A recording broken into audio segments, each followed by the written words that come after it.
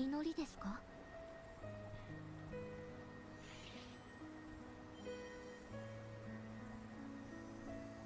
世が必ずや答えましょう。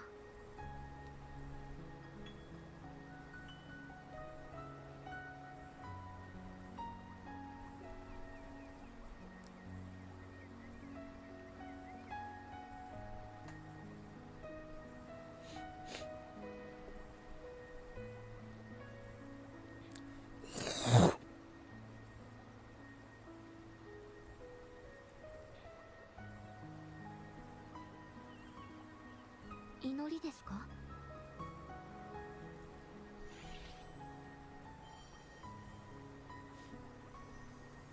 世が必ずや答えましょう。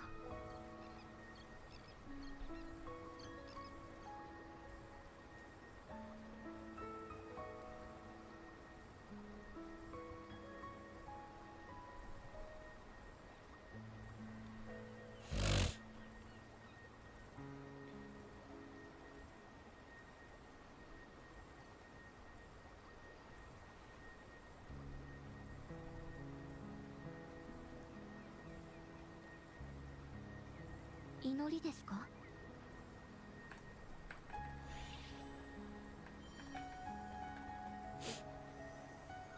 世が必ずや答えましょう。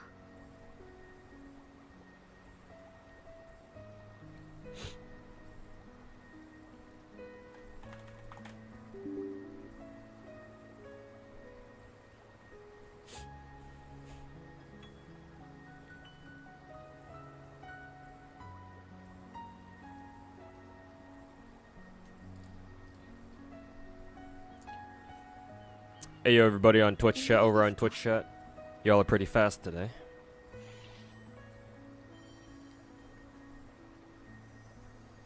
世が必ずや答えましょう。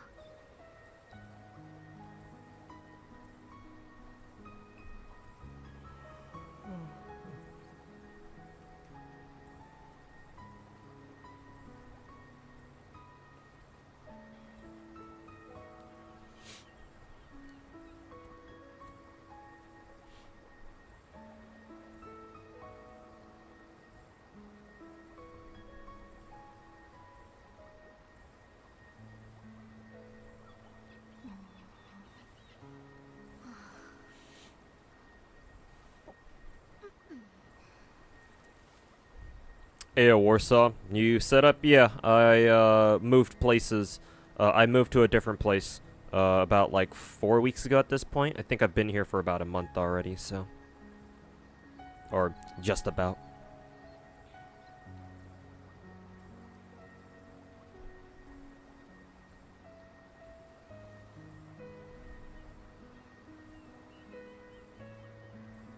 祈りですか？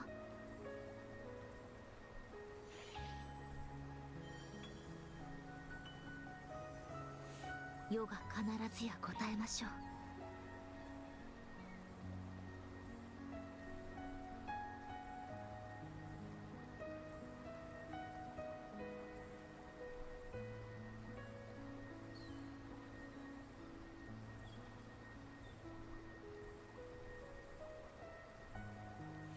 You got a 4-day weekend? 4-day weekend. Man, must be nice.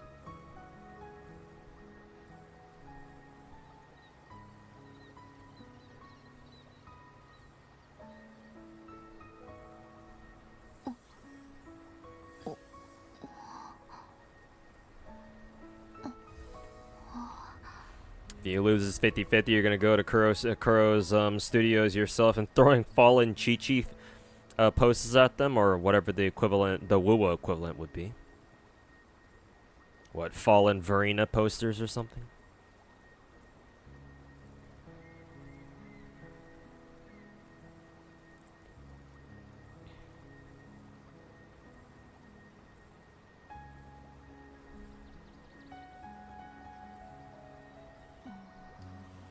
You can't wait for DNA. I wish I could share your enthusiasm. Like, I'm still gonna play it, but aside from the whole like, oh, we're no longer a gacha thing, which is probably, there's a good chance that it's mainly a PR stunt to begin with. I don't know if there's anything else about the game that I'm really super looking forward to. Because I don't think I mentioned this yesterday, but maybe I should have. But visually the game doesn't really stand out to me. Like, y'all know that I complain pretty frequently about how dull WoW's colors look. At least, you know, back in 1.0. They do colors better nowadays, but it's still not as good as Genshin, how Genshin does colors, in my opinion.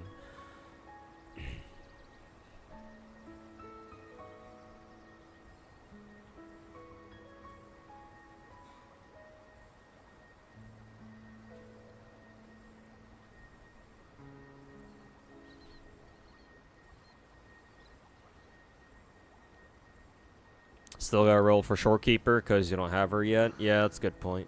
At least this time around, her current rerun actually lasts for a full fucking 3 weeks, unlike last time. So, an improvement to be sure.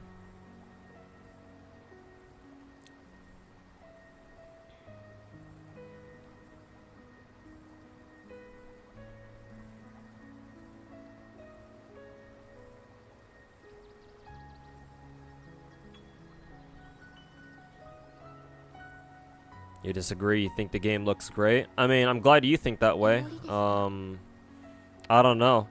Maybe I just haven't watched enough of its gameplay. Maybe if I see actual gameplay, because again, remember, I've never played any of the DNA betas, so I have zero clue how the game actually works. I don't know if it's just going to be your standard Genshin clone, or if the combat actually plays somewhat, like, reasonably differently from all the rest. But just visually from what I've seen, I'm not impressed. Doesn't help that there's not a character in the game yet that I look at him like, yeah, I want that character right now. No dedicated waifu character for me at the moment. So.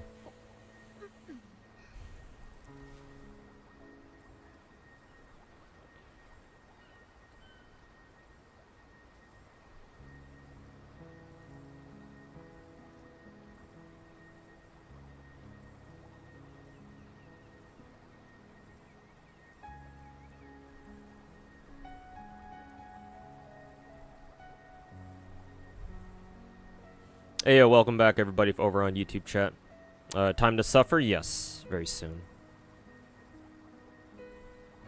It's gonna be great.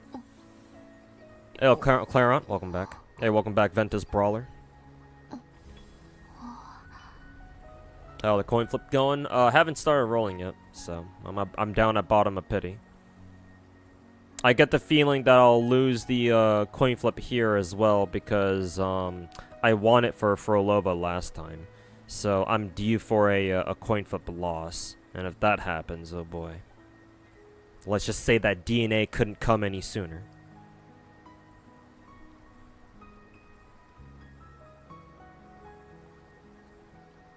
Maybe it's another Wuwa situation. In terms of, like, its visuals, yeah.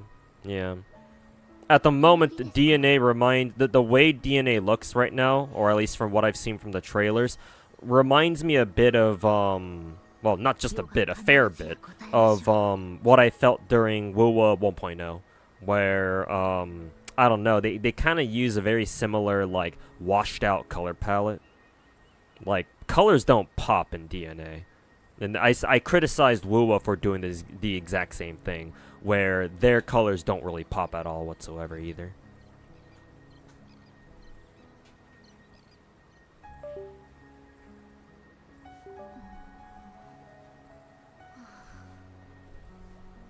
But I guess we'll see how it turns out.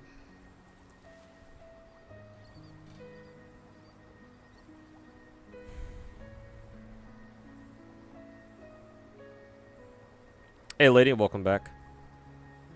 Also, you don't know why you can't see YouTube chat? Well, you mean on stream? No, on stream you can. On my stream, like, I have both chats going.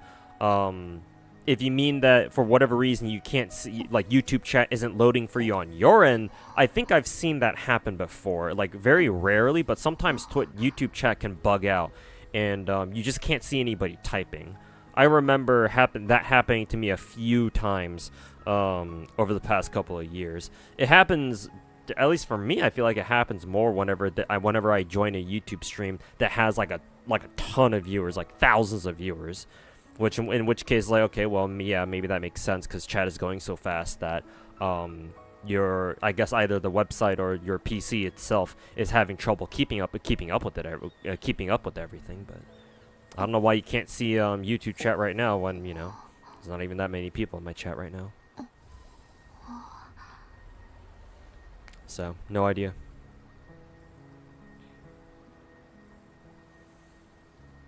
Oh, UI. You saw the upcoming Av Musica? I have no idea what that collab is. Like, the closest thing I can think of is, like, Girls Frontline 1 collabing with Zombieland Saga, I think. It's kind of the same vibes that I get. Did they announce that collab before? Why? Because it feels like this kind of came out of nowhere.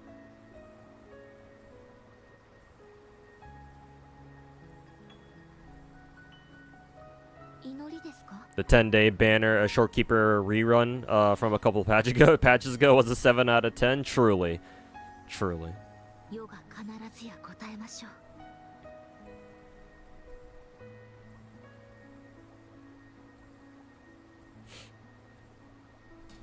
Are you pulling today? Yeah. Yes, sir, I am. Will I succeed, on the other hand? I don't know.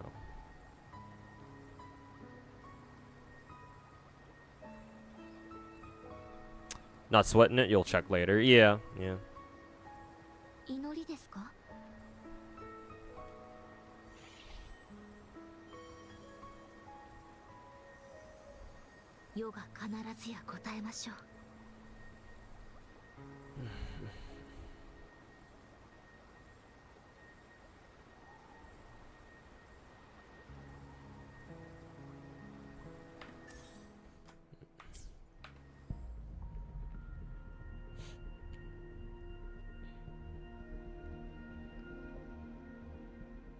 Obviously a bit more excited for, who is it? For Ayuno, but we'll settle for Augusta in the meantime.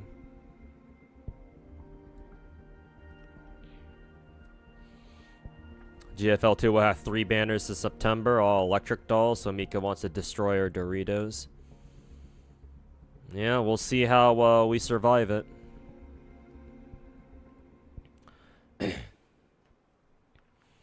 Who did they announce again? I know that 417's coming out. I'm looking forward to 417 the most, unless there's somebody else that they also announced that I would look forward to more.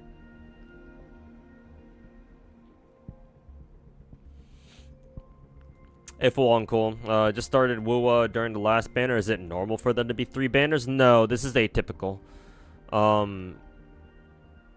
There's not really a pattern to WUA's banners, gacha banners. This isn't like Hoyo where like these days you can reasonably expect for all 3 of their games at least. Usually you'll have a new character, right? Well, there's some nuance between all their games. For Genshin, these days it's usually been only 1 new character, with the exception of the Maoika patch, because Maoika showed it with Sit Lolly on the same fucking patch, on the same fucking 3 weeks, which that was a fucking decision. Hoyo can go fuck themselves for that one. But outside of that weird fucking shit, Genshin usually releases only 1 new character alongside a rerun banner, and for like the first phase of a gacha patch or for one of their patches, and then the second phase of their patch will usually features 2 rerun characters. Every once in a while, very infrequently, they also throw in what's called a Chronicled Wish banner, where they basically shove in a whole bunch of rerun characters all at once, and they just put it under 1 single banner. So kind of cool, I guess. If you're looking, if you just want a character from like that pool of rerunning limited characters that they decided to throw on there. But again, those are very infrequent. They don't show up all the time. Maybe like once or twice a year, maybe. So not even infrequent. I think the better word to use there is rare. But that's how Genshin manages it. Star Rail is a bit of a wild card, to be fair. I guess if there's a Hoyo game that we can compare Wuwa's banners to, like the banner patterns to, would be Star Rail, because both games typically they release 1 or 2 new characters per patch.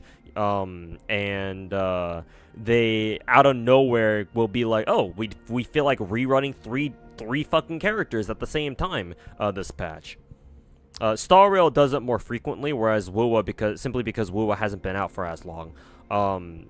They're trying to do more of it, but they're still infrequent as of now. Like last patch, we didn't have like 3 different fucking rerun characters. I think we only had like 1, which is normal.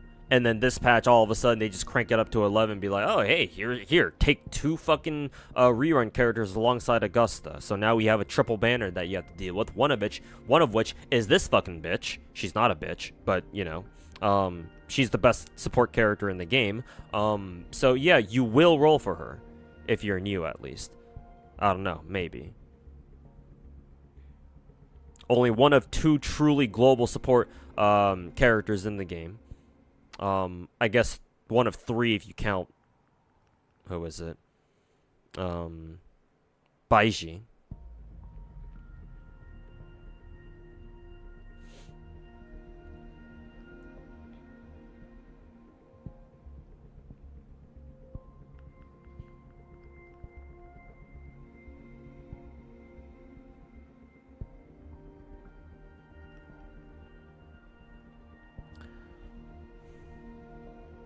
But to answer your question, full on cool, no, this is not normal. What's normal is usually either just a single banner for whoever's new, or a new banner for for whoever's new character, and only 1 rerun. But having 2 is atypical for now.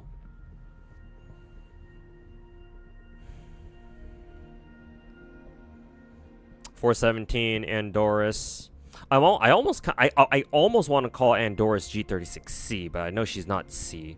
I believe the gun she uses is called the G36K, so I'll probably call her G36K or something.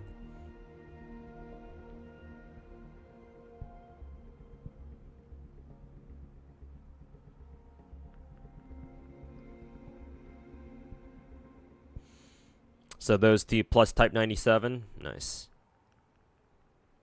We finally get the other twin.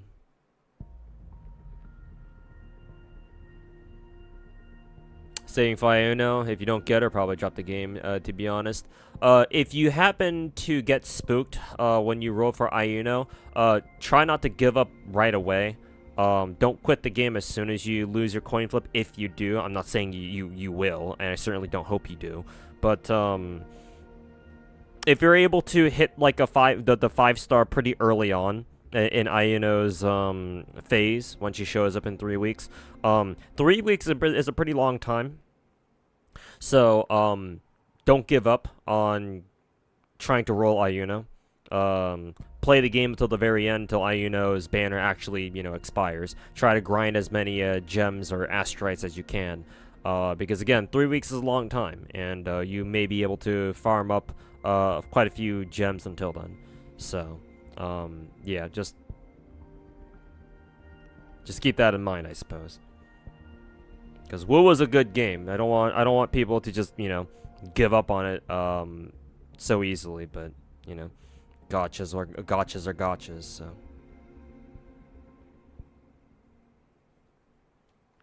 having so many good characters plus the new ones in a single patch is fucking evil. Yeah. To be fair, Wu was not the only one who does that. I mean, again, the closest comparison with Star Rail is kind of appropriate, because remember that fucking triple harmony banner on in Star Rail from like 2 patches ago or something? Yeah, that was kind of fucked up. So, obviously Wu was not the only one to do that, but still, it's like that's still not an excuse. It's like, holy fuck, man. Ayo Kenzawa, 3 banners, yeah. Obviously, I already have Shorekeeper, so I don't have to whirler again. So we're going for Augusta this time. Definitely give it your all. At least you have entire story and all the exploration. You get free gems. Yeah, exactly. So technically speaking, you've got like 6 weeks to try to get everything done. Yeah. Honestly, you should if you want to save for Iuno and you just started. Honestly, I think you should be able to secure Iuno even if you do lose your coin flip. Because yeah, if you just started the game, specifically for Iuno, and you take the time, you take the next 6 weeks to really grind Wuwa, I think you should get enough gems to guarantee Iuno. Not gonna lie, I don't see why you can't.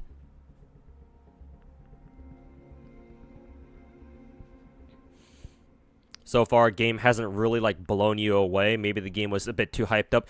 If you're exposed to the social media side of Wuwa, then yes, I'm not surprised that you know, clearly you're someone with a brain and you can think for yourself. And so because of that, I'm not surprised that now that you're actually playing Wuwa after, you know, maybe you've heard a lot of people on Twitter talk about how good Wuwa is, and you decide to try it out for yourself, and you're like, well, I don't really see what's so good about this game. Like, no, that's completely understandable. The social media side of this game blows this game out of proportion when it comes to like how good of a game it is. Like, don't get me wrong, this game is great. The fact that it exists and it's successful is still meaningful because that still means that it provides it's competition to the Hoyo games, right? And obviously, the more competition we have, the better. Even if on its own, Wuwa can't really hold a candle to all the Hoyo games, like as far as like sheer popularity goes. Don't tell Saint Tondas I said that, or maybe you can actually. I don't know. I would like to see that guy have a fucking aneurysm on stream. So, I don't know. Go ahead and tell him I said that, I guess.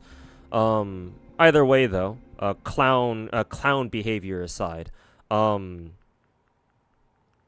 it's like, yes, Wuwa is a great game, but it's still a Genshin clone at the end of the day. Like, if you've played Genshin before, at first glance, this game, other than like the visuals and like the obvious combat differences, like, a lot of things about Wuwa are very similar to Genshin. It's the good reason why I call it a fucking Genshin clone to begin with.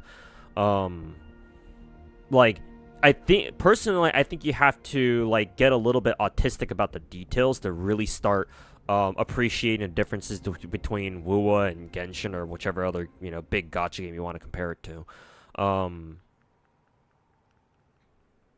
But yeah, like, I'm not surprised by your reaction. Like, if you can think for yourself, if you've got more than just 2 brain cells to rub together inside your skull, and you've heard people, you know, glaze the ever-living shit out of this game, and you try the game for yourself, that should be the reaction you have in the context of you hearing about all these other people on Twitter, you know, glazing up this game, glazing up Wuwa. It's like, no, this game's not that good. You know, this game isn't the fucking second coming of Christ like a lot of those Wuwa dick suckers and those fucking rats would like you to believe. But it is still a good game. Just not, you know, that good.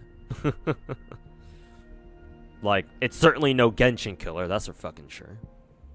But it's still a good game in its own right. It still deserves to be, you know, appreciated. Just some people, or a lot of people online, tend to fucking blow that out of proportion, but, you know, we call them rats. So, or at least I do. You missed the polls? No, not yet. Oh, I should probably lower my webcam. Like that.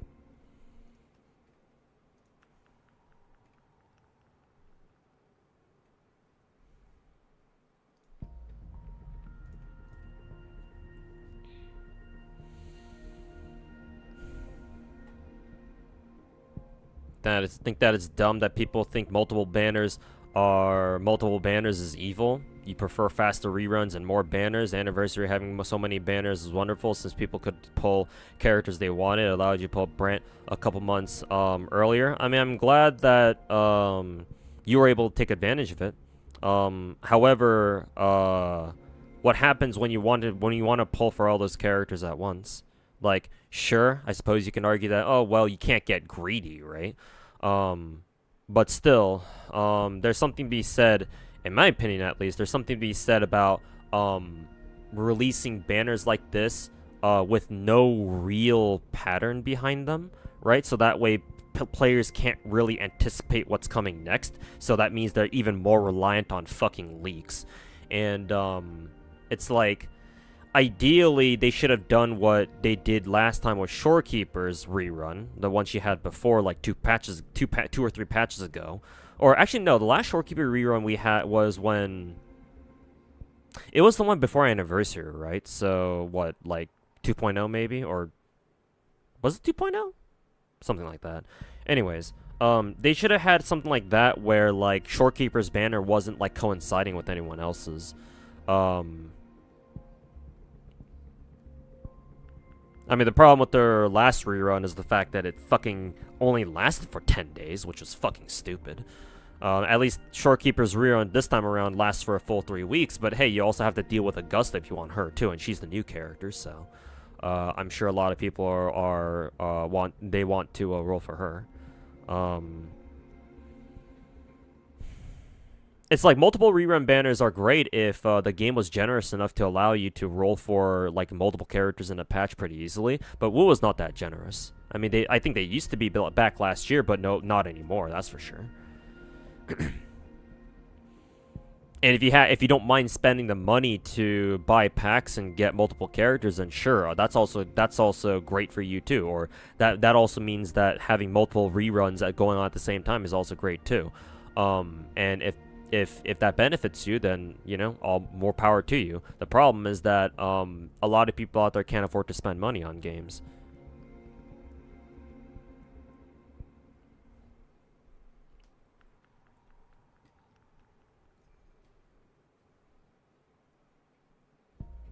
Like maybe if WoW had some sort of established like rerun schedule, where it's kind of what like Zenless or even Genshin does, where it's like, oh yeah, every single patch we know that there's going to be one rerun along with whoever's new, then sure, fine, whatever.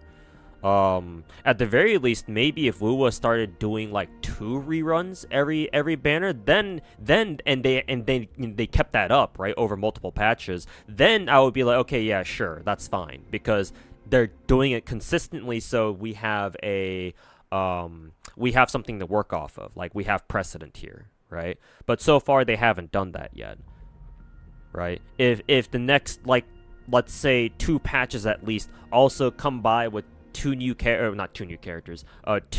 old characters, or like older limited 5-star characters that they put on raid up every single patch. So every single WoW patch turns out to be 1 new character, or 2 maybe, 1 per half. And then each phase of the patch cycle comes with that 1 new character, right? But they also come with 2 returning characters, and they kept it up for some time, right? Or yeah, they kept it up for some time. Let's just go with that for now. Then sure, all right, that's fine.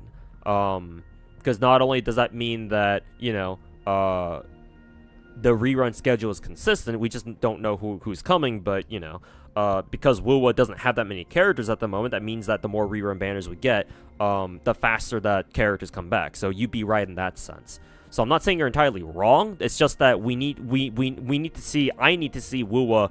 I need to see the game start rerunning characters consistently like that. The problem is that they haven't done anything like that. Rerun banners are still rather inconsistent. Right, last patch we only had 1 rerun per half. This patch we have fucking 2. And then at least just for this half alone, anyway. Next phase with Ayuna, we're only getting Siachana, and who the fuck is rolling for her? If you didn't roll for her already, right? So next patch, ain't nobody gonna roll for Siachana. Everyone's just gonna roll for fucking Ayuna, and that's it. You know, call it a day, wrap it up.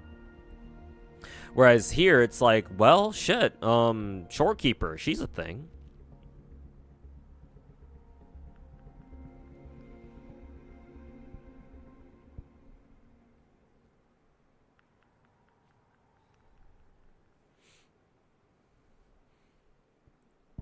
Rerun schedule would be great. Yeah, I think that's the best. I think we can both agree to that.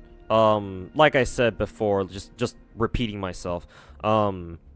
If Wuwa can establish some sort of consistent rerun schedule, again, obviously we're not supposed to know who they plan on rerunning, but that's fine, right?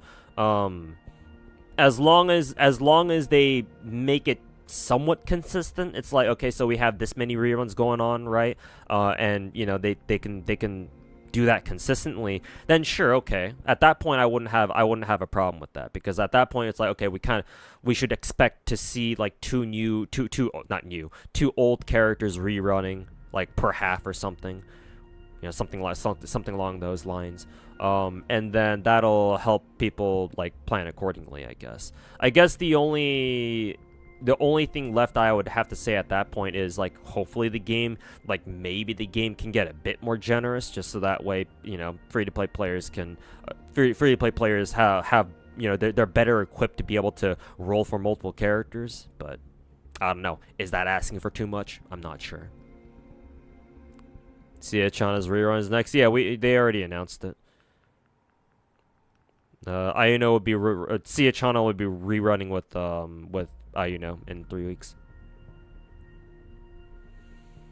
2 new characters in 1 patch is kind of oof. Yeah, I think I agree. Maybe 1 new character per patch, right? If they wanted to do multiple new characters, then like put in like 1 new 5-star and then put in like a new 4-star somewhere. I don't know.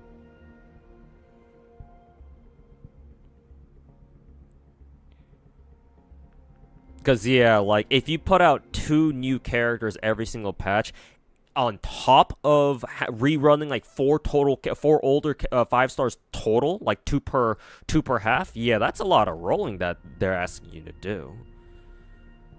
I'm not sure how that would work out, to be honest. Who's more worth it, Augusta or Ayuno? Probably Ayuno, because she's more of a support, I think. Don't quote me on that, though. We already have plenty of DPSs. Though, to be fair, unless you have a really, really invested Shangli Yao or like a really cracked out Yinlin, Augusta being an Electro DPS is pretty damn nice, I'm not gonna lie. Because my current Electro team is not that good. Because my 2 Electro characters are, at the moment, Shangli Yao and Yinlin, and they're decently built, but, like, if you want a premier Electro DPS that's kind of like, you know, that's kind of caught up with the meta, so to say, then, you know, Augusta's right here, so. Yeah, calculator who? I mean, hey, strangely enough, I don't have the calculator myself, which is very weird, but. Social media wanted to gaslight you into thinking that Star Rail is gonna EOS in a week and Wu is perfect. It's good, but not as good as the Glazers make it out to be. Yep.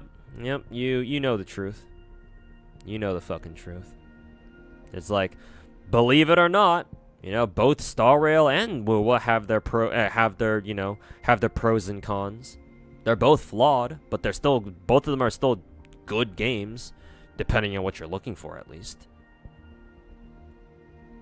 Don't mention the fucking fuck-ass Timu Sephiroth. Keck. Don't tell Kuro Game you called him that.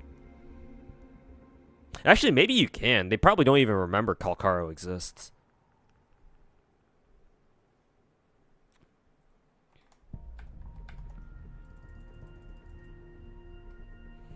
You barely get enough for 1 character in a patch. That's why this patch hurts. I mean, hell, do you even have enough to go to double soft pity if you lose the coin flip? Hell if I know, man.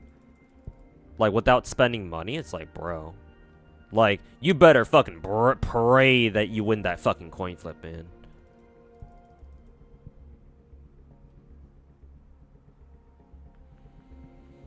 Also, rumors are saying Augusta wants to have Aino support, so this whole Siachana Peeb cancer continues. I thought that was supposed to be the Zanny Peeb situation, but maybe Siachana also works with Peebs.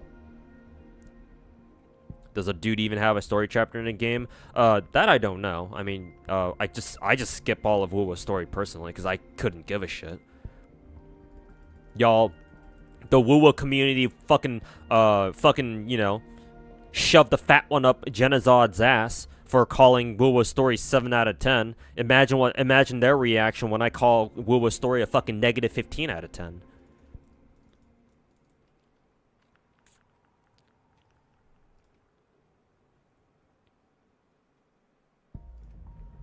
It's like, goddamn. I wonder how the Chinese players would think after someone like me says that. If they sent Genazod death threats over some bullshit like that, I can't imagine what they'd do to what they think of me. Hey, yo, Cornethius, how's it going, man? Yeah, Augusta's out. She came out last night. Facts, just skip all that shit. I mean, yeah, man, fucking 4 years of playing Genshin Impact that has no fucking skip button. If you're telling me that you're a big Chinese gacha game and you give me a skip button, you know damn well I'm using that shit.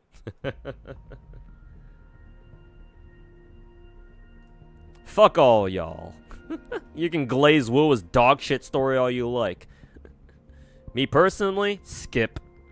It's there for a reason.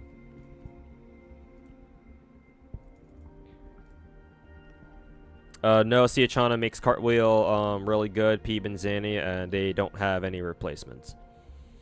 I think Cartathia you can use, what, Arrow Rover with her, I think. So Siachana I don't think is as big of a necessary requirement as, say, like, Peebs for Zanny, but... I mean, hey, I run Siachana with my Cartwheel, so... you're not wrong there.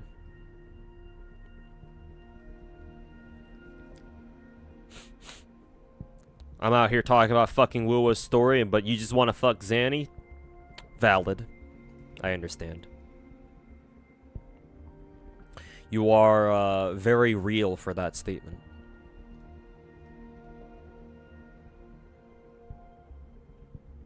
If I do say so myself.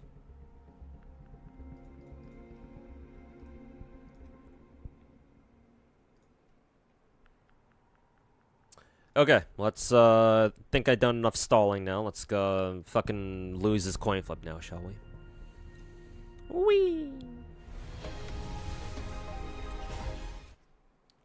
You thought Augusta was gonna be a fire type? Yeah, right? Fucking Malika hair, right? Big ass, bright red color schemes, and then turns out Electro. Well... at least they're kind of breaking the mold there, if nothing else.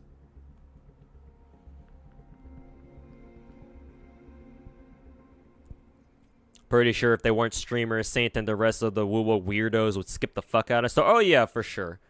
For sure. I mean, most gacha content creators in general are fucking casuals. And I don't even say that to be condescending, that's just what they are. And it's like, do they know what a good story looks like? Maybe some of them do. I don't know. Maybe I shouldn't be so judgmental, but for sure, it's like, yeah. Once you get the hang of like big Chinese gacha story, it's like you kind of see a pattern, you know. You've seen these a million times before. At a certain point, it gets to a point where it's like, yeah, you've seen this shit like dozens of times before. So it's like, are you really gonna fucking waste your time watching basically the same shit over and over, just rehashed over and over? Maybe some people are into that, but yeah, a lot of content creators out there who would definitely skip the story if they weren't busy fucking sucking Solon's dick so hard.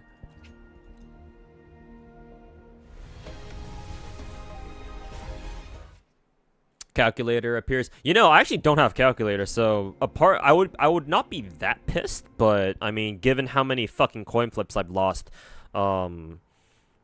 across all the big four gachas, I would still be kind of fucking triggered. Well, not kind of, I would be. I would be very triggered. I mean, I don't know if I even have enough fucking gems to reach Stop Pity in the first place. The answer is no.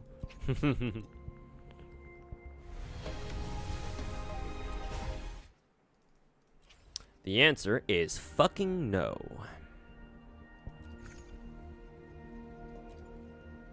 Oh yeah, I still have to buy all the buy out all the fucking bundles. I actually didn't buy the bundles from the last patch. A part of me kind of wonders if I should have done that. Too late to think about that now, obviously.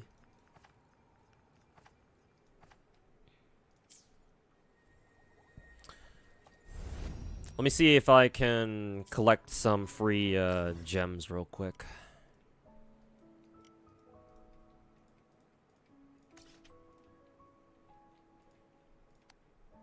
See, this is probably the main story, so let's go do that real quick.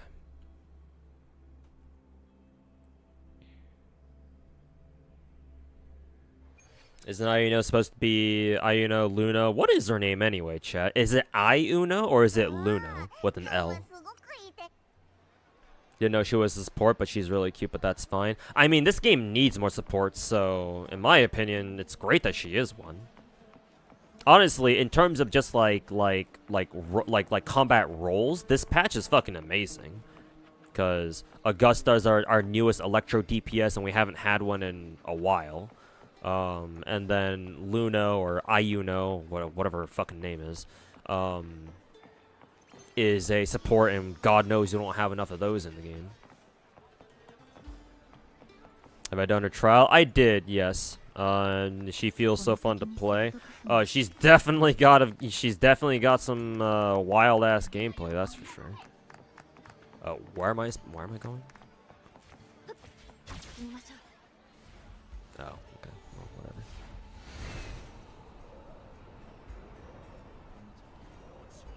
It's Ayuno, but the I is silent, so just Uno? Why haven't I seen people make reverse Uno jokes with her yet?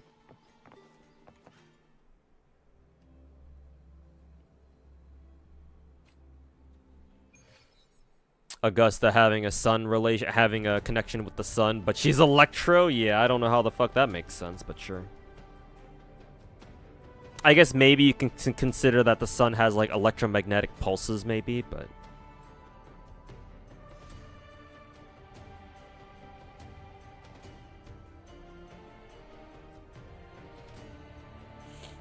you find tons of similarities between Genshin and WoW when it comes to story. You feel like the structure is essentially the same. Yeah, I mean, I can summarize what their stories are like, basically. Fucking main character is a fucking, wife collector / harem simulator, walking harem simulator, who fucking, is some god blessed character who comes from like beyond the fucking stars or something. So you yourself are literally a god, which means that everywhere you go, everyone you meet, at least all the good guys, will immediately start sucking your dick, or if they don't do it immediately, they will eventually. You go to a region, solve all the people's problems, get praised for saving the world, and then you go to a new region, do it all over again. It's like, have fun. It's like, I've explained this many times before, but Chinese, like, at least the big mainstream Chinese gacha games, their stories are all basically the same. All the same dog shit cookie cutter formula of some version of a Gary Stu or Mary Sue character, which is supposed to be who is supposed to be you, by the way, the player, because the Chinese players fucking love having god complexes. At least a lot of them do. And you're supposed to you're this fucking omnipotent being sent by the fucking gods themselves down to whatever hapless world that you fucking crash land on for one reason or another. And you basically go around kicking ass and banging all the hot chicks in the area. It's like, rinse and repeat. All right, there's your fucking Chinese gacha game story. Like, at least with Genshin, right? Maybe because I just skip all of Wuwo's story, maybe there's actually some nuance to it.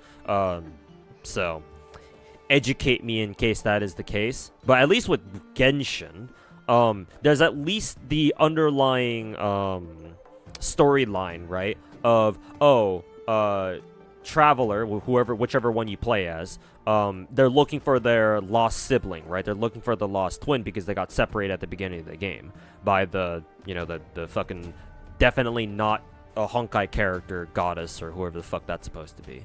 So it's like, okay, well, at least there's that like underlying, like, is it even a subplot? Maybe, I guess technically it's a subplot. So there's at least some sort of like investment that you have there, right? Because every time you go to a new region, it's like, oh, maybe we'll find out something about where our sibling went, right? Maybe this is where we'll find out. Oh, sorry. Oh, no, we don't get any info. That's okay. On to the next region. Maybe we'll find out what's going on here. Oh, no? Okay, sorry. Your princess is another castle, or prince, I guess, if you play as Lumen. All right, on to the new region. It just sucks that, most regions, if not all of them, basically just, end up turning into a fucking Super Mario Brothers, simulator where, yeah, it's just basically you get your ass tossed from one region to another, talking to people because you just want to find out where your fucking brother or your sister is. They're all like, oh, sorry, we don't know, haha. The only guy who does know might be Zhongli, I think, but he's contractually obligated not to say, so he can go fuck himself. Venti fucking forgot, or he's just fucking stupid, so, he's useless. Raiden was busy fucking, being a goddamn hermit in her own fucking reality marble, or her own domain expansion, so she's fucking useless. Miko's too busy, too preoccupied with fucking running her fucking light novel, company, so she's fucking useless. Nahida probably knew something, I think. I forget how that went. Nahida probably knew something, but to be fair, I think she was dealing with some other shit at the time, so, she didn't have a lot of info for us, but at least she tries. Or at least I think she does. She at least tries to, help us, I think. Or she's got the most, so far, she's got the most reasonable excuse for not really being able to help.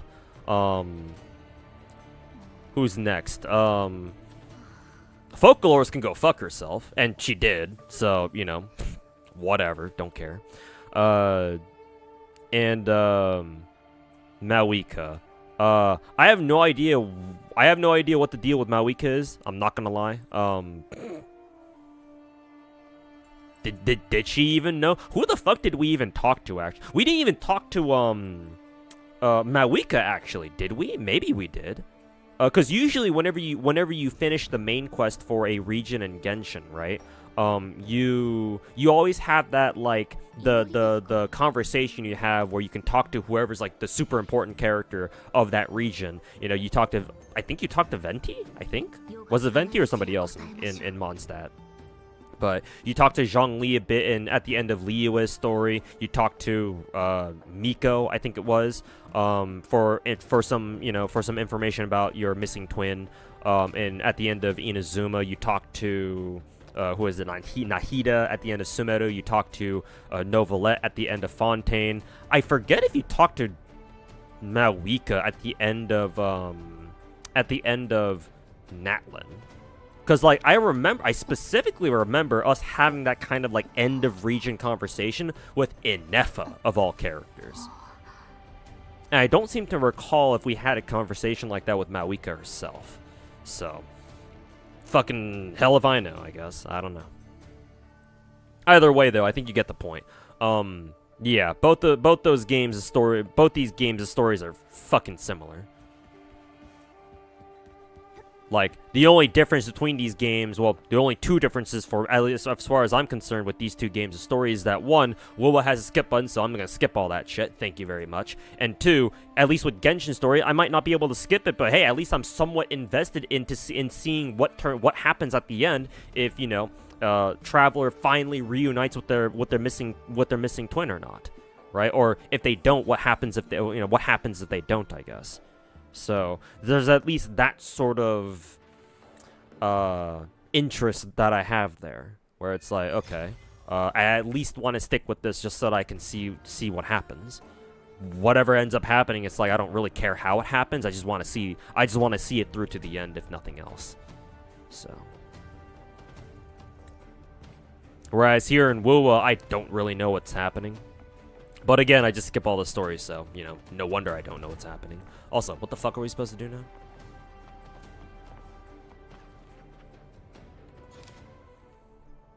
Why did it stop tracking? By the... Oh, we just leave. Okay, whatever.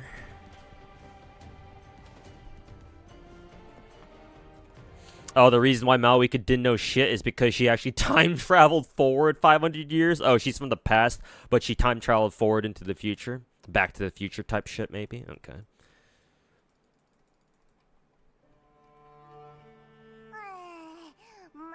At least you have a tangible mission in Genshin. Yeah, exactly.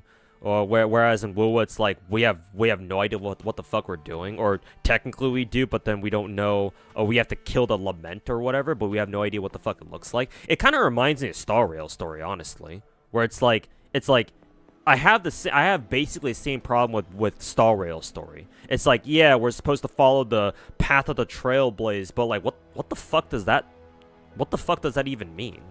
You know, what does it even mean in the first place? You know, it's like, excuse me? Is following the trap, what the fuck was I trying to say there? Is following the path of the Trailblaze just supposed to be like, oh, like, just be a hero? Because if that's the case, that's fucking lame. Typical fucking Chinese gacha story bullshit.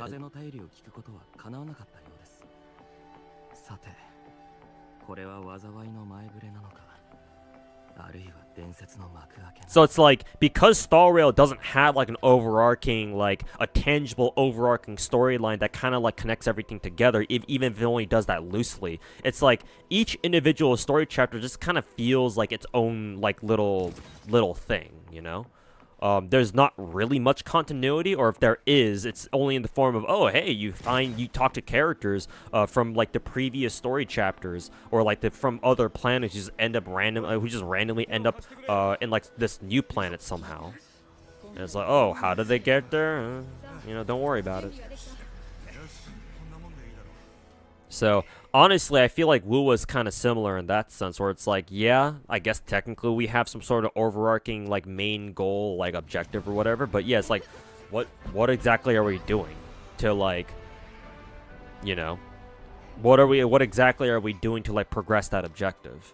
Like, how do we know that we're getting closer and closer to that objective, you know? Killing this lament thing or whatever the fuck that's supposed to be. It's like, do they show it? Do we know? I don't know either.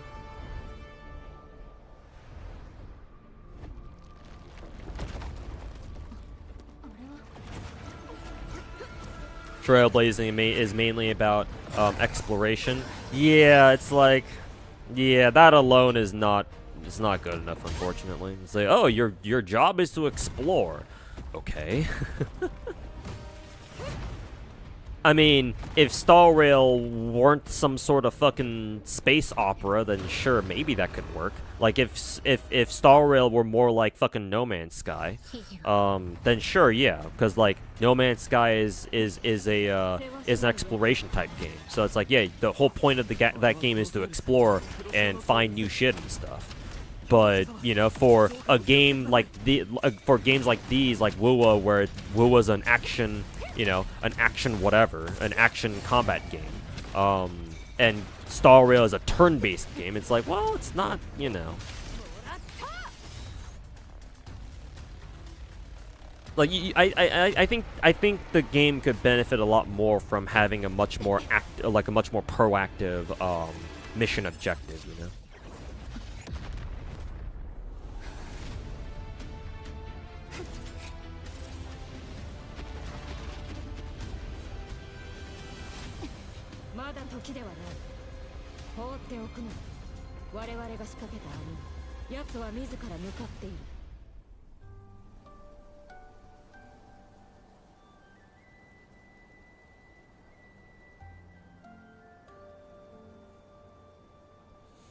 Hey, it's Ayuno. It's the two girls on for this patch.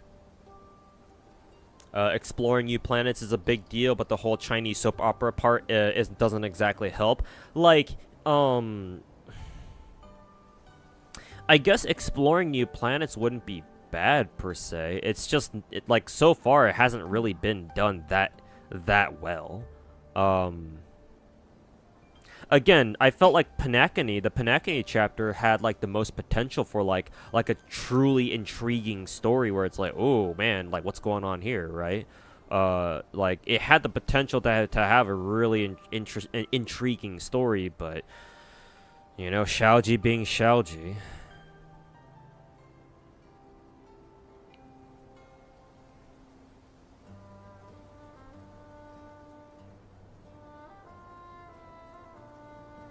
Trailblazer's job is explore the unknown. Yeah, I guess that's fine, but like I think what Star Rail could do in order to sabotage what's left of its story is what is it? They could like slowly uncover with every planet we finish the main story for. They could slowly uncover, like the Trailblaze crew, the Astro Express crew, can slowly uncover like, oh, like actually we did have like a more specific like objective after all, right? It's like, oh, you know, it's like they kind of like sprinkle clues about them throughout like the story, right? Like slowly, like but like stealthily and sneakily, like inject like bits of lore where to the point where like when you put it all together, right? It's like, oh man, that's what they were going for all this time. Like that's good. That's good story writing. Like if you have story writing that causes people to go back and really dig through like past writing, it's like, you know, that's really fun to do, right? Because it makes you the player / reader feel like a fucking detective, where it's like, oh my god, there are clues here, right? And you feel the need to go back to what was written previously in the story or the gacha game or whatever, and in order to figure out what might happen in the future, especially if it's not obvious at all, like it's super inconspicuous, but it's there, right? And when you piece it all together, it's like, oh, finally, it makes sense. But I don't know if Star Rail's doing that. I would venture to say that no, it's not, but who knows? Maybe. Genshin has that, but not Star Rail. Yeah, exactly. Genshin has that for sure. Or even if it doesn't have it like 1-to-1, it's like, well, at the very least, there's something to tie everything together, even if it's as simple as, oh, we're just looking for where our fucking sibling went. Because like like I said, there's at least some payoff. Where the fuck is the payoff for games like Wuwa and Star Rail? I don't know. You tell me. Anyways.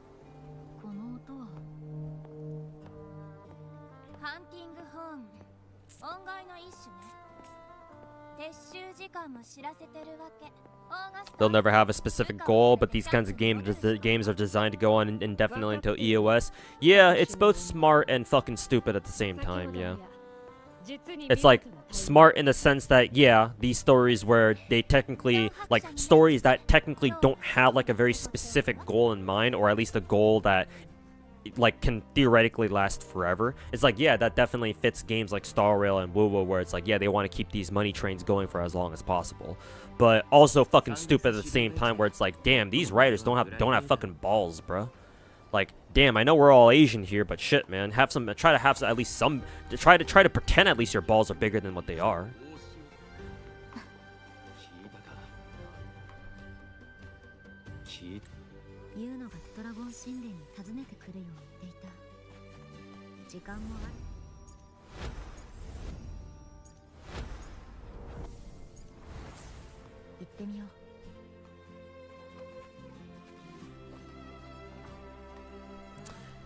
Don't really care if the story is good. Don't really care if the story is good. Then cool. Don't care about the commercialization. Yeah, I mean, if you don't give a shit about the story at all, then yeah, everything I'm talking about is just kind of whatever for you. It's just that, you know, story is, because ideally, right, if you play a gacha game, ideally you should pay attention to the story, because, you know, what is a gacha game without its story, right? Story is one of the best ways for people to be able to connect with their characters, right? It's one of the best ways to give players, or it's one of the best tools that developers have to make their players care about their characters a lot more than, you know, maybe if they didn't put the characters in the story. Not to mention, like, story is supposed to be a big part of a gacha game's content. Even if, you know, you or I don't really care for it that much, right? That doesn't change the fact that a lot of other people really enjoy it too.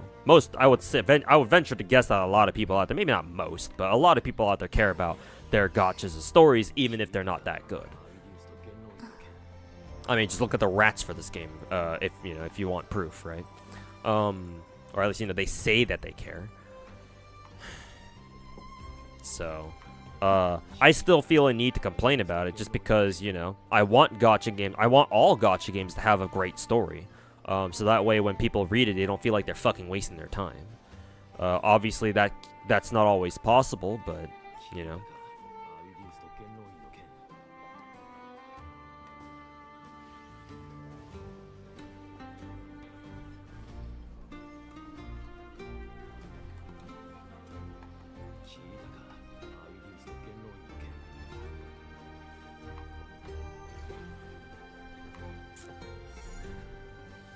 Connected the most with Yelan through Rule 34. True, nice.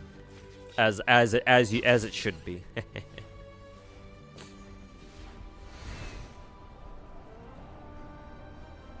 Genshin summer updates usually had hints and foreshadowing to something relating to next year's version, which you can only really know after it happens. I mean, bro, just look at all of the like, you know how Genshin had those story trailers, right? That have come out over the past month, like the Goddesses trailer, the Nod Cry trailers, assuming they made trailers for Nod Cry, right? All those tweets that the Genshin Twitter accounts posted, you know, basically drip marketing all of our Nod Cry characters, or all of our first Nod Cry characters, right? There's a reason why those tweets and those videos on their YouTube channel fucking pop the fuck off, man. Like, St. Tontus can fucking bitch and moan all he wants and suck Tectone's dick, because he's pissed off that he's fucking salty as fuck that, you know, the fucking Goddesses trailer for Genshin got like a couple million views. Actually, let me look that shit up, actually. How many views does that Genshin Goddesses trailer have at this point? How many? How hungry? Genshin Impact. I'll just look up their YouTube trailer because I don't know what that trailer's name is like, or I don't know what the trailer's name is. Videos. I should be able to find it pretty quickly, because I don't think it was that long ago. Yeah, the Tevat chapter interlude teaser, the God's Limits. Yeah, the God's Limits trailer. That shit has 4.1 million views. Right? So, you can have the fucking Wuwa rats bitch and moan all they want about how, oh, it doesn't actually say anything. It's just a trailer. Why are people so excited about it? Well, the brutal truth of the matter is that Genshin's been going on for fucking 5 years now. Or at least this year turns 5, I think. And, the story has, you know, say what you will about the story. Personally, I don't think the Genshin story is that great. But at the very least, what it has managed to do is that it's at least managed to create a lore, like, that's interesting enough and, like, tangible enough to where, you know, even your average casual can actually feel invested into the story. If nothing else, then just to see what happens at the end when, you know, Lumen finally, or Traveler finally reunites with their missing sibling, or if they'll even reunite at all. Right? And all the goddesses, or all the gods or whatever of Tevat, of Celestia, or wherever they're from, you know, if there's a trailer about the fucking celestial gods or something, then yeah, that's kind of fucking important, isn't it? Like, I don't know. You tell me. Y'all tell me for any of you guys who follow Wuwa's story. Does Wuwa have anything like that? Any like tangible overarching plot line where it's like, oh yeah, we can get excited for this? Because as far as I'm aware, I don't know of any. All we're doing right now is just, oh, we fly from Huanglong to fucking Rena Sita and fucking, hey, we kick ass and, you know, collect wives and shit, you know?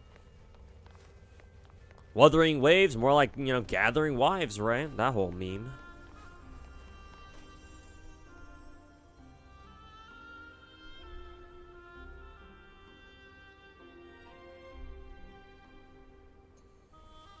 Skip. Let's see. Oh, right, we have to examine the small one too, I guess.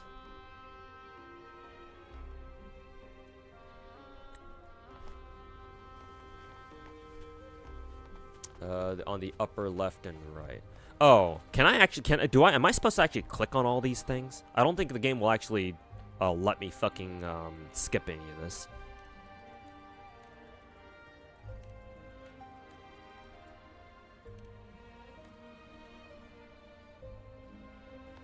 Okay, let's examine the small one now. Oh, shit.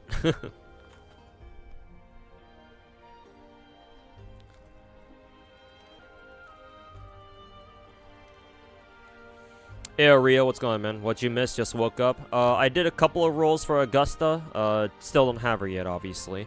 And I've been spending the last like 15-20 minutes ranting about a Chinese gacha game story, because I think somebody in YouTube chat brought it up, so I decided to rant about it a little bit. Basically, TLDR, almost all big production Chinese gacha stories are all basically the same. But there are differences between them. Like, for example, Genshin has a story that I think I can actually get invested in at least somewhat, whereas I can't really say the same about Star Rails or Wuwas.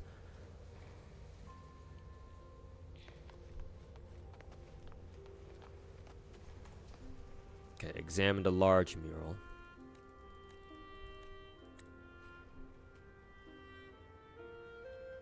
Okay, there we go.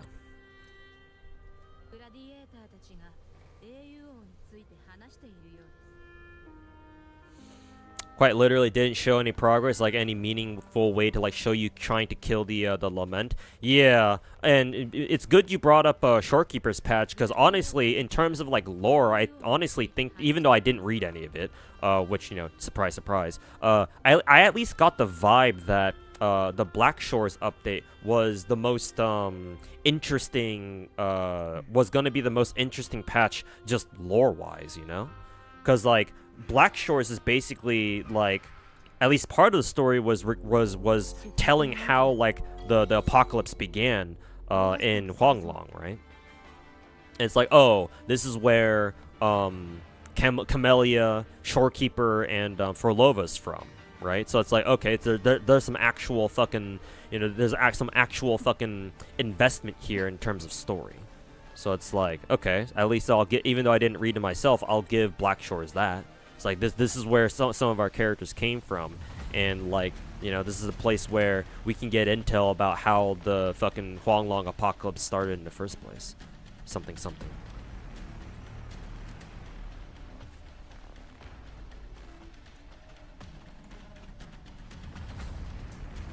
Then you can just explore the map on your leisure now. Oh, okay, cool.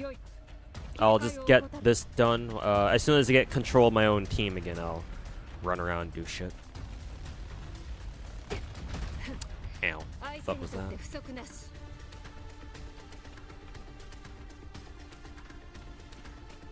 Most gacha stories are mid besides Uchio. Either mid or just outright fucking trash. And whatever happened to the Yang trailer? I don't know. Was Yang even supposed to have a trailer to begin with?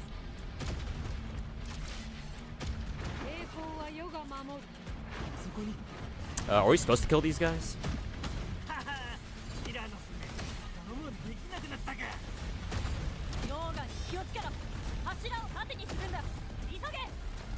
They're all dead now. Oh, not this one.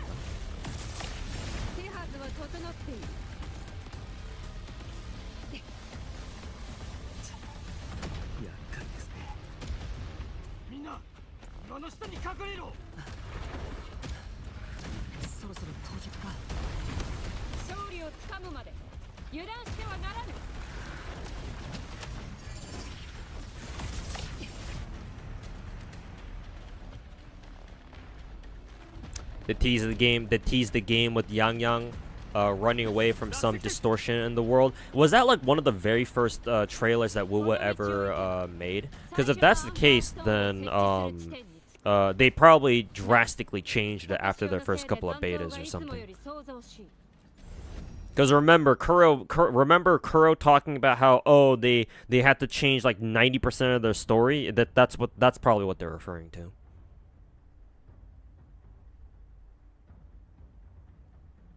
or something like that. All hail Project Moon. Project Moon it does put out some banger stories. I'll give him that.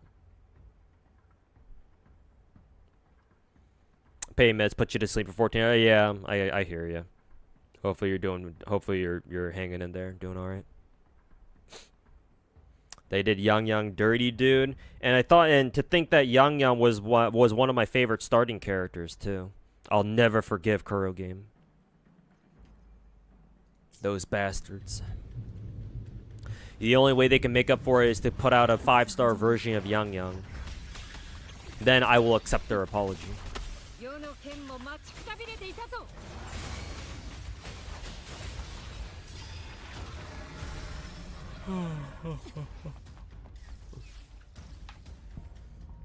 Let's see. Okay. What I can do here is I can exchange for one of these bad boys.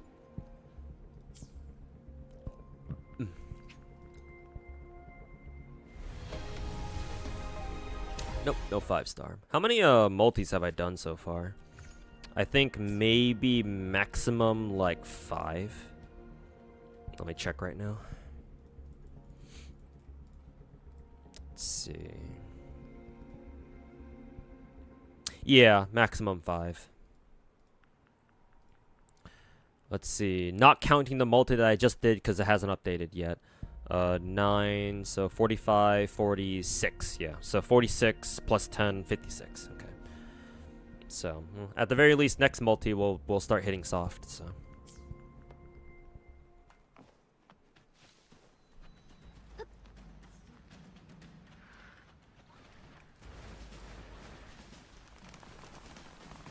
Yeah, where the fuck is Yang Yang anyway? Fucking mascot of the game, nowhere to be found in the story.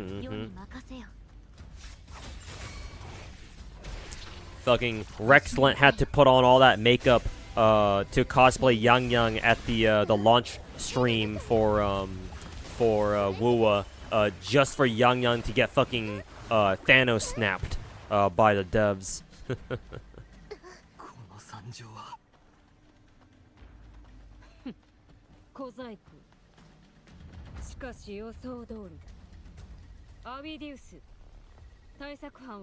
Did I get Augusta? No, not yet. One more multi until I start hitting soft petty.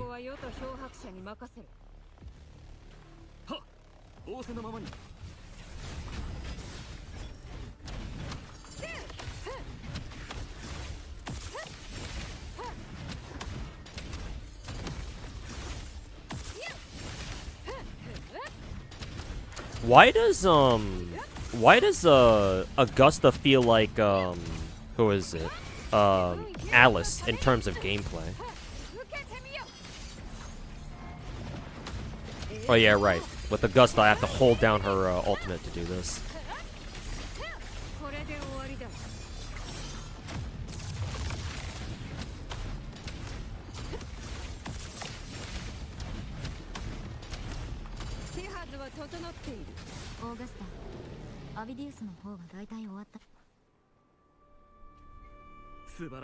They haven't done any alters yet.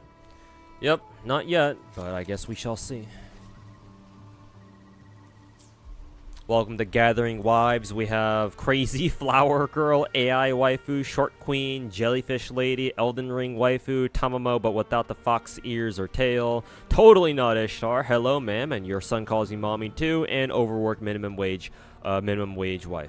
Nice. Oh, and don't forget Zeji, the quiet art class girl, or the quiet girl in art class.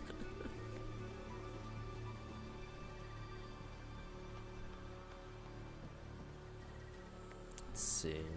I should probably go around and collect these. Should probably go around collecting these. What is it? What are these called again? Caskets or whatever? Actually, this one seems to be underground, so I don't know if I'll be able to get this one. Maybe it's like around the corner somewhere? I don't know. Yeah, whatever. I'll worry about it later.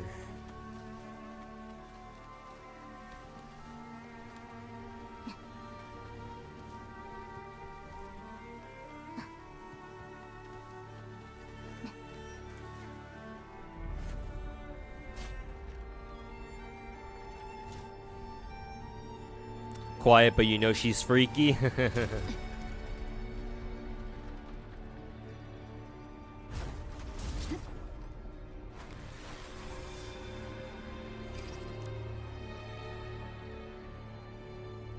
You want Cantarella to sit on your face? Valid. Even better if her camel toe is showing. Oh, wait a minute. I thought they got rid of that.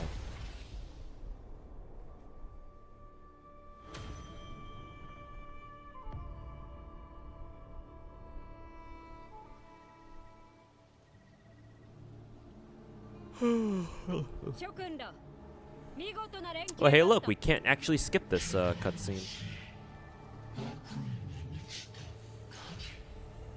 Oh, is Augusta suffering from that delusional shit like Lupa was last patch?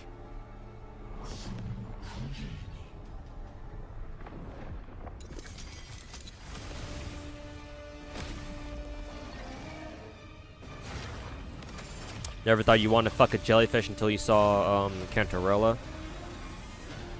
What was that urban legend thing where where they say that why the fuck is there a random fucking T-Rex here now? Wasn't there that one urban legend where it's like if you get stung by a jellyfish, you want to piss on the place where you got stung? Turns out that's not true. But I mean, hey, if that's a thing, then.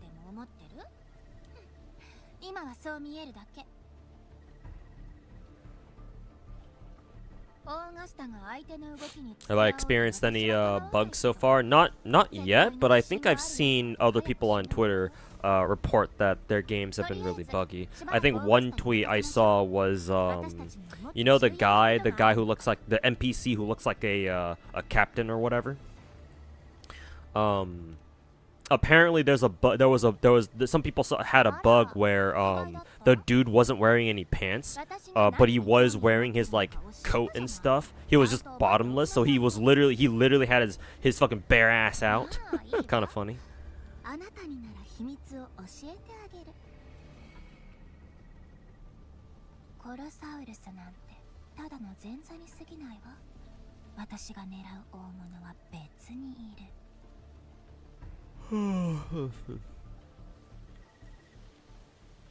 Been good to you too. Lot of stutters though. Surprisingly, my frame rate's been pretty consistent so far.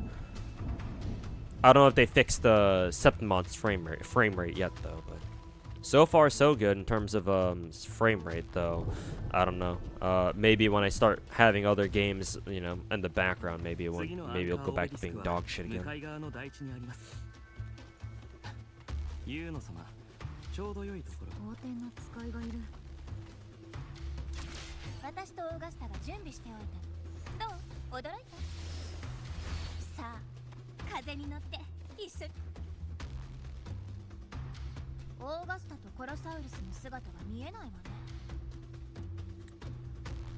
That sounds like, and it is unhygienic as fuck. Yeah, definitely not a good idea.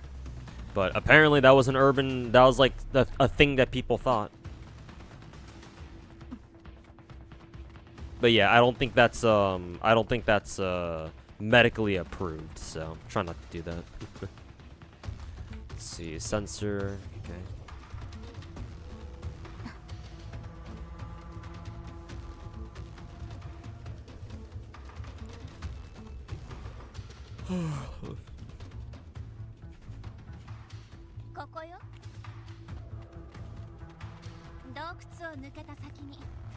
You had some flickering when you enter in one part where you enter a new area, but that was about it. Okay.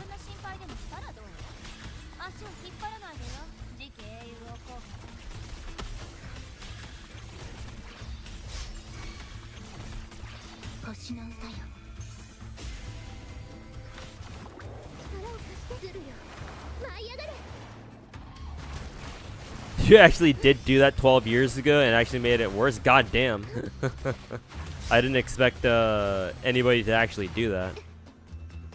But hey, at least now we know.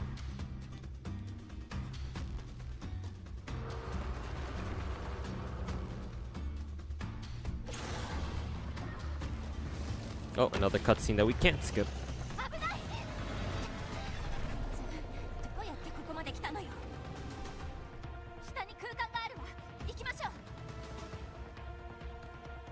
Man, Aina even talks like Ishtar too, or she even talks like Rin too. God damn it! Let me get the chest. Fuck you.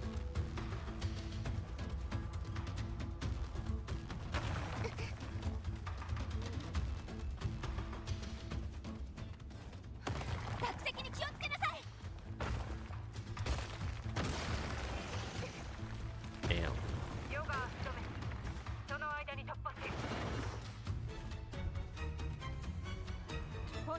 Rhinosaur? Maybe. オーガスタ。遅くなったが許してくれ。すぐにでもコロサウルスは戻ってくる。まずはここを離れよう。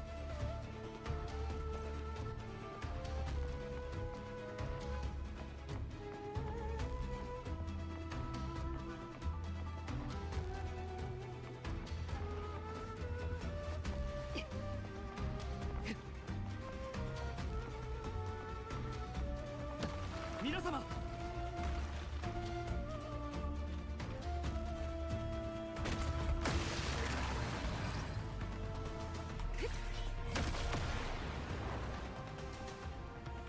Totally not Ishtar, guys. Legally distinct Ishtar.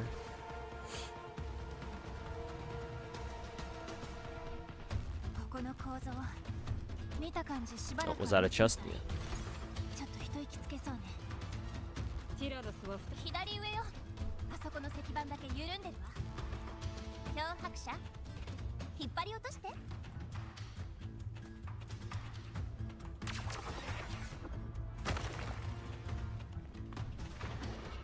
栄光は世が守る。手はずは整っている。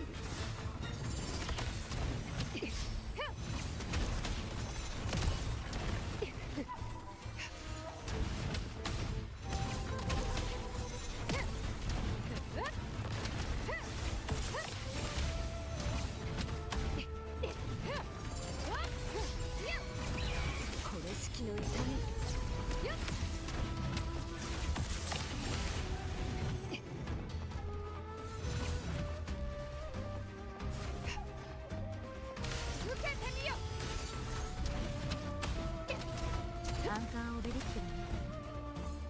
What was done now? Now you can complain. You can go back to complaining how the game has no content. God damn it! You already did all the content already?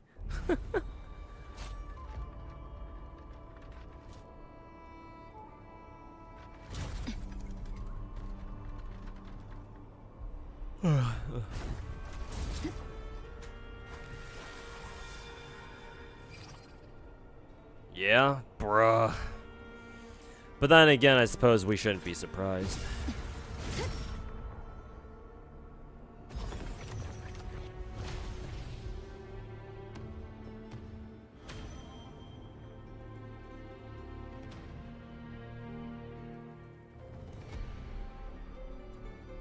Yes, 悪くないわ。このまま止まらずに行きましょう。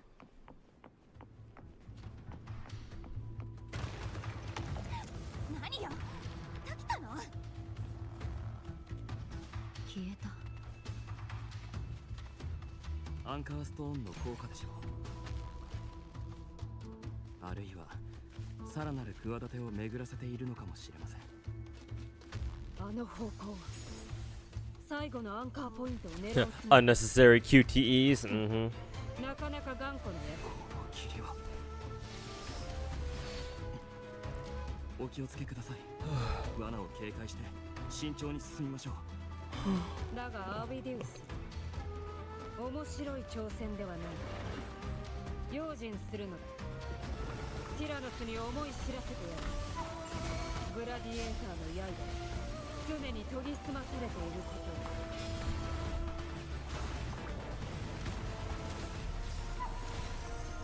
とを。同心手よ。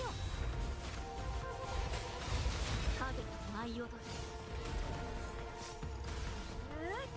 入力。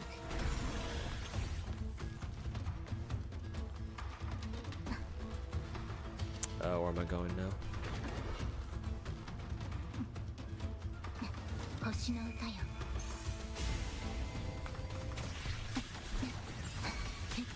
さあ、絵の中へ。アン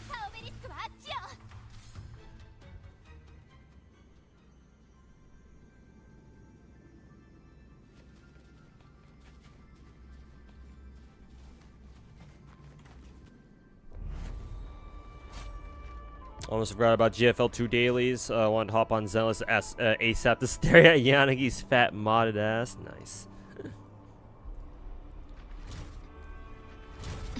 Plenty of those, well, if you know where to look, I'm sure.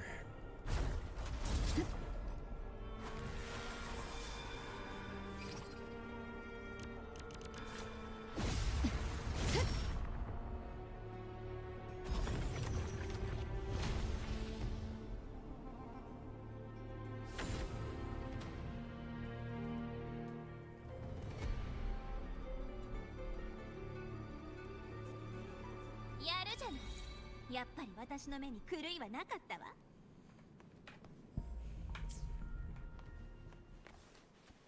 あなたの役に立つのなら。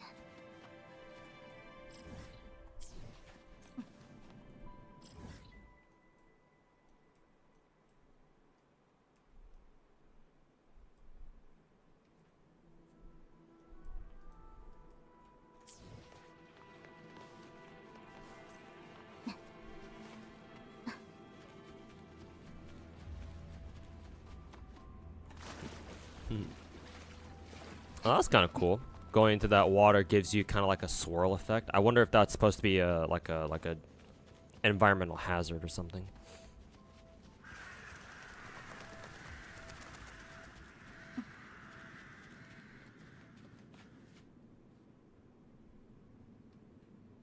Augusta.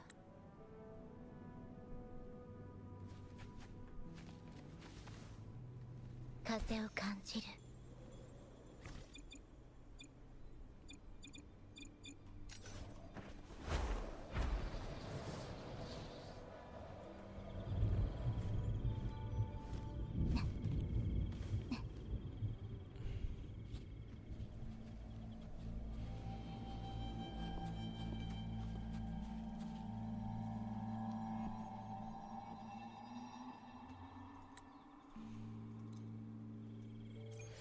指示を。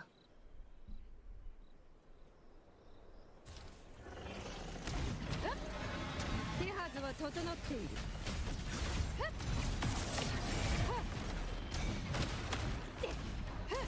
これ式の痛み。勝利の方向。いや。無駄な上がっちゃう。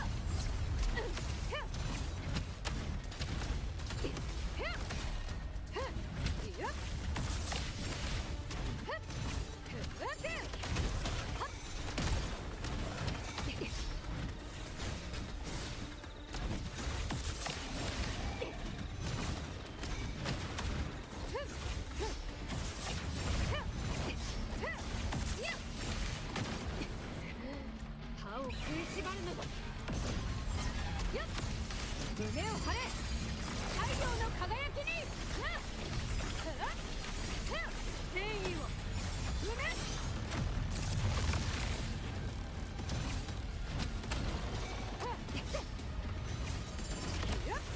手はずは整っている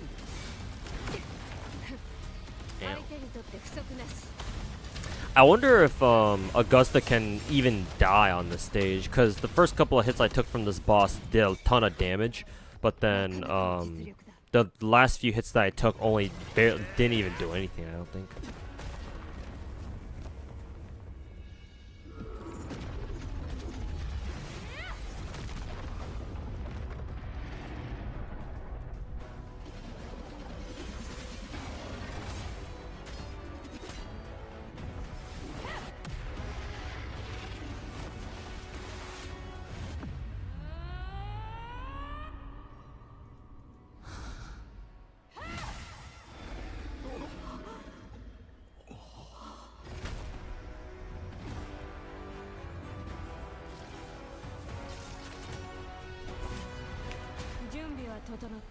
Rolled for a W engine yesterday for Yanagi and even got it.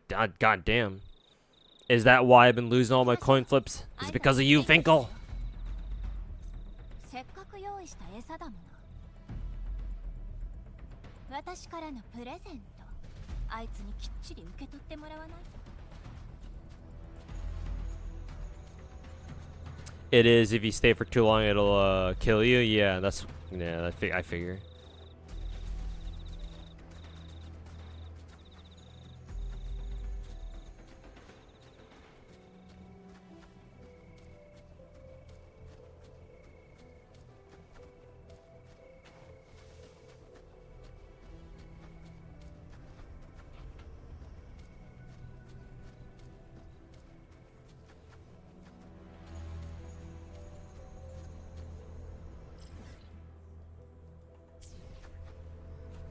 See, oh, we have to use the sensor thing. あそこだ。 They really want to sell this character? Well, yeah, naturally. I mean, to be fair, it's not like Wu is the only one who does that. All gacha companies want to try to sell their characters as best they can.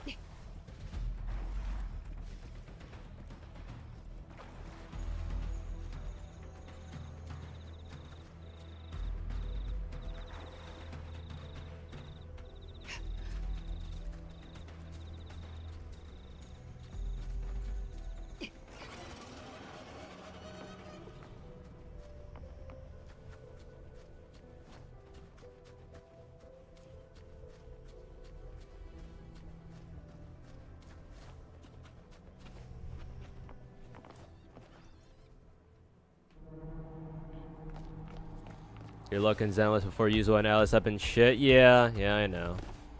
I'm just, looks like our roles have reversed. Now I'm the one with the dog shit look and you've been winning everything. All I'm saying is I'm kind of asking you for it back.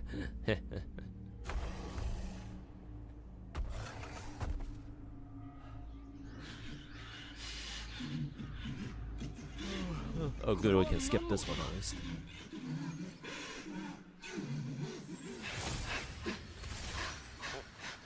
Dedicated cutscene, nice.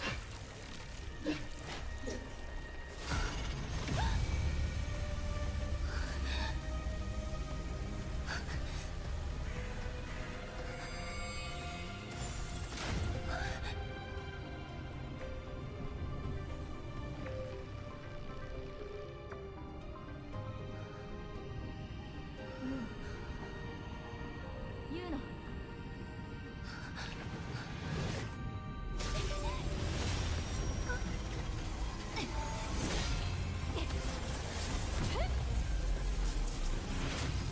Does PlayStation have this quality because you're planning on buying it rather than buying it on PS5, getting it on PS5 than on PC for now? Well, I mean, remember, WoW is a free gacha game, so you don't have to pay for the game. But if you mean pay for the console, then yeah, I guess you'd still be right. But I don't know, honestly. I don't own any consoles myself. I'm straight PC gamer, so I don't know. I couldn't tell you. I would imagine the game would look better on PC simply because, you know, PS5 is a console, so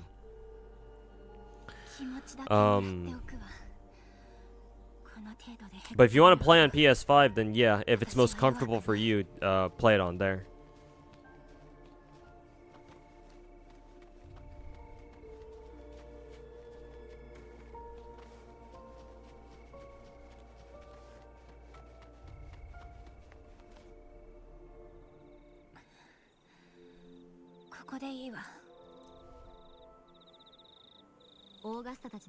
They didn't try enough with adventuring, though. His story was a drag and a half. Yep, back in Panakini, yeah. I even said myself that they should have implemented adventuring story better and not make it take up, like, you know, half of the fucking story in this patch, but oh well. We all know why they did it, though.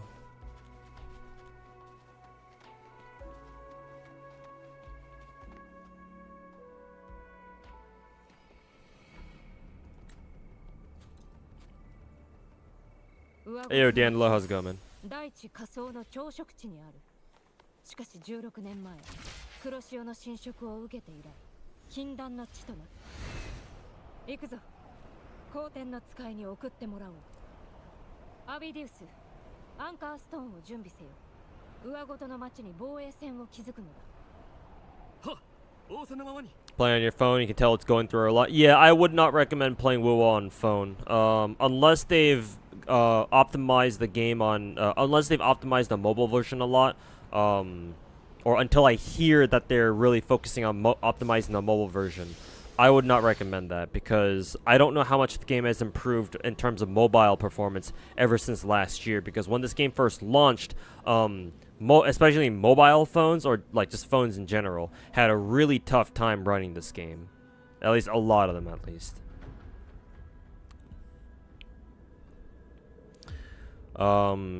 But yeah, if you're already planning to buy a PS5 for like other games, then yeah, you might as well put WUWA, your WUWA account on your console, because yeah, PS5 should be able to handle this game no problem. Whether the quality will be as good as what you see on like my stream or other PC streamers, that I don't know. I'm assuming you can get pretty close though.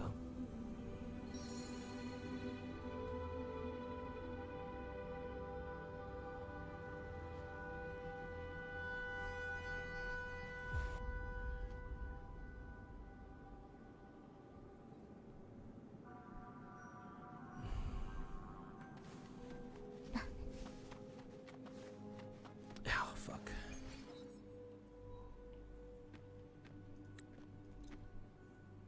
世は仮想を捜索する。漂白者、上層はお主に任せた。神王の動きを確認。あるいは不測の事態に陥った場合、直ちに知らせよ。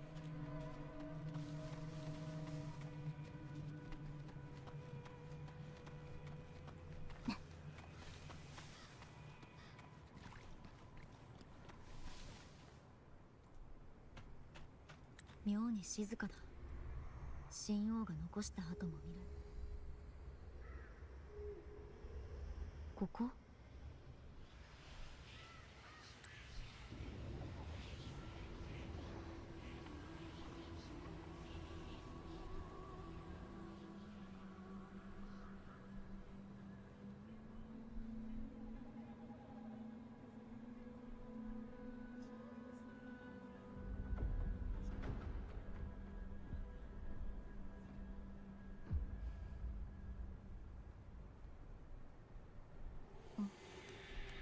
？Back on trial rover again. 見ろ、あいつあそこに止まってるぞ。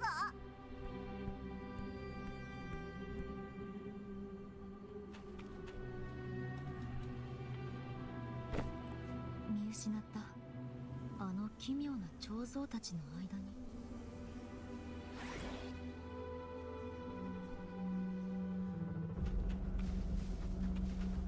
行こう。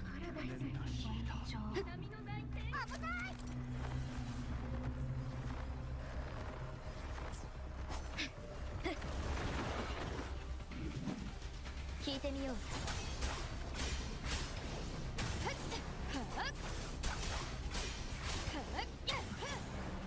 よし。いや、なんか違うな。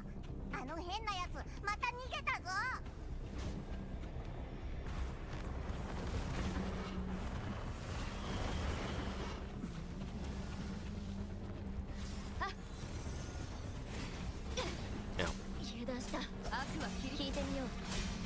Oh, we're playing Arrow Rover too. That's interesting.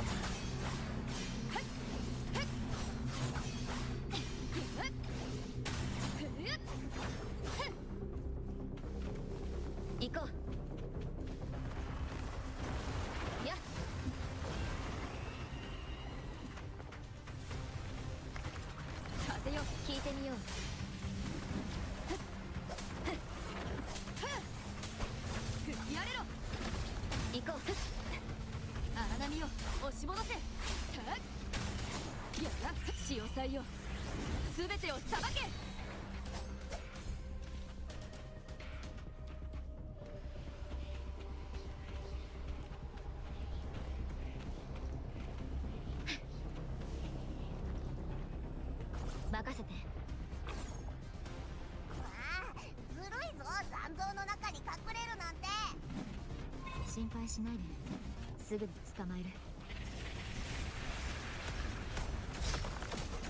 聞いてみよう。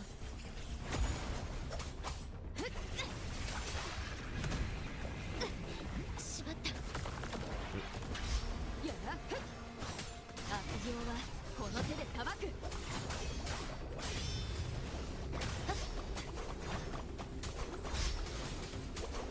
聞いてみよう。悪行はこの手で裁く。今度こそ逃げられないな。これで終わり。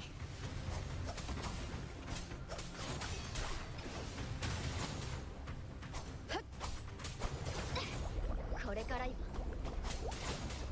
聞いてみよう。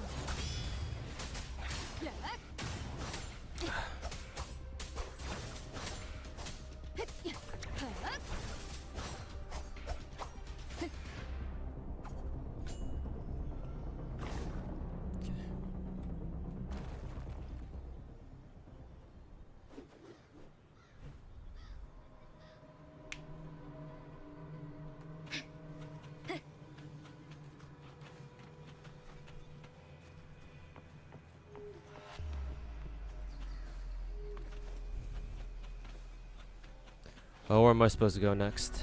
Oh, just pick up this thing. Okay. これは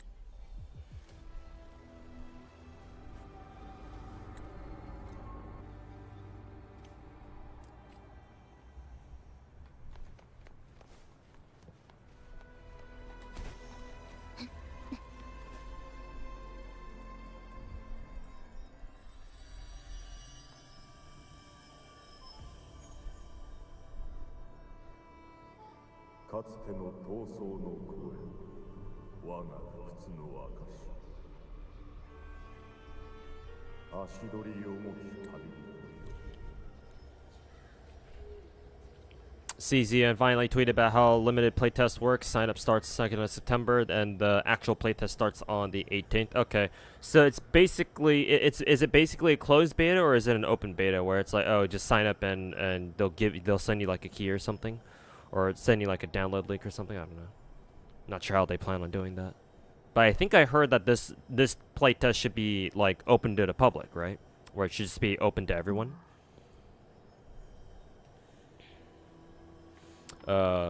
While I'm waiting for an answer on that, let me go take a quick restroom break. So BRB, 5 minutes.「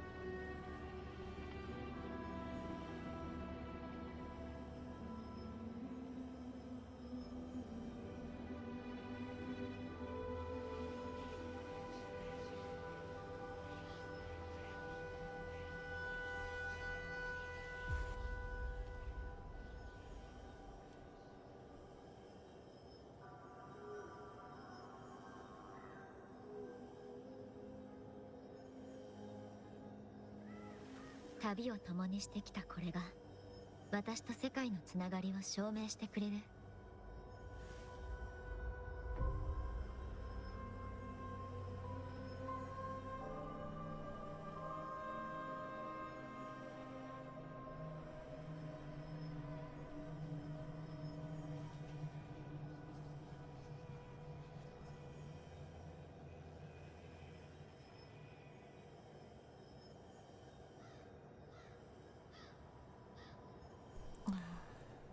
Okay, we're back.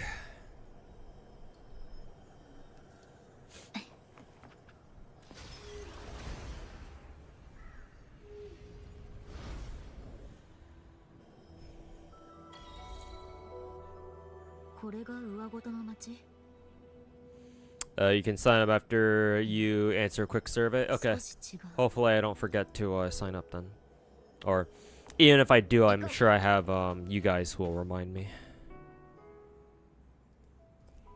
今日は多くのお城で見かけなマネスの底を探検するってや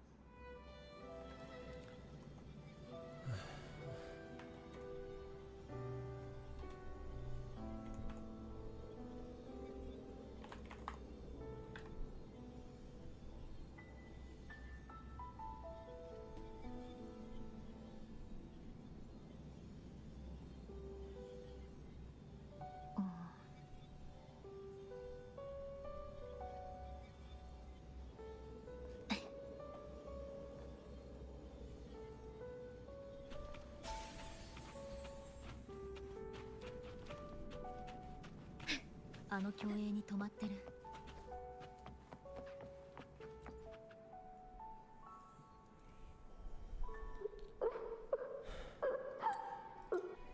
ここにも過去の虚栄が。見つけお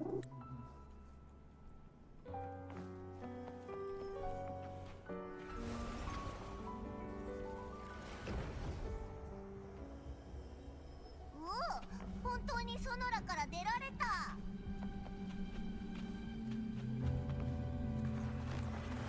あ、侵食されたゾウだ。やっぱりこいつらが悪さしてたんだな。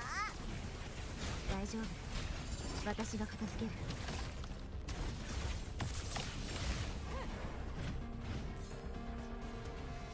聞いてみよう。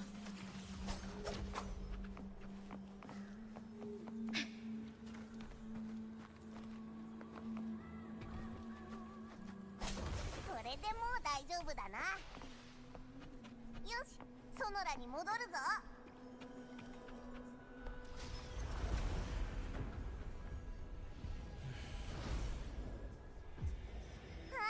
飛び回るやつが安定したみたいだ。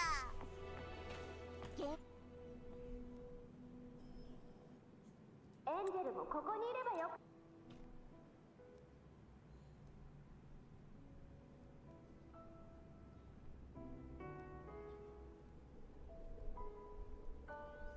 オーガスタ。ああ、ヨダ。言い逃れはできないな。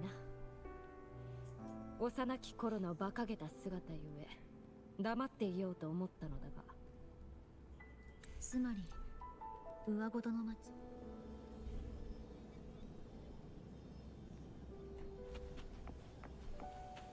Kuro abandoned Lupa. They're supposed to be in this hunt, but they said nah, only Rover. Just like how they abandoned Yang too, huh?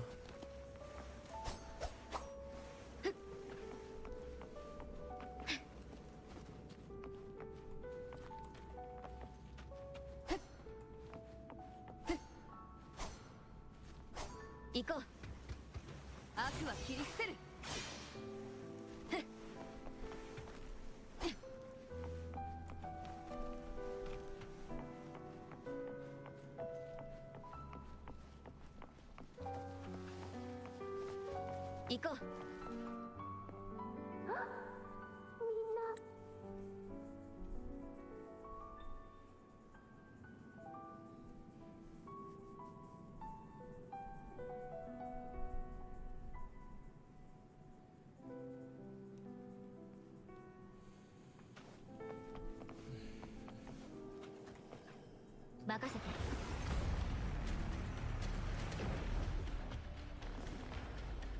残像が見えたぞ。あそこだ。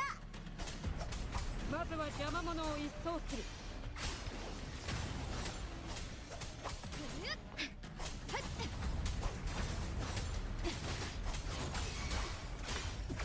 ヨガでよ、手はずは整っている。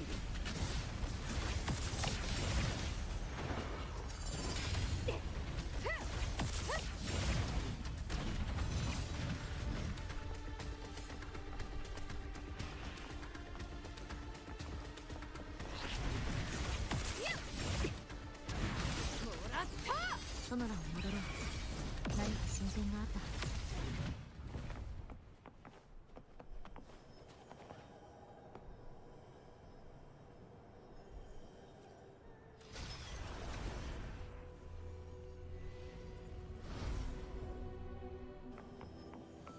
It's because Lupa's waiting for Galabrina team-wise, but hoping that works into next patch's story. Probably not. I doubt it.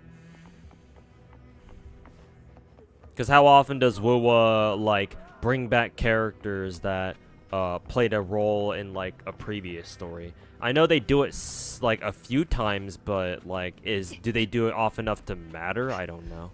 Also, am I going the wrong way? I think I might be. Oh, I think I just went in a circle.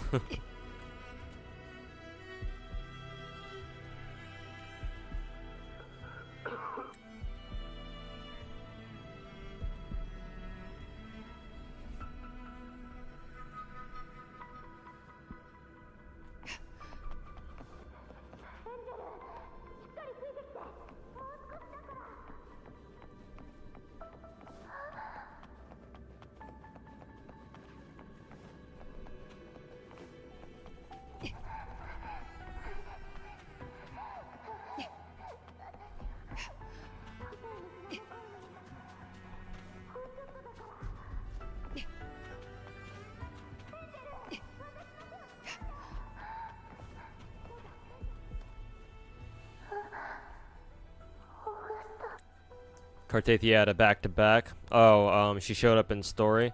I mean, I guess that makes sense for somebody like Cartathia, though.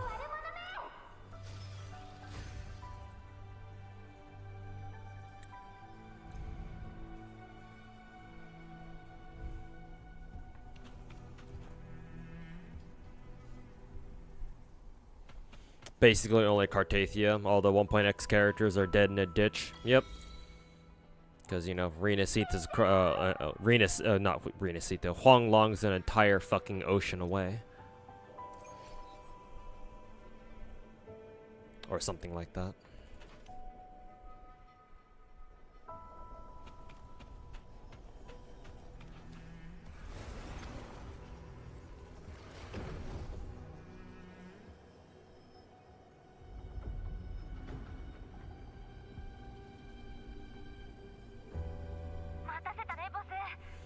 Hey, here's Buling. Been a while since we last saw her, I think. What was she again? Was she supposed to be some sort of, like, info broker or, like, info dealer or something?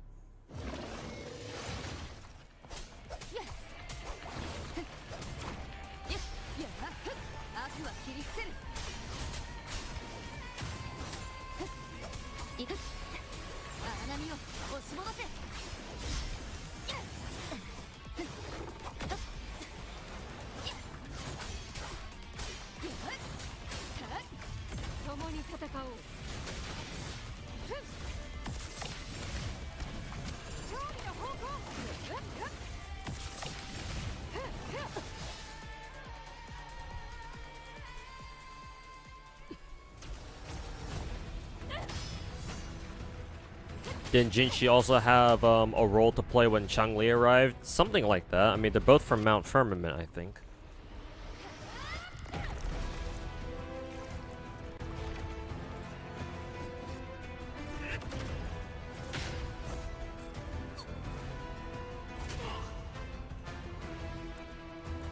Hey look, NPCs being fucking useless as usual. At least he tried.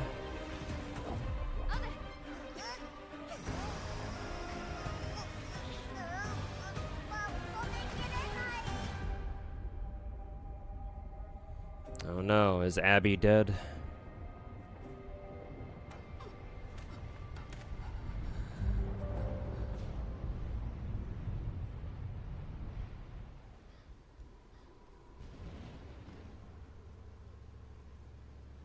Nope, she's still there.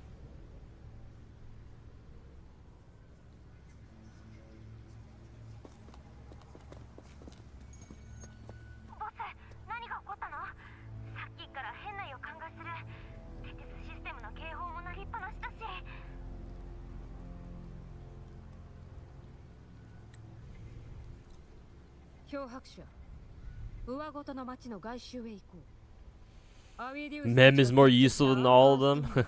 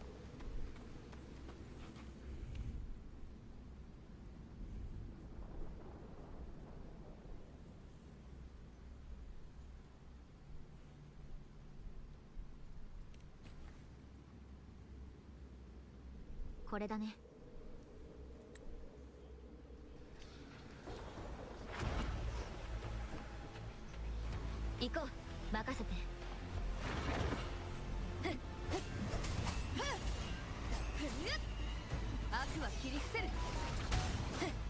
聞いてみよう。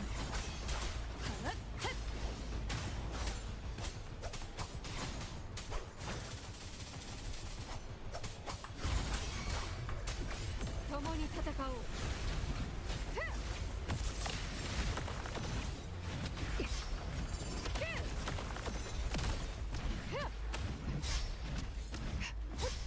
バレバレよ。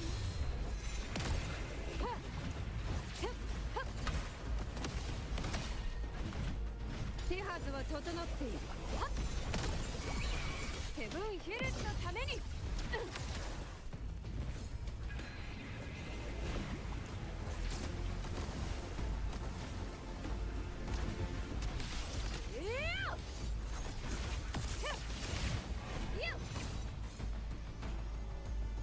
栄光は世が守る。これぞ王道の勝利。一撃でフォアマル。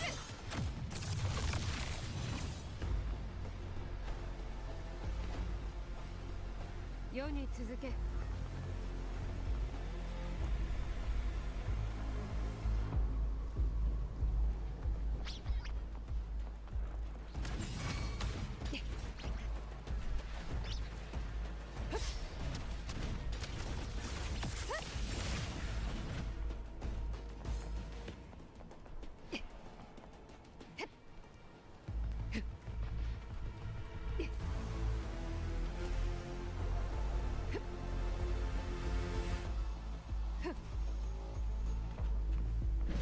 栄光は世が守る。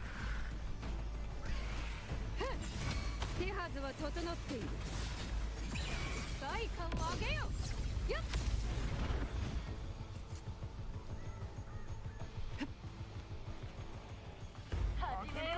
胸を張れ。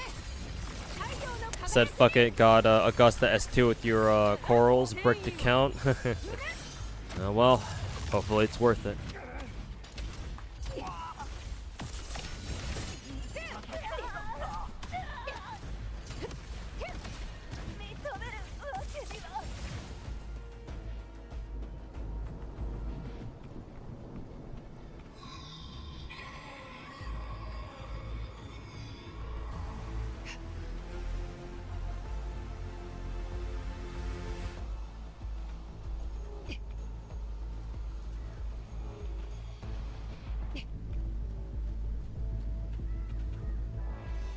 栄光は世が守る。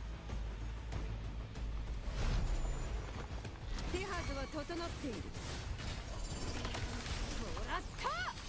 栄光は不滅。はっはっはっ。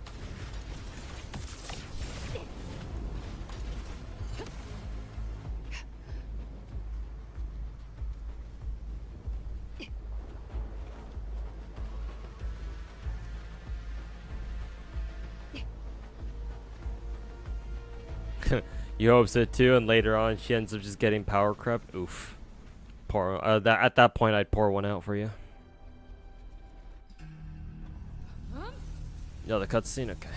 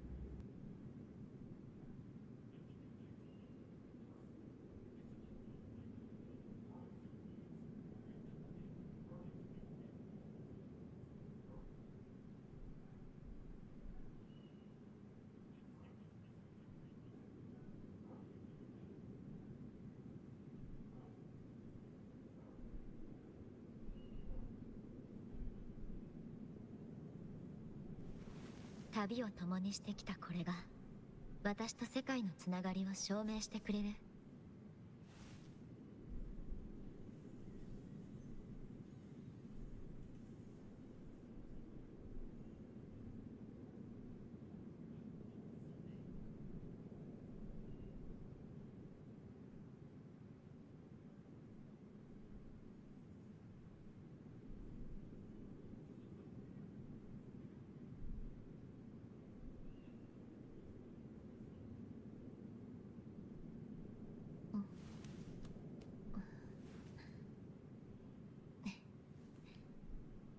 よし。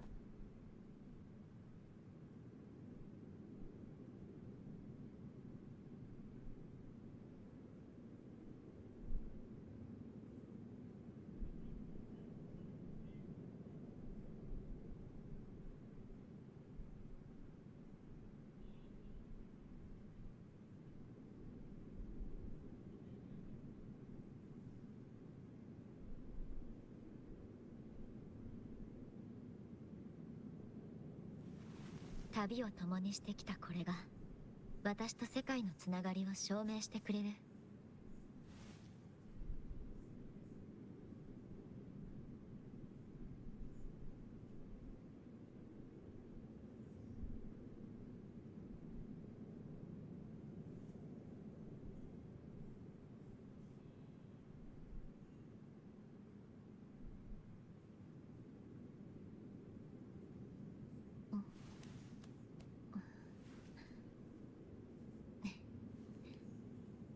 よし。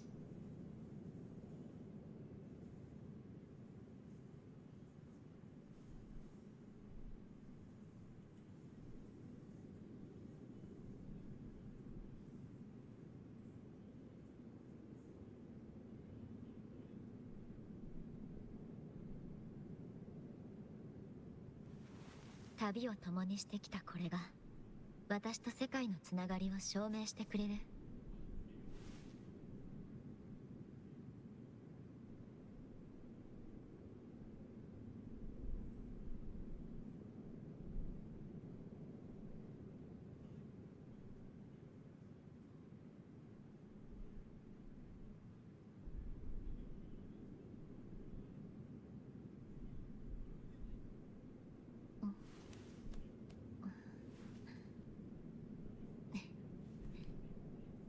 よし。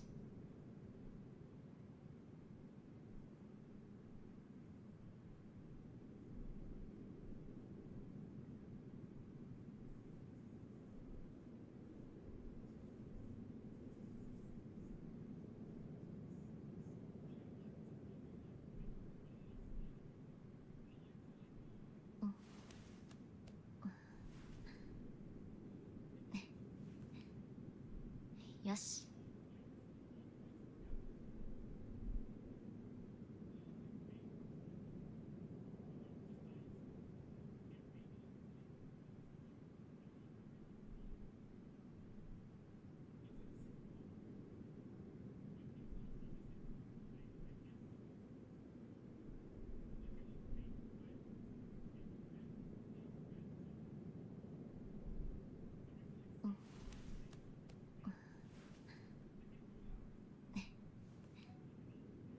よし。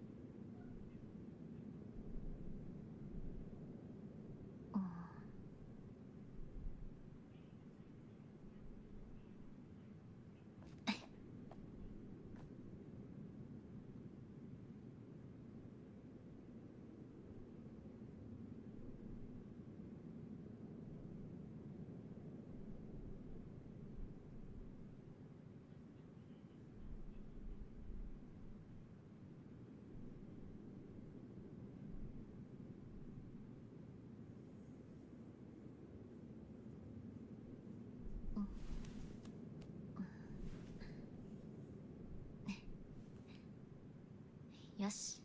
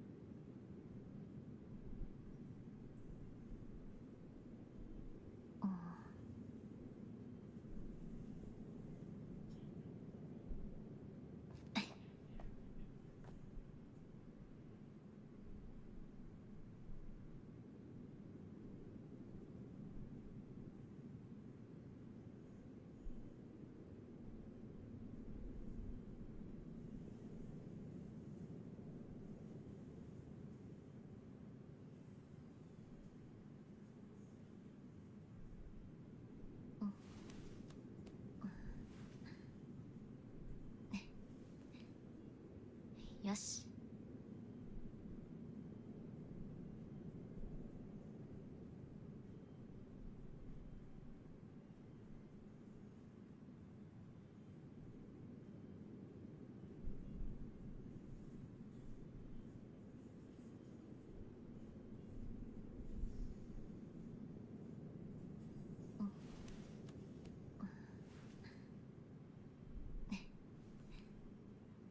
よし。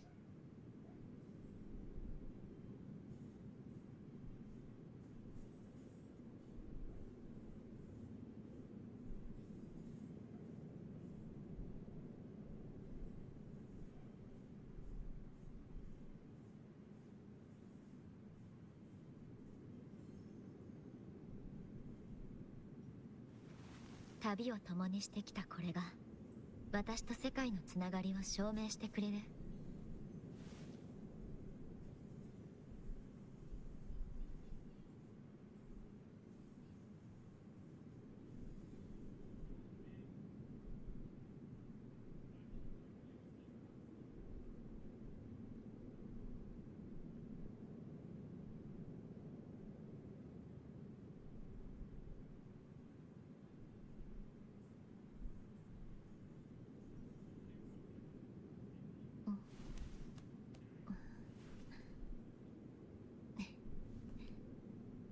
よし。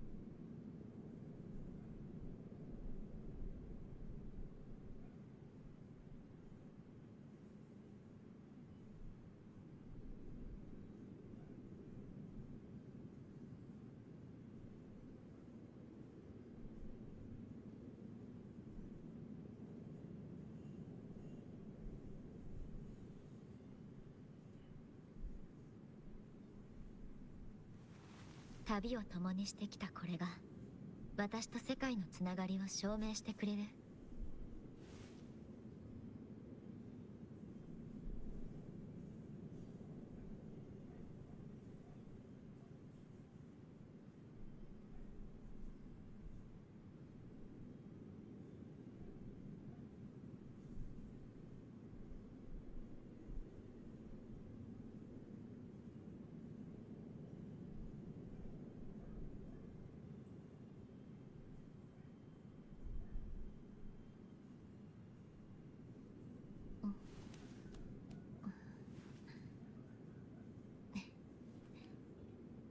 よし。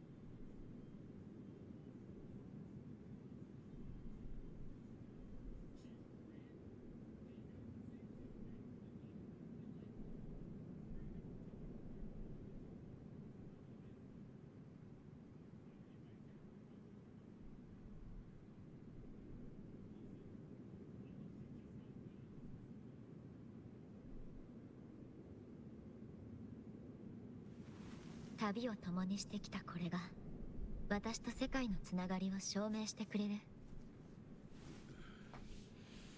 Oof.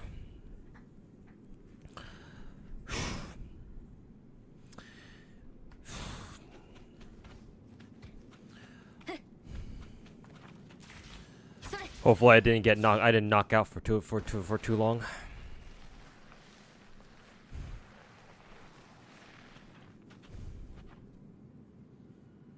Hey, yo, DJ and King, welcome back, man. Did I win or lose? Win what? The coin flip? Not sure yet. I'm one multi away from hitting soft pity, so I'm hoping I can gather enough astrites to get another multi, but we'll see.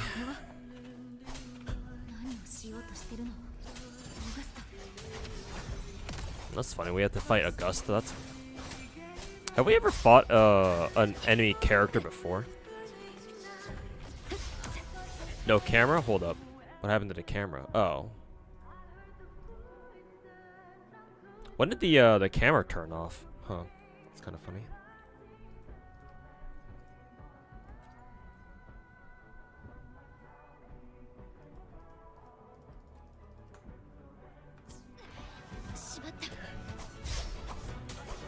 Hopefully I win, yeah. Hopefully I don't lose the coin flip like I've been doing past like 4 or 5 times or something. Jump scare, yeah, sorry about that. I don't know when my webcam turned off on its own like that. Only just realized because Kenzawa said something about it in Twitch chat, so strange. Okay, whatever.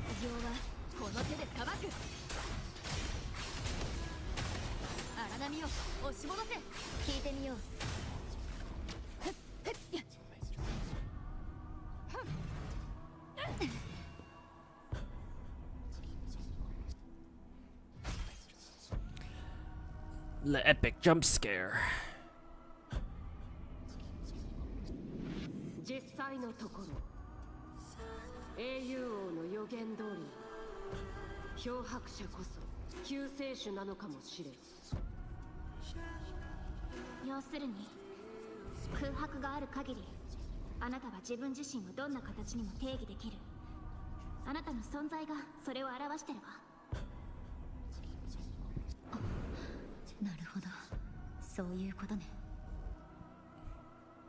オーガスタ、これを機に私を Oh no, she's hot. 予言を実現させるつもりなんだ。才は投げられた。思う存分に戦え、漂白者。これが世の覚悟。決して恥ずかしめることは許されぬ使命。そうでなくてはな。全力でかかってくるがよい。Is the red bar above Augusta supposed to, or the red bar beneath Augusta's health bar supposed to be like the poise meter from Sekiro?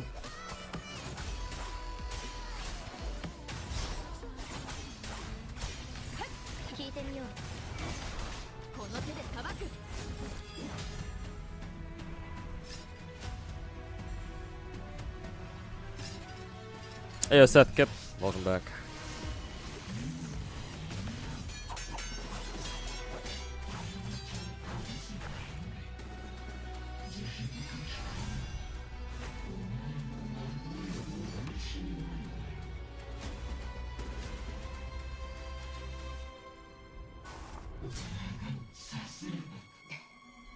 While you're at it, Rover, you could if you could knock off Augusta's dumb-looking headpiece while you're at it.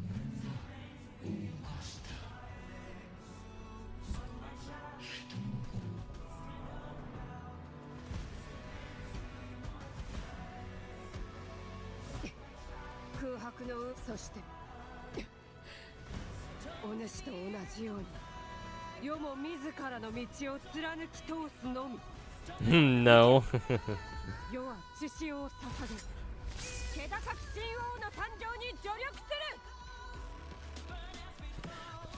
Don't you dare touch the headpiece.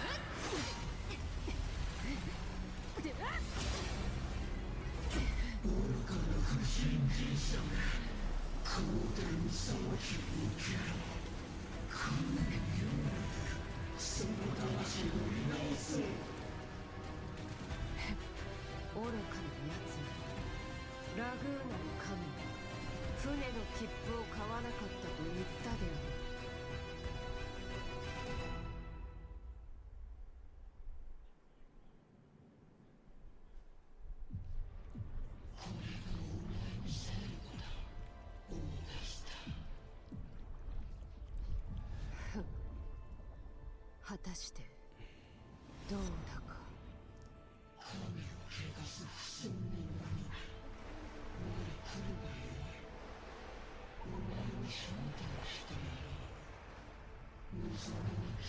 Just realized they released Augusta in August.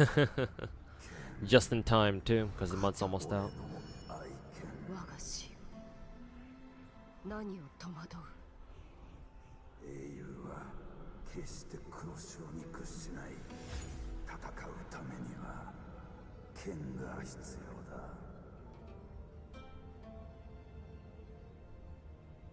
これを手に取り祝願を果たすのだ。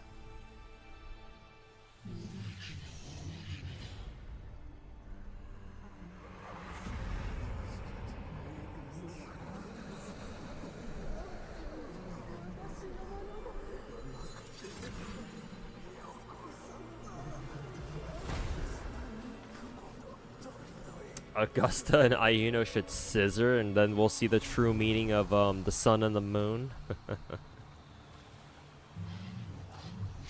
I like the way you think.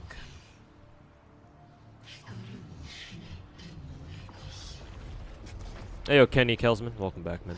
Or Kenny Salesman. Selman. Selman.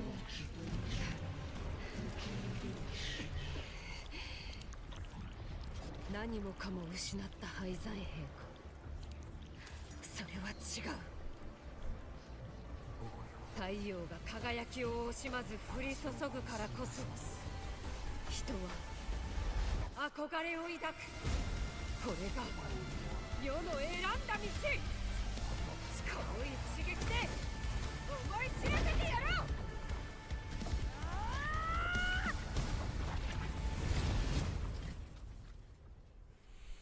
We will call that scissors and eclipse. Nice.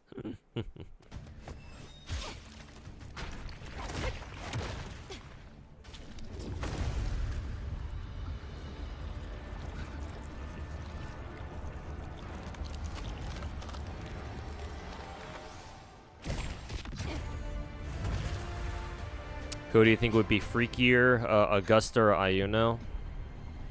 Probably Ayuno. Ayuno feels like she'd be into freakier shit.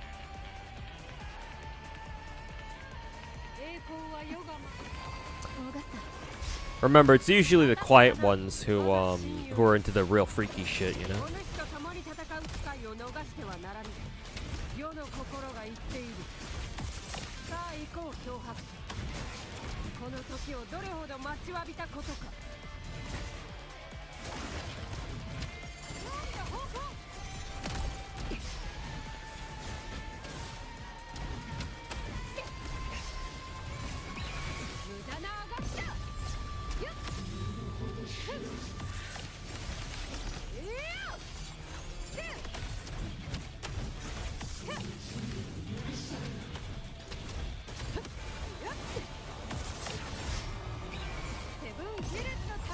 Ooh, now I'm getting some really bad frame drops there.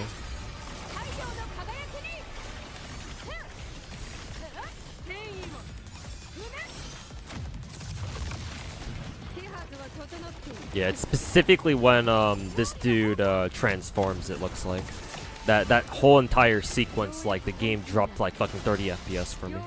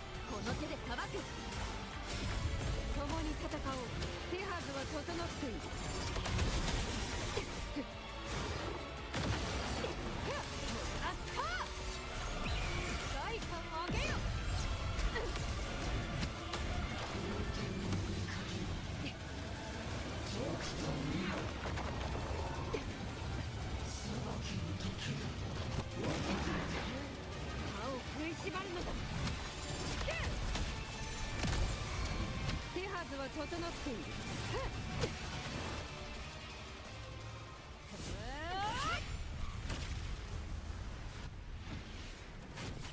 That also happened for you? Wasn't just you, other people had the same issue? Yeah, seems like that animation in particular didn't get a lot of optimization. Do I like feet? Not really.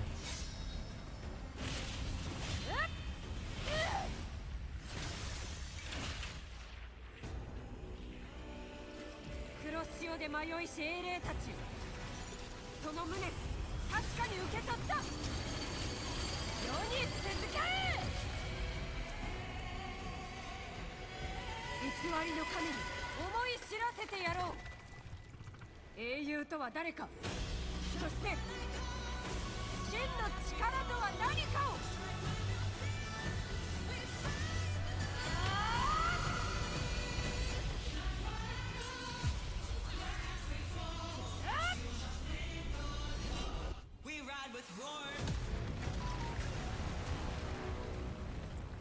Been being a bigger fan of feet thanks to BD2. Makes sense.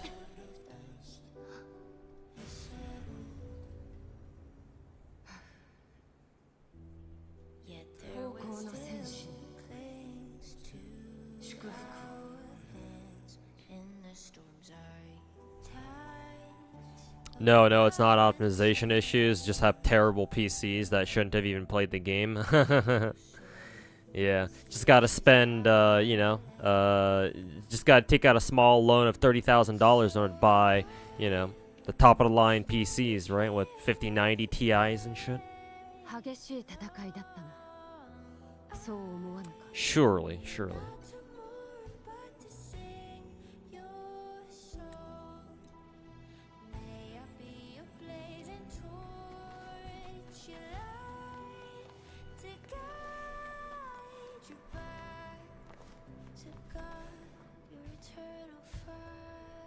If you're into feet, you wouldn't call them feet, but grippers, so you're a level 1.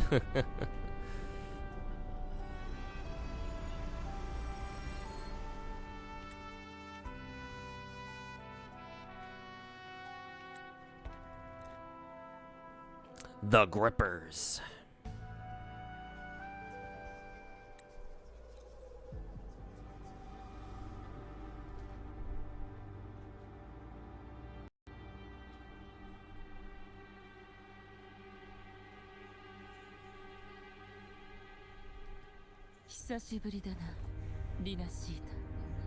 And then I believe this is Gabrina, right?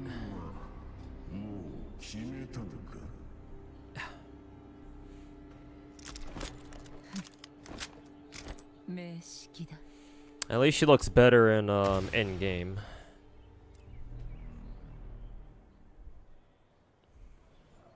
I like her hair a lot better in person than when we first saw her, so.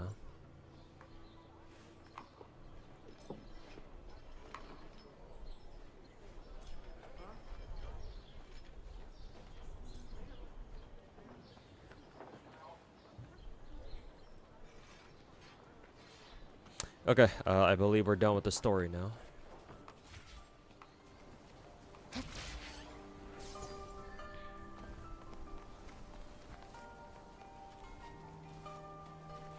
Surprised they didn't make a new set for Augusta. I thought they did, no? Or did they not?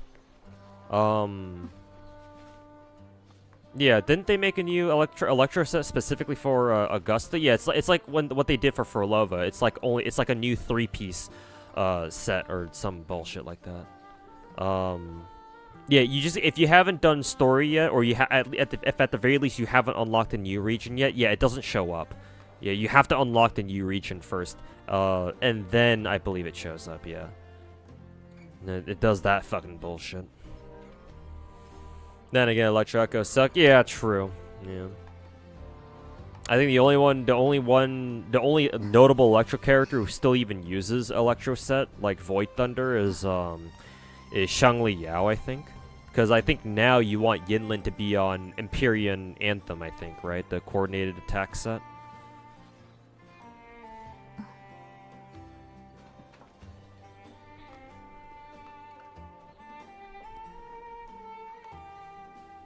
They did. I forget what I said about Galbrina, but yeah, she looks good.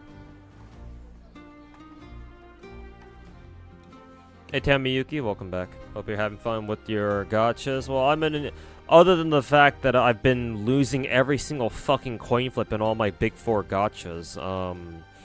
Other than that, yeah, I've been enjoying them, I guess. Mainly, I'm looking forward to the new ones coming out pretty soon, in like a month or so, month and a half.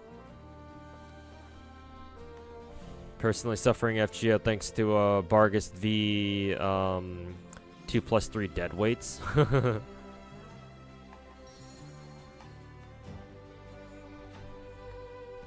You're fine with 3-piece, much better to farm than 5 pieces. True, true. And it's not like farming like Void Thunder pieces is gonna be that hard.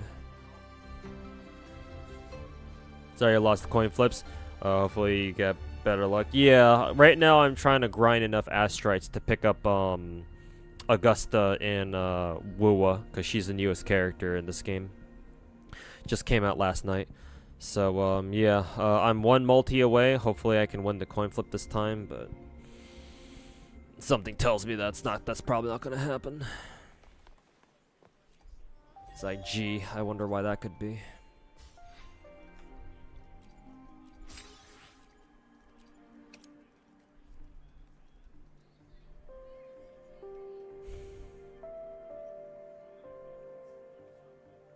I really wonder why the game doesn't just let you achieve, get this done, to obtain 400 hazard records in TOA. I really wonder why the WoW doesn't just let you fucking get this retroactively. It's fucking stupid.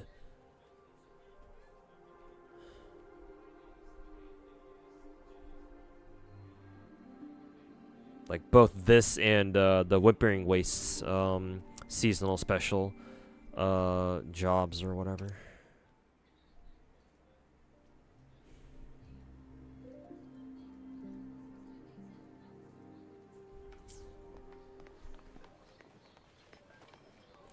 Okay, well, what are some easy ways to get some asteroids?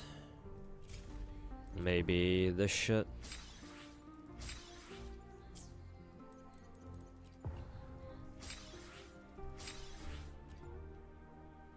You still like how Natlan did their conflict? At least it felt like an actual war with people fighting. Here it just felt like we were playing Monster Hunter for a bit. And then we fight Sentient Purple Drank. We're fighting Taco Bell's newest Baja Blast flavor. Honestly, the color of the Dark Tide kind of looks similar to Taco Bell's Midnight Bliss, too. Which is kind of the funniest part.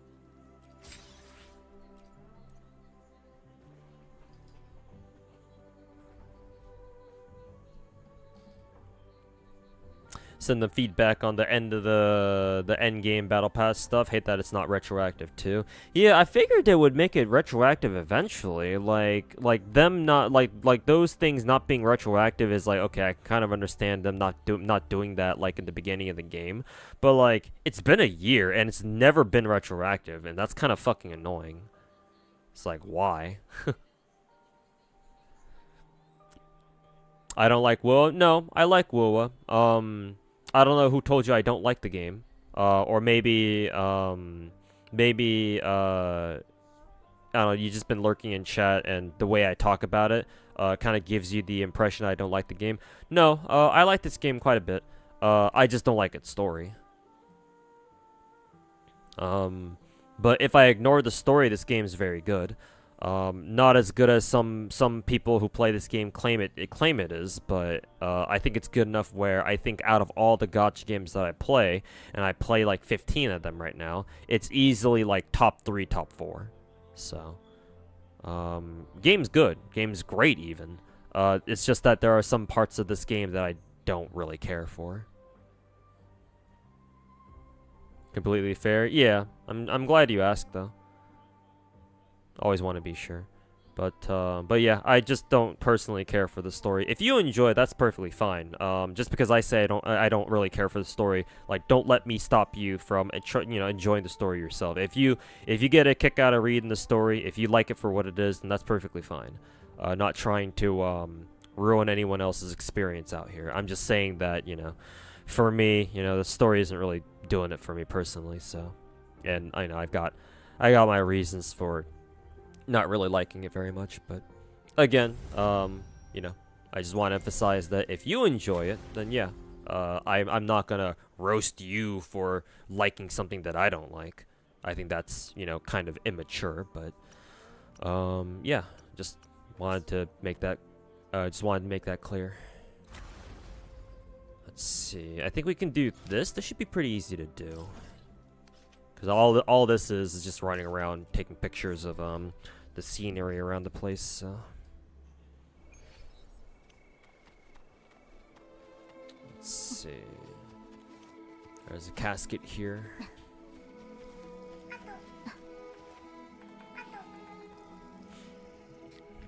I should put my phone on. I should put the phone on mute.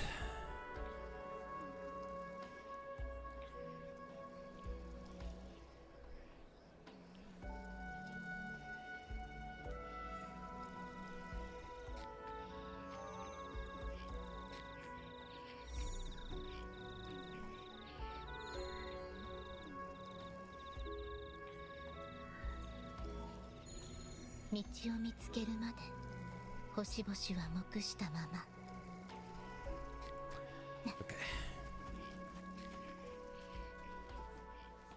Let's see, where's this casket at? This.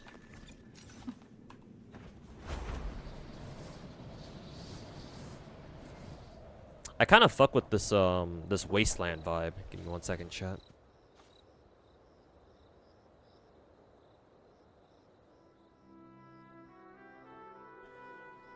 Never mind, false alarm. Anyways, what was I saying? I think I fuck with this wasteland vibe for this new region. I think it's pretty cool, actually.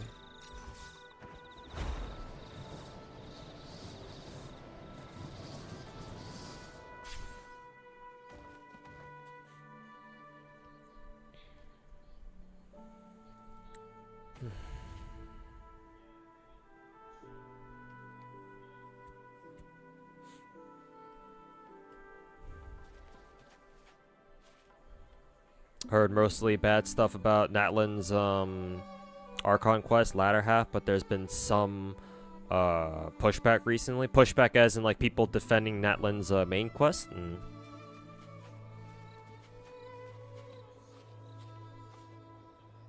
Like, I think somebody in my Twitch chat not too long ago, like about 5 minutes ago, said that, oh yeah, at least with Natlan's Archon quest, you at least got a sense that, you know, the war that happened in Natlan was like actually a war, right? People were fighting against the Abyss, and you have casualties and stuff like that. Whereas here, it's like, you know, oh, it's basically just glorified Monster Hunter, where you and just a couple of dudes, or girls rather, go in and fight bad guys and whatever. And it's like, I have my problems with Natlan's story, to be fair. I think that it should have been more brutal, for one, among other things. But yeah, I think I broadly agree with that statement, or that sentiment. Taking pictures, Genshin killer copying Genshin once again, smile.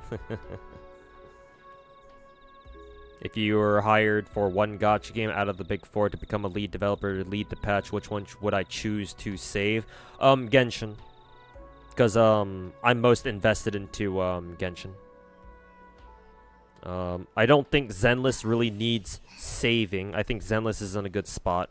Obviously it's not perfect, but out of all the big four gachas out there, I think Zenless is in the best spot by far. Star Rail, technically,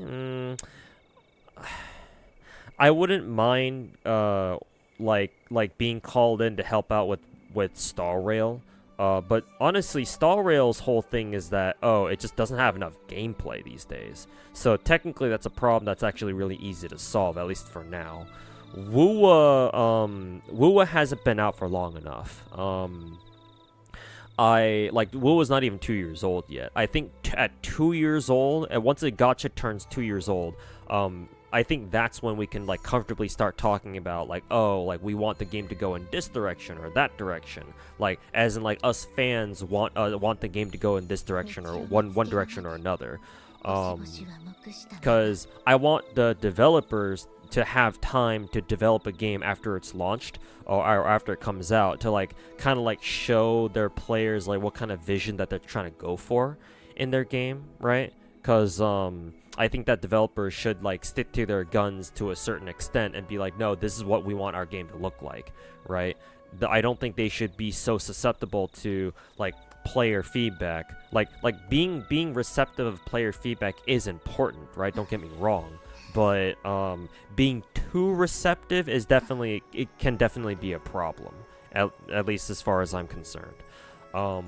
Like there needs to be a balance between developers like sticking to the guns and recognizing that, you know, oh, people are just bitching for the sake of bitching, right?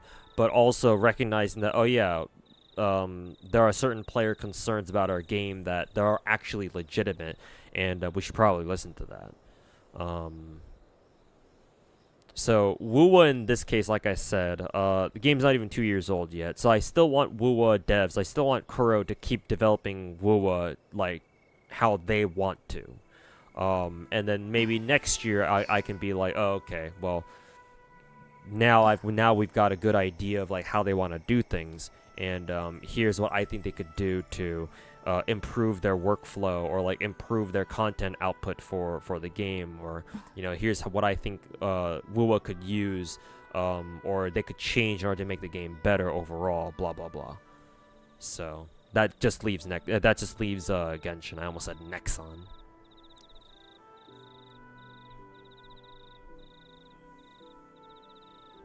So yeah, Genshin for sure. Not to mention, I already have a lot of ideas for how to improve Genshin already bouncing around my head, so that'd be very easy for me to be like, you know, go from, hey, like, MiHoYo hired me to go, save, quote-unquote, save Genshin to, oh yeah, I know exactly what I want to do. I don't know exactly if it'll save Genshin necessarily, but I think it'd be a good start.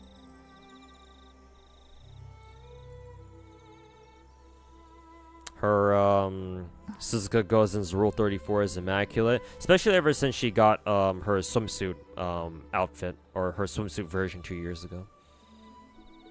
Suzuka getting, FGO Suzuka getting a swimsuit servant variant, or a swimsuit, version, really bumped up her, Rule 34 numbers. It helps that she has fat fucking titties in her, summer version, too. Well, I think her Saber version also has fat fucking titties, too, but people kind of ignored that, or, you know, a lot of people did. But yeah, her summer version doesn't really leave much to the imagination. It's like, yeah, she's got fat fucking titties.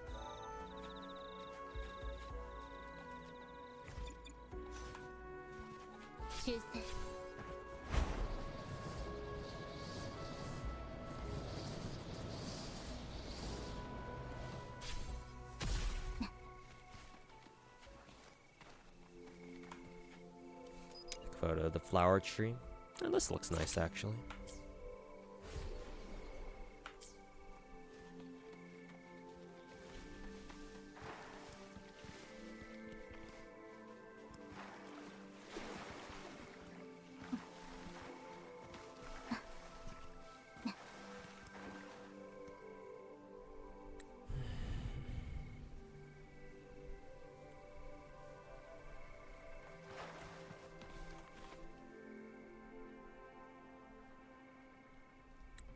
Can't wait for Enfield Dodge mechanic to get rollover if they bring that one mechanic from Guiding Light, from the Guiding Light event. Smile.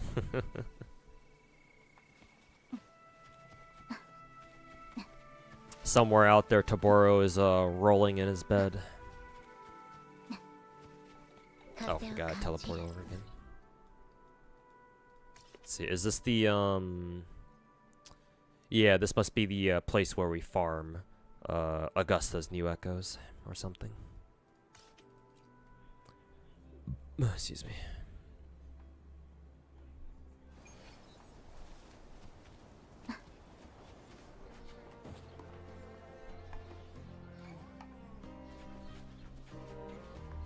You were joking. I hope you weren't taking it seriously. Well, yeah, obviously. I didn't dwell on it much, so yeah.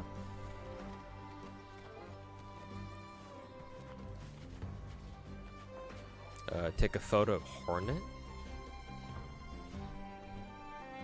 Oh, you mean this dude? No.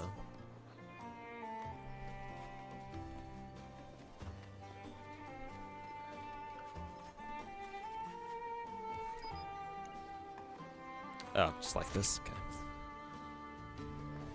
Did you see the Honkai Nexus Anima leaks? Hope it's as addicting as like Clash Royale or something. No, actually. But what I did see was that I think on Twitter, right? On Twitter, I think they made their EN account. Correct me if I'm wrong.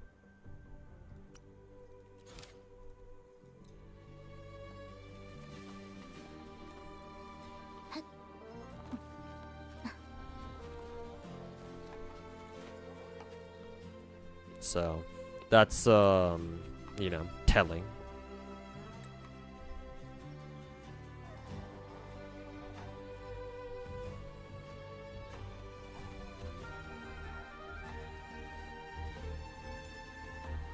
Let's see, next area is... Oh, just up here. We still have to fly over there, though.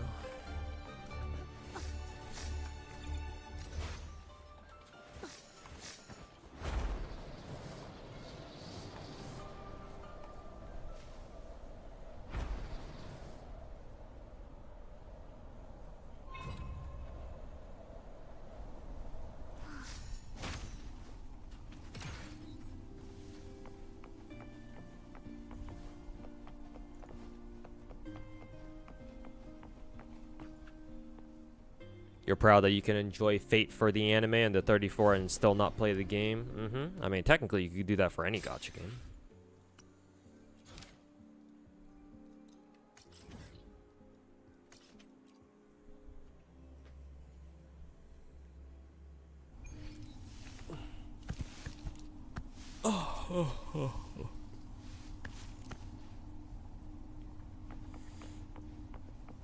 Augustus got no meat on her bones for a seasoned warrior. And it's what they typically do.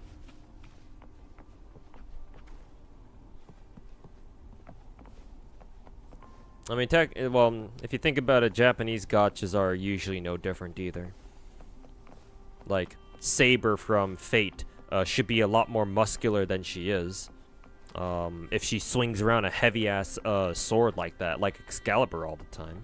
So where the fuck are her muscles? But it's like, oh, it turns out she doesn't actually swing it around with her own strength. She just, you know, uses her magic energy in order to swing that shit around or something like that. Mods will take care of that. Just gotta wait for somebody to make an appropriate mod, I guess.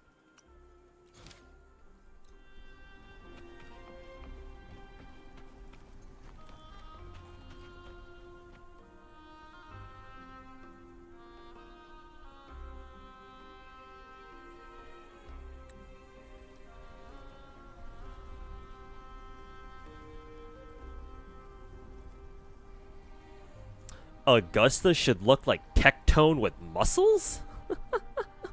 That's a wild statement.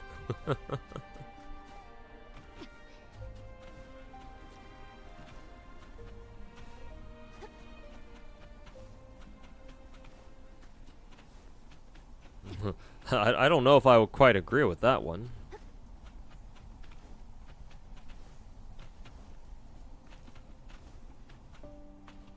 That's genuinely bannable. Top 5 sentences read of all time. Tectone has muscle. To be fair, Tectone does go work out. I know that much. Oh, there's a casket beneath me, I think.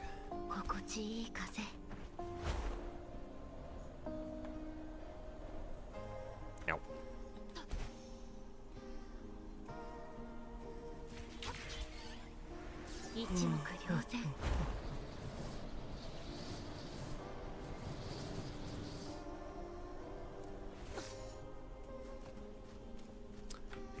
Sensor.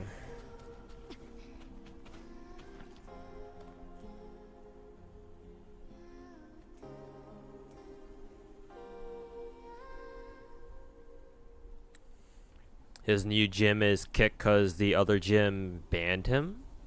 Like, I mean, I'm obviously aware of Twitch banning him again, or you know, yeah, banning his ass again for dropping F slurs. But are you talking about like the IRL gym he goes to? Because I wasn't aware of that. Like, if you mean that the gym he usually goes to and like does like IRL streams showing him working out, if you're talking about that, that's, well, I hadn't heard of that one before. Nah, you're just talking about just, you know, Tectone getting banned off Twitch, right? For like the fucking 10th time or whatever.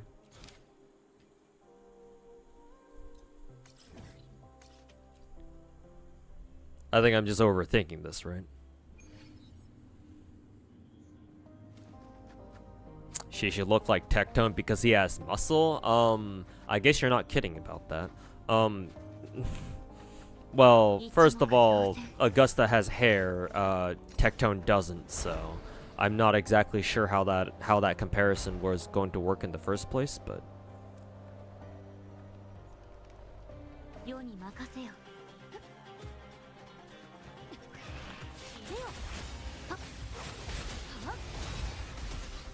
影の内容だ。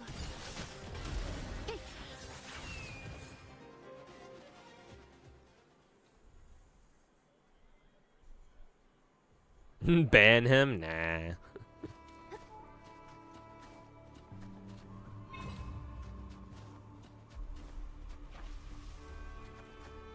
How do you feel about the F slur? You forget Tectone was saying that? No, yeah, in his last stream. I think I explained this a bit before. When I was younger, when I was growing up, like I was surrounded by friends and just other kids at school, at the schools I was growing up in, or that I attended as I was growing up. People used to, back in the day, because obviously the 2000s was a very different time, just culturally and socially. I heard plenty of people, you know, throw around the F slur like it was no big deal, man. You know, this is back in the day when, oh, new guy. This is back in the day when we used to use the words like, you know, the F slur, the bundle of sticks word, and what else? The grape word without the G.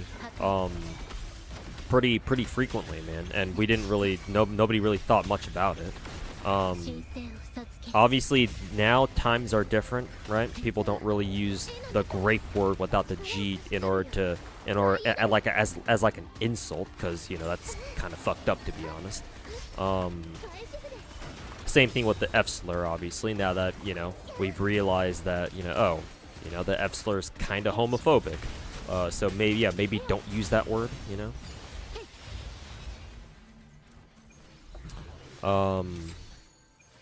So when I was growing up, the F slur never really had like a slur connotation. It was only like when I was like a bit older, like maybe in like high school or something, high school, college type thing, when I realized that, oh, when I eventually learned that, oh yeah, oh, I guess the F slur, the bundle of sticks word, is an actual fucking slur, and maybe I shouldn't use that.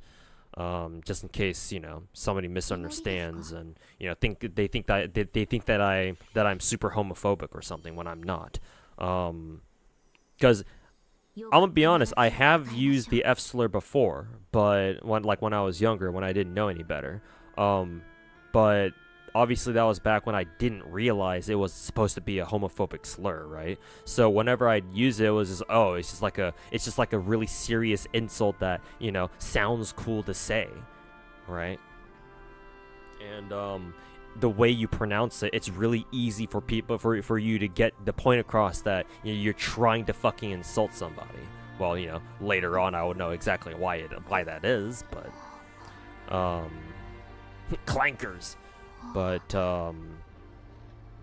like for me personally, if I were to hear somebody drop the F slur just, you know, either in private conversation or just like randomly out in the streets of LA or something. It's like, yeah, whatever, I don't really care. I'm not gonna bother, like, you know, freaking the fuck out and start calling that guy homophobic or something.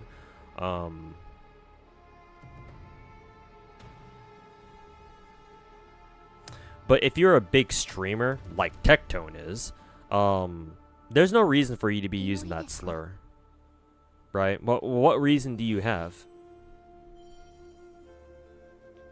Like, you're a streamer. Like, if you're a streamer, if you're on the internet at all these days, or you've been on the internet for at least a decently long time on the internet these days, like, you should know that people don't really use the F slur anymore. Like, this isn't fucking the mid-2000s anymore, right? Where you used to fucking throw that term around like it was fucking cotton candy. Like, no. People don't really use that term anymore.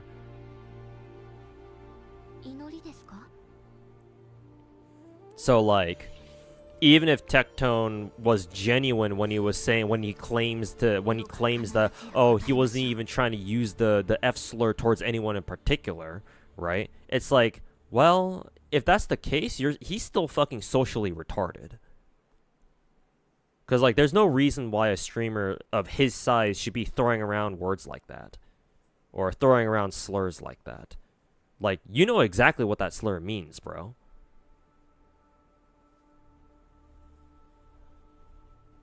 Like, there are plenty of other things you could say to call somebody, like, there are plenty of other insults you could have used, buddy. Like, I call people fucking retards. I'm sure Tectone does too. Like, you couldn't just leave it at that, just call them a retard and move on? Like, Twitch doesn't ban people for calling people retards, at least not yet. Plenty of other things you could have called them too, and yet for some reason you decided to use the F slur. It's like, bro, at that point, like, I don't know what to tell you. You're just fucking retarded. Like, I don't know, did Tectone never get the fucking memo or something? Like, I remember, like, years ago, like, I think this was like back when tell Ina from Hollow IVN. I remember watching Summit stream, Summit 1G, big streamer. He's been streaming for over 15 years or something. I think this was like a couple years into me watching people stream. So if I were to guess, this was back in like 2015, 2016 maybe. But I explicitly remember one stream that I was watching from him where Summit said, like, he dropped the F slur, right? Because it was at the tail end of, like, the social times when it was still, like, sort of accepted, or it was still sort of okay to just throw around to use the F slur. But it was also, like, back then it was also slowly transitioning to, like, what it is now, where it's like, oh, when you use the F slur, you get kind of like weird looks, or like you get kind of like weird reactions, right? It's like, oh, you get more and more people asking you, why did you use the F slur, man? Are you homophobic and stuff like that?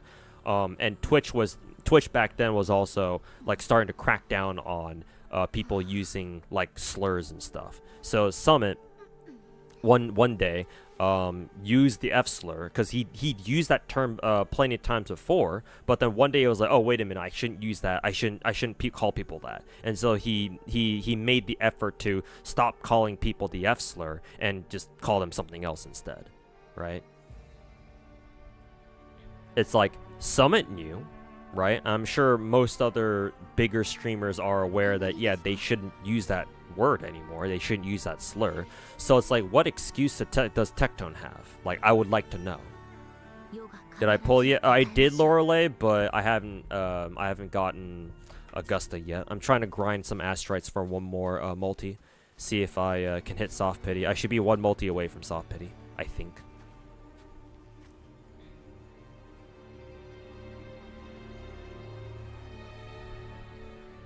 Yeah, tell me, Yuki. Welcome back. You have to full invest into an archer. You have to invest into Chloe. Yep, because she's welfare and you can get her MP5, right? Even the super young kids. Yeah, and especially with Tectone, because a lot of his viewers are young kids. There's no doubt about that. Whenever those kids see their fucking idol Tectone throw around the F slur, like it's nobody's business, they'll be influenced to use that word too. Right? It's like, bruh. What kind of an example are you fucking setting for your viewers, man? I mean, given all the other dog shit, all the rest of his dog shit behavior, I don't think Tectone cares. I'm like, just cause saying a couple of F slurs kind of pales in comparison to everything else, all the other dog shit things he's done. But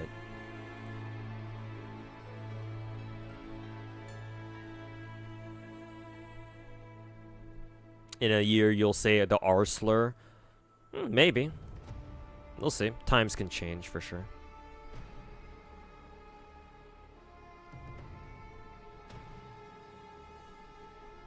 You keep forgetting that Ina can speak Korean.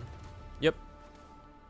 For whatever reason, she doesn't speak Korean as much as I thought she would. Like, I don't know. For some reason, I get the feeling that Ina like goes out of her way to make sure that she doesn't speak Korean, or like she speaks as little Korean as possible.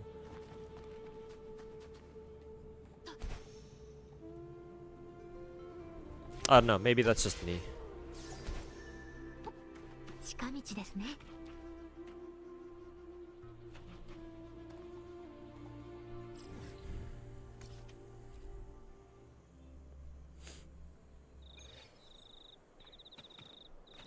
He doesn't care? Yeah, I know he doesn't care.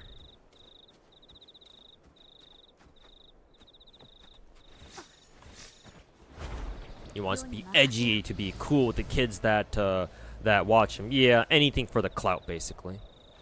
Fucking budget-ass Andrew Tate.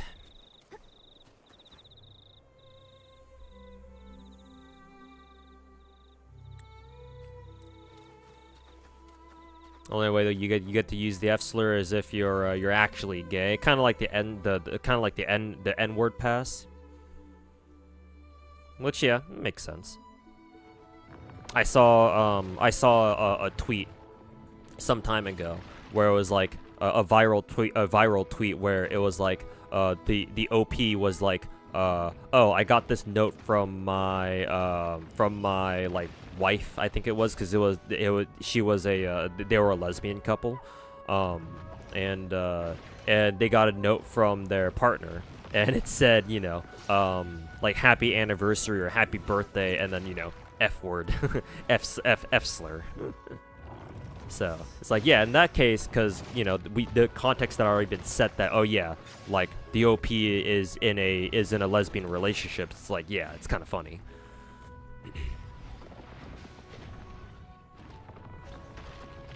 So yeah, it's like, sure, it's like whatever. No one really cares about that. It's just, you know, it's just funny, comedic value.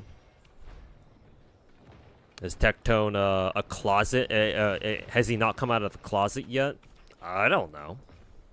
Not my fucking business. I don't care if he's gay or straight either way.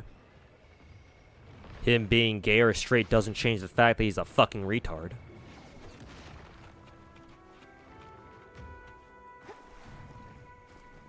A fucking retard and a general piece of shit.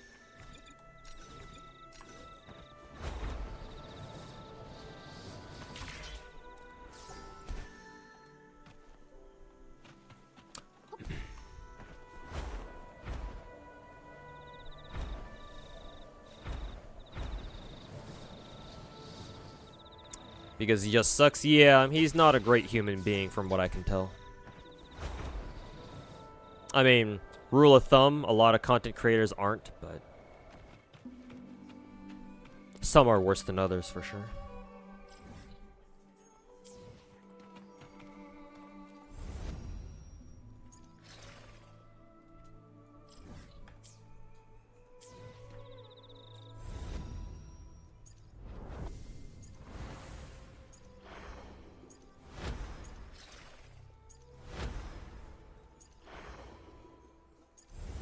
see.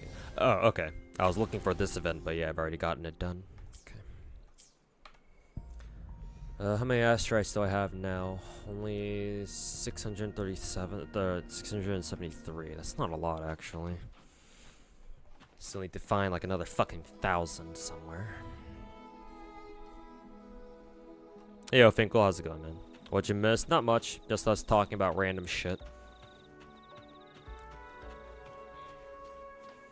And then me just trying to grind some more asteroids, I guess.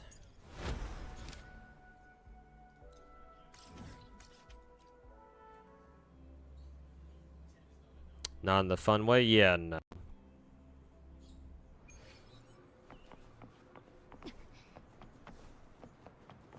Oh, we're back in we're back in Jinzhou for some reason.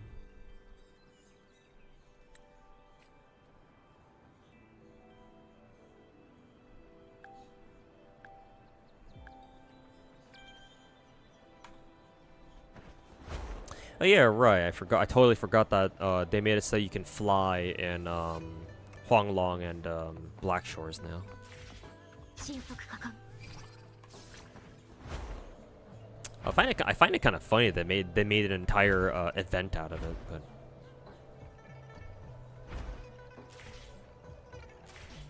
oh god, the hell? Why is my what is it?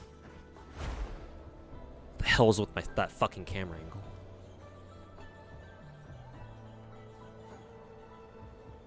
Hey Athesia, how's my Augusta pulls? Haven't gotten her yet. I'm one multi away from hitting soft pity territory.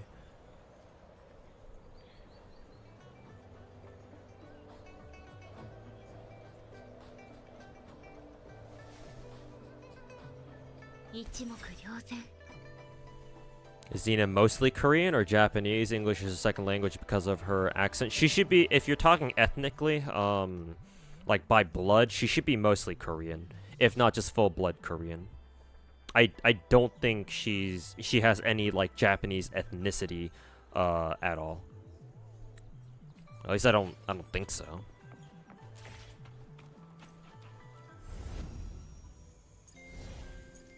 Oh, that was it.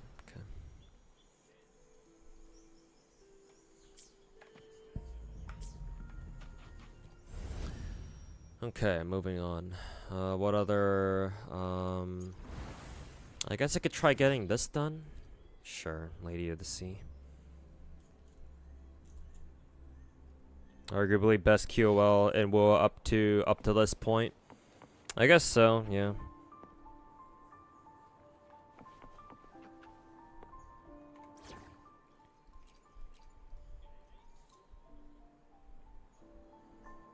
She claimed a monthly bundle yet? From the store? Yes, I did buy the monthly bundle for whoever was before Augusta. I think it was for like for Lova or somebody. But I haven't bought any of the other like packs that actually reset. Matter of fact, I didn't buy the packs that were here before. Before Augusta showed up actually. I was thinking about it, but I decided not to, just to save money. Also, Seth Kip, thanks so much for the Twitch Prime sub, man. Appreciate it. I'm assuming you're the same Seth Kip from YouTube chat, right? But yeah, appreciate it, man. Sounds like Techno is just a fucking loser, not in a learning to be better kind of way. I mean, losers like him don't want to learn to be better to begin with. Like, people who screw up but genuinely understand that they fucked up and want to like improve so that they don't make the same mistakes again. Those people aren't losers. So let's just make that clear.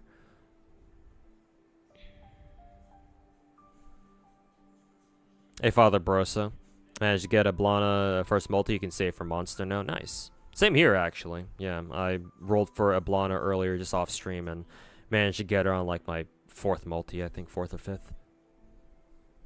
Forgot you had this had it for this month. Give you you'll give me yours from now on because you never use it. Okay, thanks for the Twitch Prime, man. Appreciate it.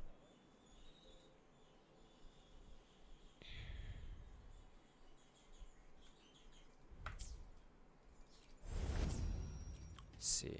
I got a couple of trophies that I can redeem at least for some extra asteroids.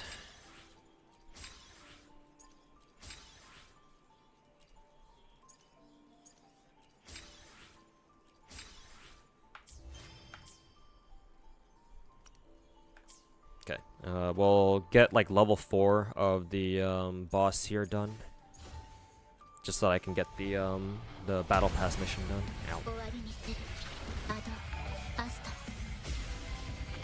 入力 35 has tipped $35, man. Hey, appreciate it, dude. No idea who you are. I assume you're just basically trying to be anonymous, which is fine. But yeah, dude, thanks so much for the $35, man. I greatly appreciate it.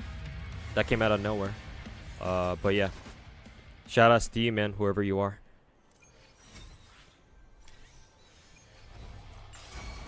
If I had a fedora of my own, I would definitely tip it towards you too. So. 入力そばにダンデル楽しいわ六よ深淵を飲み込みなさい How recently have they added music to the tech holograms? Didn't they always have music? すごいじゃない I don't know. I could be wrong about that. すごいじゃない面白いコンチェルトね彼の You didn't put. Oh, it was you, Liddy. Okay, gotcha. Okay, but yeah, thank you a lot. Thank you so much, Liddy, for the 35, man. Appreciate it. And yeah, if I need to use it to buy a pack or something, then I definitely will consider it as like a backup plan. But yeah, thanks so much, man, for the support. 私はここで受け取りなさい Goated gifter. ささやきを Very much so appreciated. くすぐったいわいい度胸だわ伴奏お願いできるこれが終身 You're really happy Chapter 15 is really soon, according to a data mine. For global, I believe this is the last ついに塵を告げる the last difficulty. 星の歌よ入力沈むのよ水底へくすぐったいわ溢れ出す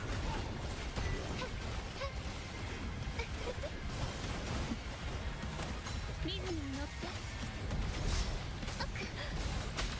予備拍の合図よ痛くも痒くもないわ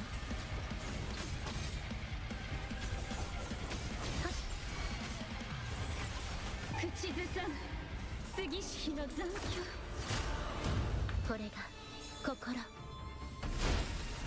アドアスト入力大丈夫私はここで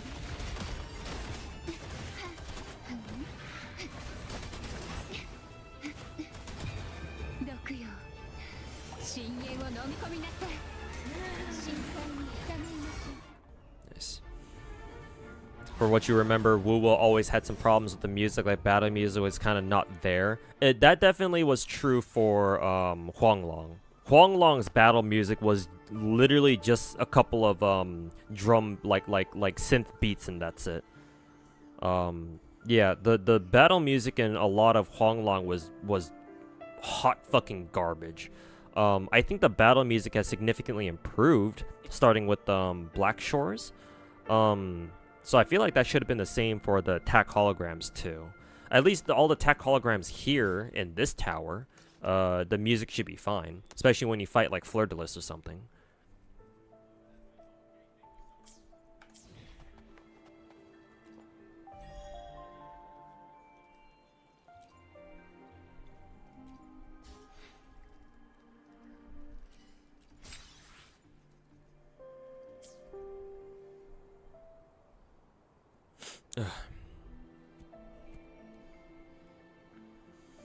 Data Mine says Chapter 15 we should get on the 16th of September, so middle of next month. Monster should be about 2 weeks early. Oh, nice.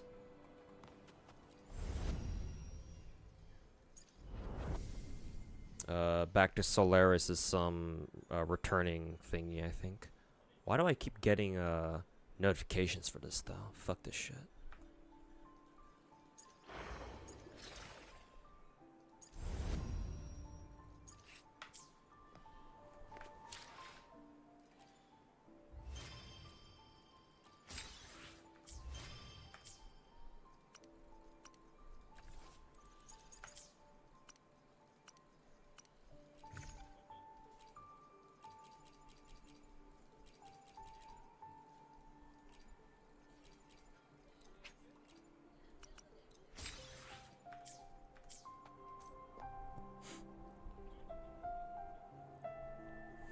You remember asking about Mumu Player one time? They finally fixed it and it runs fine.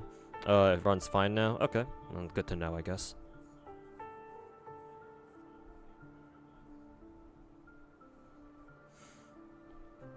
Wuwa boss themes have started becoming crazy since Arena seated though. Yeah, which is why I emphasize that the soundtrack should have gotten a lot better starting with Black Shores.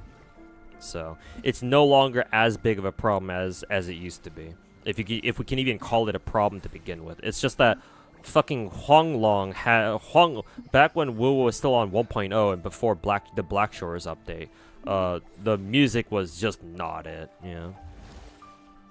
Like they went from having such a banger soundtrack in PGR to whatever the fuck they launched this game with, whatever the fuck they launched Wuwa with. It's like, what the fuck? How'd they fall off so hard?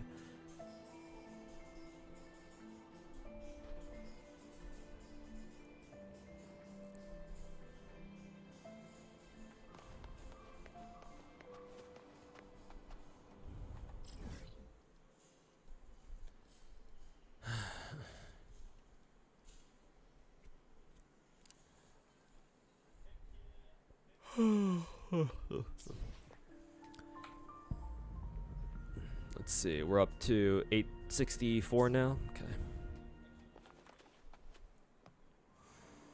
Rainy City music is a lot better than the Huanglong music. It's just not like PGR. I feel like it's safe to say that who is it? Kuro Game is definitely going for a more like mainstream audience like soundtrack. Because you know mainstream audiences love like fucking big ass orchestrals or anything that sounds like super epic and shit like that, so like it's still good, but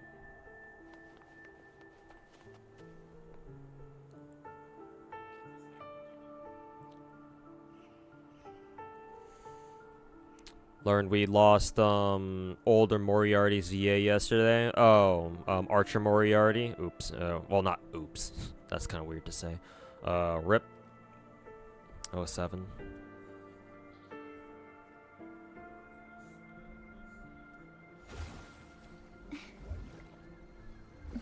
Didn't he already do that? What? St. Tonda's justifying what, Wuwa having a dog shit soundtrack or something? I mean, he'll justify anything that comes out of Solon's mouth. He'll also justify anything that Tectone does by sucking his dick. St. Tontas is the Aiden Ross to Tectone's Andrew Tate. Not that that's really saying much, but I guess both Andrew Tate and Tectone are both bald as fuck, and they're both retarded too, so both bald, clout-chasing retards who have allegations against them too, I suppose.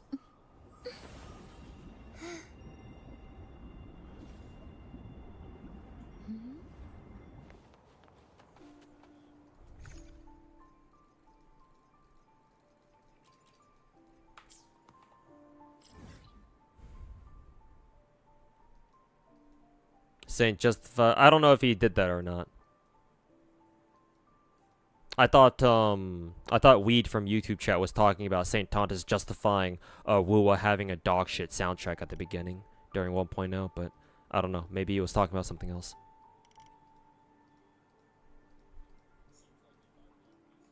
We lost Slayer. The Slayer's VA died. I think he passed like a year ago. It's been some time, right? No, actually, no, not even a year. He passed away quite some time ago. like before Strive came out, right? Because that's why people were, because I remember that's why people were like, oh, maybe they probably won't put Slayer back into Strive because his original VA like passed away, but turns out they did anyway. They just got somebody else to voice him now.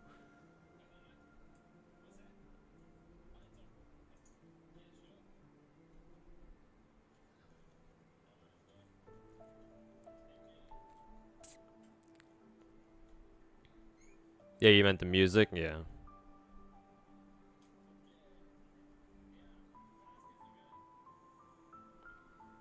The second one? This was the new one for... You mean Slayer's VA for Strive also passed away too? What the fuck? Man, Slayer's a cursed role then. What the fuck? both dudes who voiced Slayer fucking passed? Like I don't mean to lighten up the situation or anything, but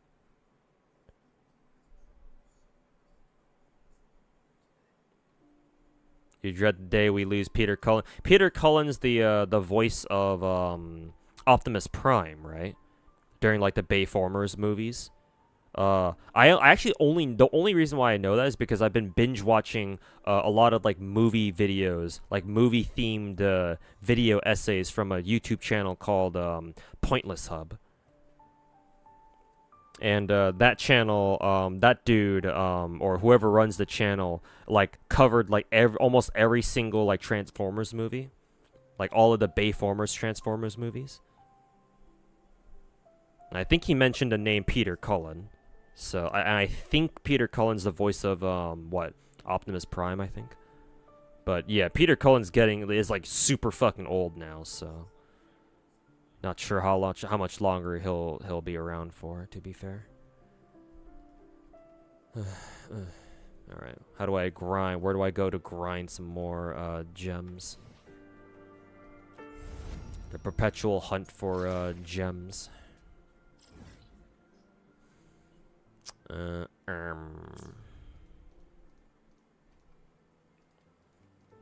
when in doubt, I suppose we just go down here and start exploring.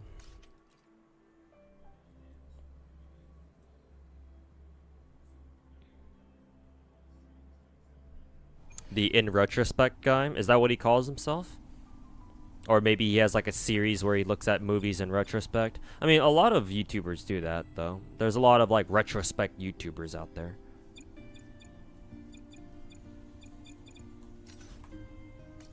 Did you go treasure hunting yet? No, not yet. About to do that right now.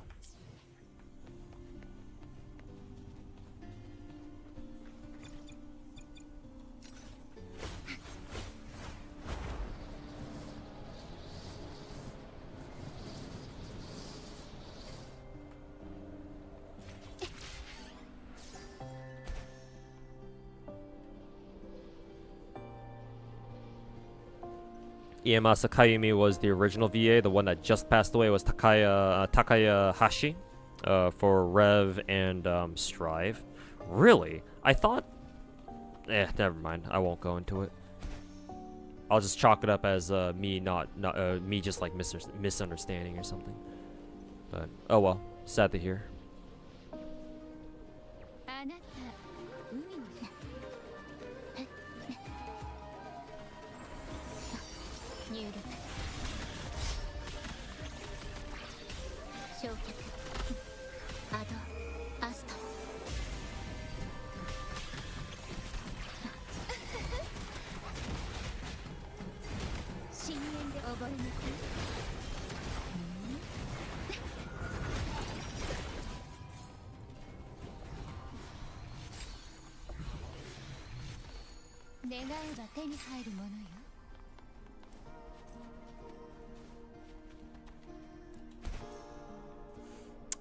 Let's see. The casket is probably like way underneath, so let's go grab these treasure chests first.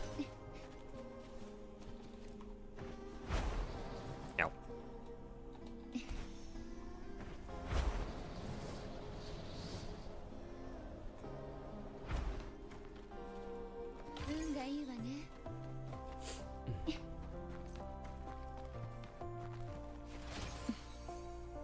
気持ちのいい風ね。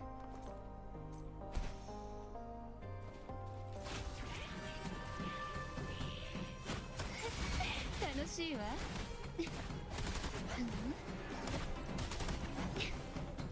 深海にいたの海の時期よ。あなたならどんな意味を見出すかしら。はっ。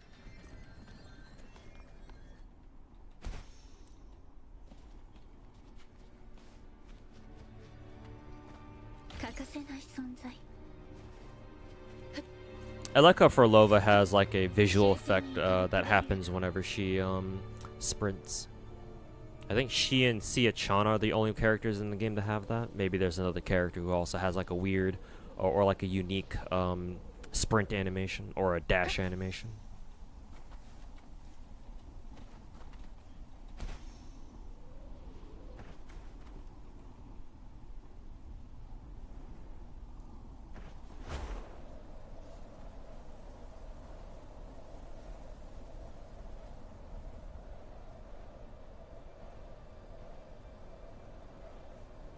Oh, it's up there.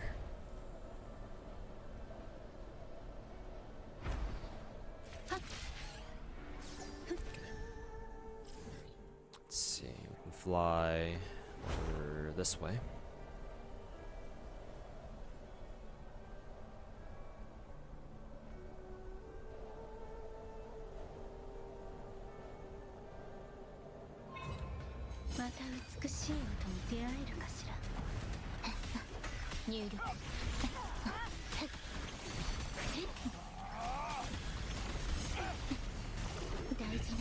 Oh, I just realized why there are enemies on my side. It's because of Frolova, isn't it?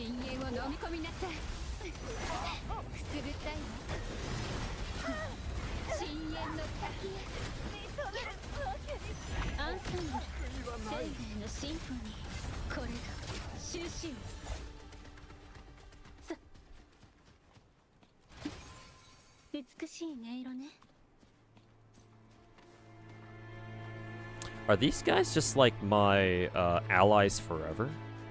Or will they eventually turn back into enemies again?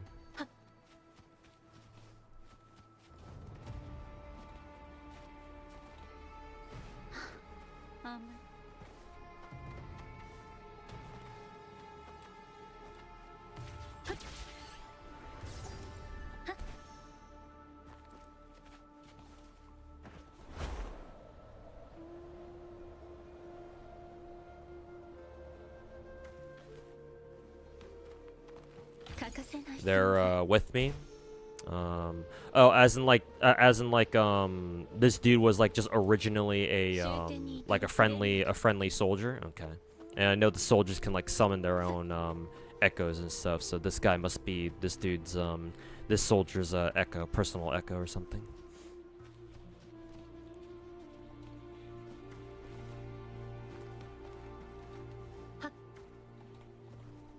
For a second, I thought it must have been like a fucking. What the hell? Why am I getting a prompt to open up chest on this side? Okay, whatever. Yeah, I thought it might have been like, I don't know, like a secret ability of Frolova or something, like mind control echoes or something, considering she can control one herself, or like she turns into one or some shit like that. Hey Aka Kiwi, how's it going? Welcome to the stream. Just chill grinding some Wuwa. I want to grind until I can get enough gems to do one more multi, and hopefully I'll be able to hit soft pity. And steadily working my way over. So go back here. Do I know what to do with all the caskets? There's no like village. That's a good question. I don't know. Apparently there's a guy in my Twitch chat telling you that yeah, I guess we don't have a place to like submit the caskets yet, which is kind of strange. I don't know why Kuro Game decided that was a good idea, but sure. But yeah, I guess if it opens up, if we can like submit the caskets in like what 3 weeks time, then yeah, because Not gonna lie, this map looks pretty small for a region expansion. Not to mention, there's like this whole ass like red line here. Well, I mean, that's just the map boundary, so that doesn't really say much. But yeah, the available map here seems kind of small, and it really looks like there should be more to the map here, you know?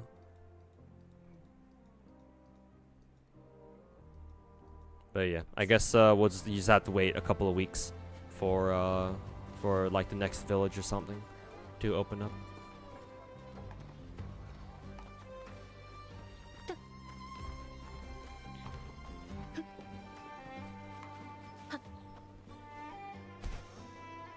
Let's see, where is this chest?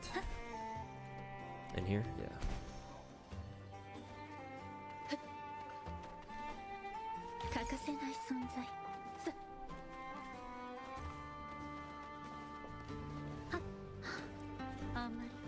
Oh, that's funny. Ferlova even has that weird dash animation, even when she's dashing in midair.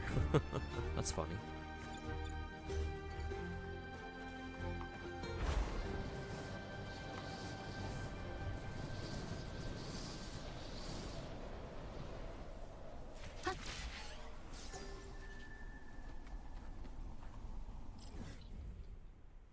Let's see, what is this?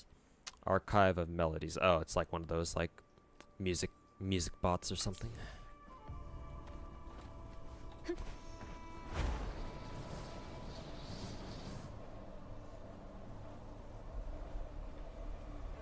Two caskets. Let's grab the one up top first.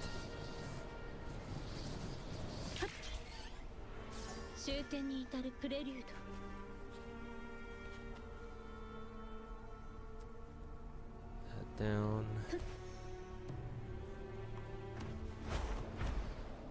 Oh, right there.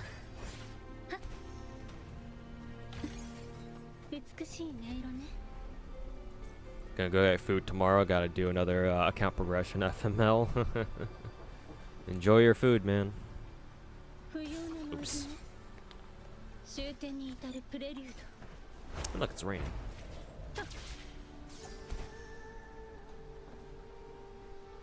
Yo, King of Gacha, how's it going, man? Hope we're doing fine. I assume you were busy today.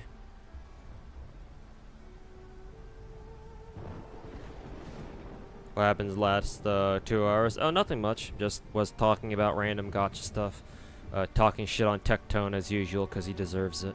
And just running around doing some map exploration. Trying to grind up enough gems for one more multi.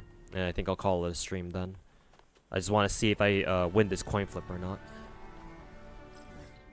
Let's see here. Let's put up another loot mapper now. There we go.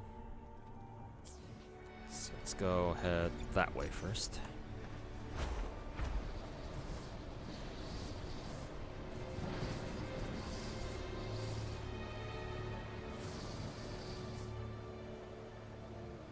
There are tons of non-treasure area chests in this zone. Like, treasure chests are like more sparsely like spread out maybe. Let's see, defeat statues around enemies around the statue. What is this? Maybe just a random ass quest, perhaps.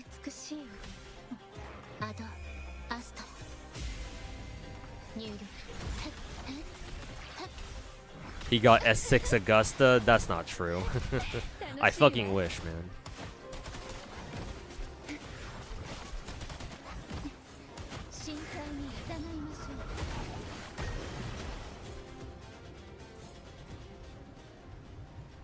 Get Augusta yet? Nope, not yet. I'm one multi away from hitting soft pity, so I'm just trying to grind up enough gems to see if I can hit soft pity or not. Or, I mean, I know I will, but I want to see if I win the coin flip or not. That's what I meant to say.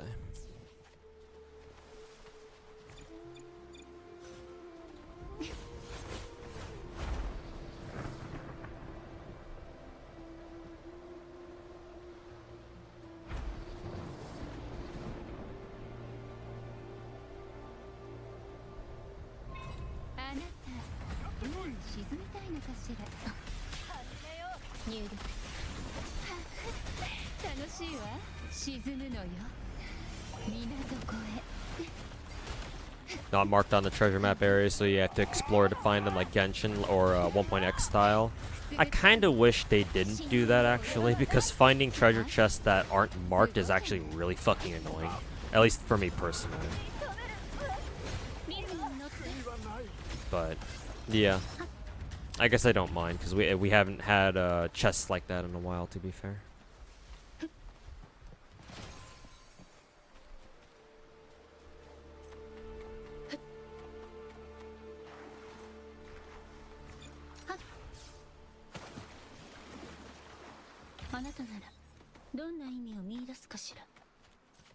Enemy. Yeah.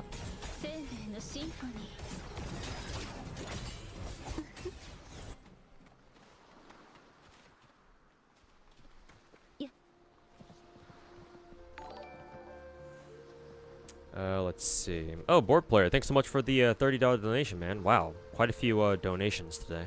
Well, at least at least compared to what I'm used to. But board player, thanks so much for the 30, man. Appreciate it. You and who was it from earlier? You and Liddy, I believe it was. Yeah, both dropping what 35, 30. Thanks so much, everybody. I guess before I forget, because I forgot when Liddy dropped the 35 earlier. Remember that since the Donathon is active, just to bring up my Donathon incentive goals thingy. Let me just look up what they were again. Remember that you guys can do the whole like, you can get me to pick a gacha game that I play and set a secretary of your choice. You can get me to this is something that somebody from YouTube chat suggested. You can get me to listen to a song and have me review it, which is kind of weird, but I guess I can offer that. You can also do like an instant account review, and you can send me like a video link for me to like react to. It doesn't have to be gacha related, but you know, preferably I'd like it to be. So remember that you guys have that all those things if you want to redeem them, but if not, that's cool too. Just wanted to let you guys know.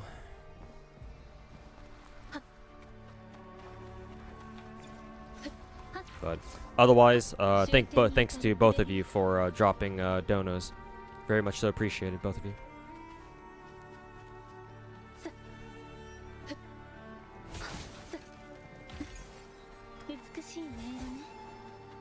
Okay, found all the ones over there. Let's see, let's go over here next. Oh, you don't need to like decide on what you want to do now, Liddy. You can always decide later.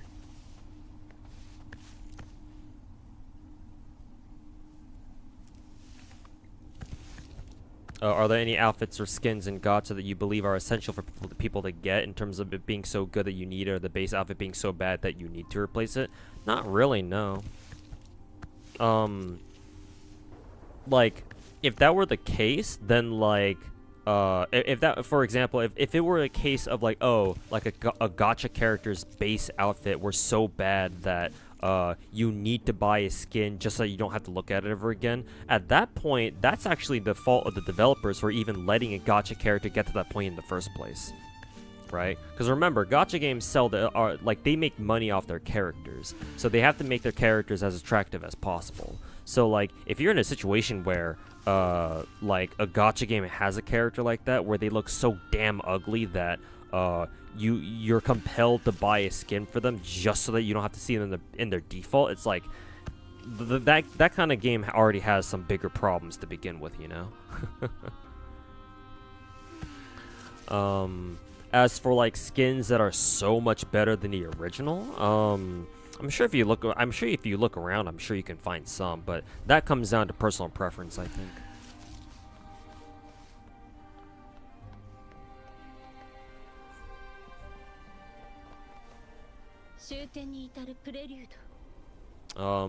Me personally, I can't think of a skin that's like, oh my god, like it's so good that I'm just gonna run this all the time over their default. Main reason why I usually keep my characters in like their skins is because, you know, a lot of the time I pay money for these skins, so you know, I'll keep them in their skins for a while. But for a lot of my characters, I do go back to their default every now and then, you know. Yeah, I can't think of a gacha game where it's like, oh my god, like this one character skin is so much better than their base default or whatever, that I'm never gonna switch back to their default ever again. Like I've never felt that way, you know. Let's see.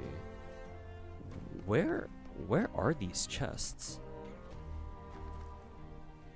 Are they above me? No, I think they're all below me. Okay, so how do we fucking access them? Oh, maybe just go off the cliff here? Sure.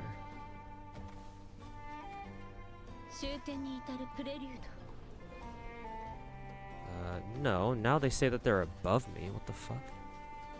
Oh, they must be scattered around these ruins or something. Yeah, like this one.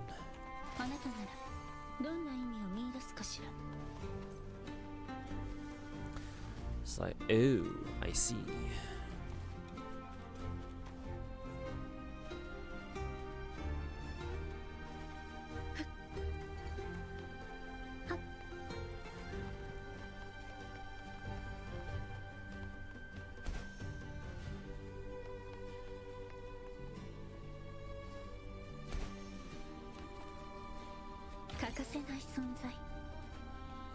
They have to make Cantarella this hot. You saw her old design. She went from, you know, nice to meet you, ma'am, to your son calls me mommy too. Keck.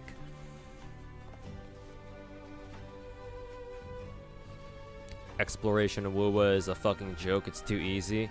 Most of the time, yeah. It can be annoying sometimes, though.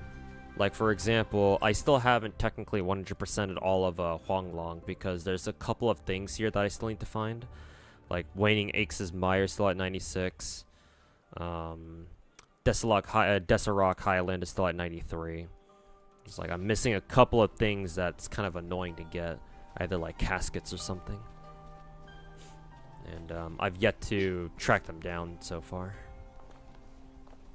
But yeah, outside of 1.0, yeah. Usually exploration of Wuwa is a fucking cakewalk. Or it's a fucking joke. Usually.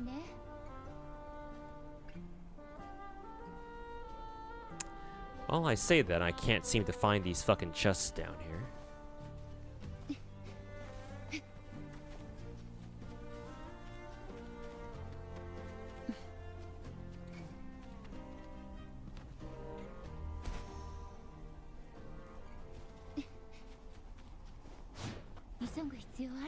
No.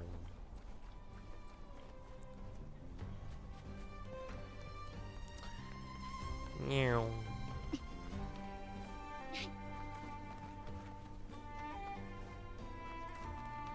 Use the sensor, true. I was just trying to find them without the sensor, but maybe I should use it now. Yeah, there they are. I figured there'd be more chests down in this area, but I guess not.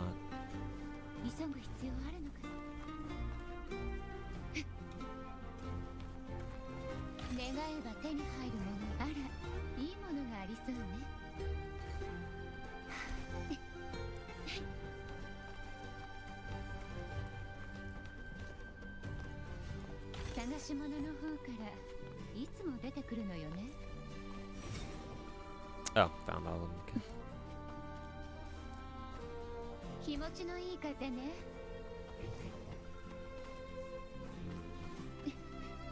There seem to be 2 more chests in this area, roughly.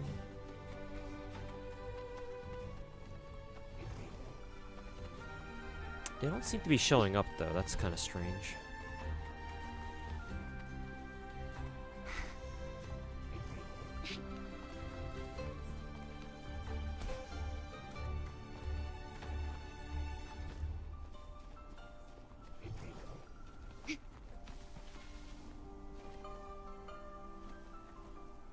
see a casket up there though.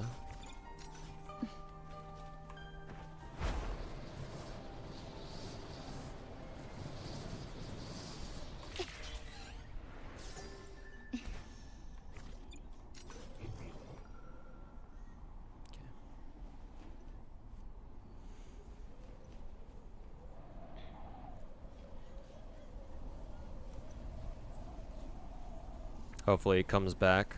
And it'll be time to wrap things up. Who are you talking about, Bubba? 気持ちのいい風ね。 Apparently all the mods for WoW got fucked up by the new patch. Yeah, happens pretty regularly for a game like WoW. On the bright side, usually I think whenever mods get fucked up for WoW, and it's like basically all the mods, usually those are pretty easy to fix. But we'll see how long it takes for the modders to come out with the fix. It got fixed already? Damn, that's fast. Yeah. Usually whenever like a ton of mods get broken, I believe it's because like it's like the devs like usually change like one thing about their hashes or something, and usually those are pretty easy to track down. It's when only a couple of mods get broken, but like most of them stay intact. That's when you want to start worrying, because if they only change like the hashes for a couple of characters, that means that potentially the fix for those few mods or those few characters whose mods got broken can be really annoying to fix. So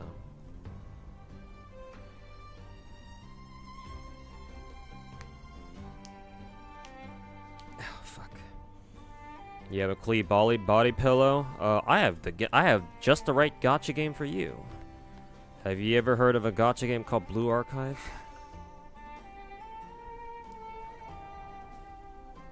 If not, then boy oh boy do I have a gacha game to sell you. Okay, but seriously though, where the fuck are these chests?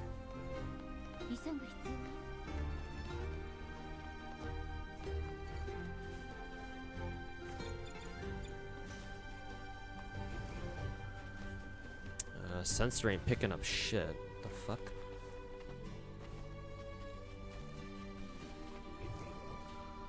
Where the fuck are these chests? Are they like underground somewhere? Or is there like a what is it? Like an underground segment here somewhere? I have no idea how to I have no idea how to get there though.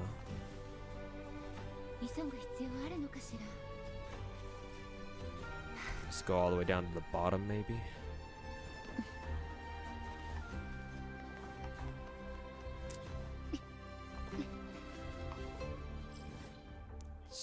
Yeah, I have no idea where the hell I'm going. I guess I'm on my way over to this area, though. How many strikes do I have? 1109 plus 160, so 1269. Okay.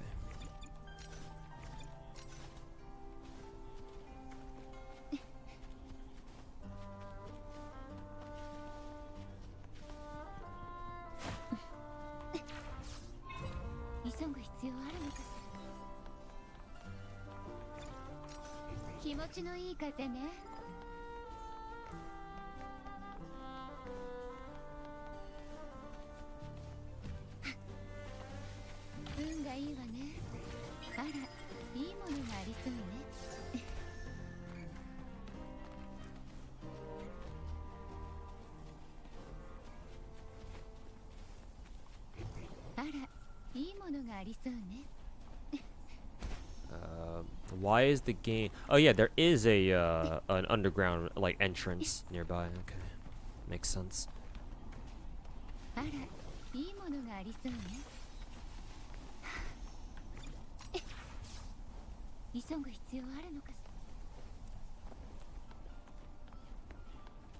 Hazaker has a Cartathia bottom heavy mod. He usually is pretty consistent with giving every character in the game, or most of them, bottom heavy mods. Especially all the gacha limited characters. So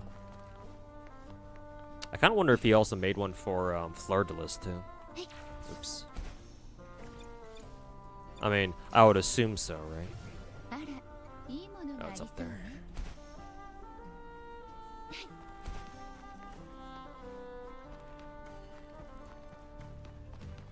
気持ちのいい風ね。あら、 Fuck. いいものがありそうね。 Oh, for fuck's sake.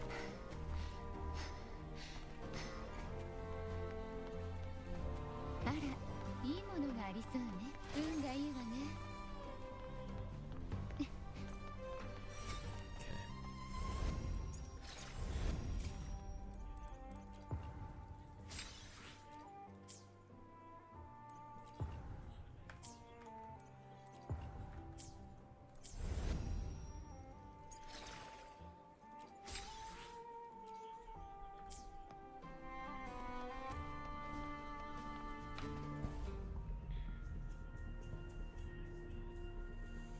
Apparently most of the problems go away like stutters after a few hours of gaming. Doesn't. You locked in for about 7 hours, still the same issues.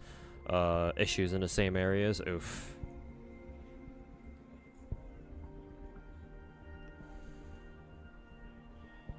It might be different from person to person. Because everybody has like different rigs, right? Nobody, like, it's very rare that people like have like the exact same parts. So...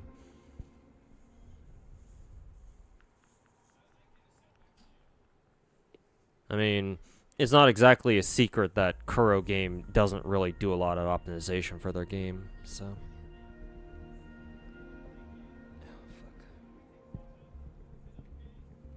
Let's see, 160, so 140... 1429? Okay. 1429, 1429.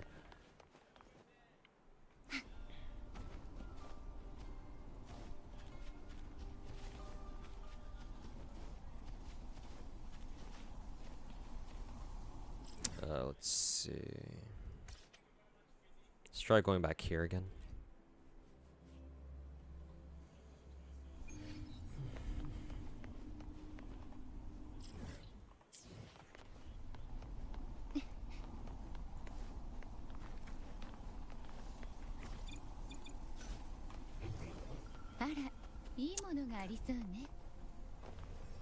Cantarella Segs. Posted that comment has been posted by a dude named Cantarella's one knee sock. Nice. I see that you too are a man of culture. Does Cantarella actually only have one knee sock? Actually, you're right. Yeah, she actually does only have one knee sock. Very good. Very good attention to detail, sir. Is that a Casca? I think it is, yeah. W name? Yes, sir.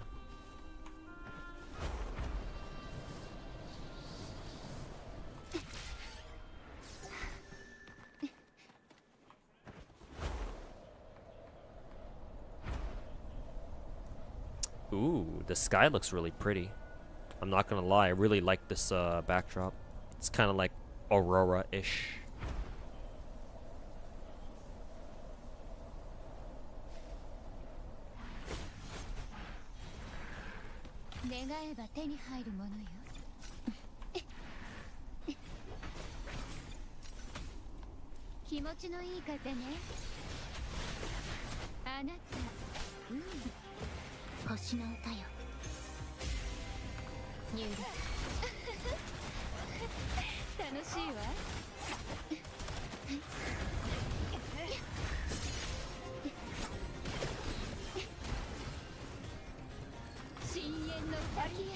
Oh, they're all friendlies.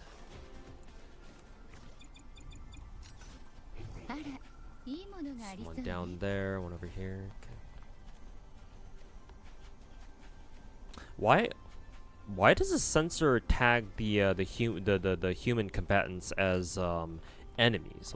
What the fuck? Why does it do that?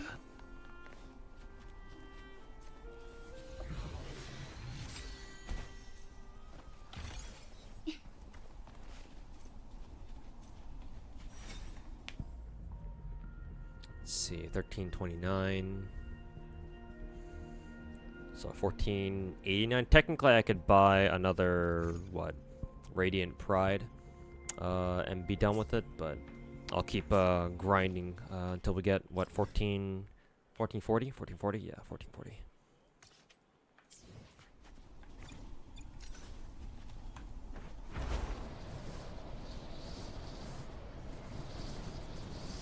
Trying real hard not to 100% the map. Why not? Is there a reason why you're not, you're trying not to? What is this? Fengshan? What are you doing, dude? What are you doing, dude?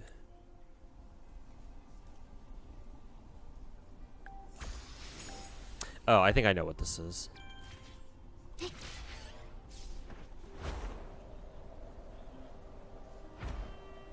Actually, do I?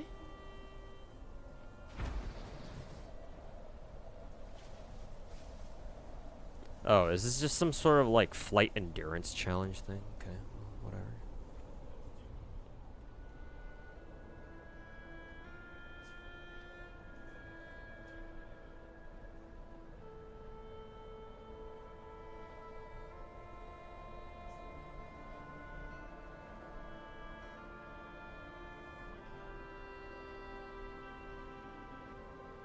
I just realized we're staring right up Cantarella's dress so we can see how thick her ass cheeks are.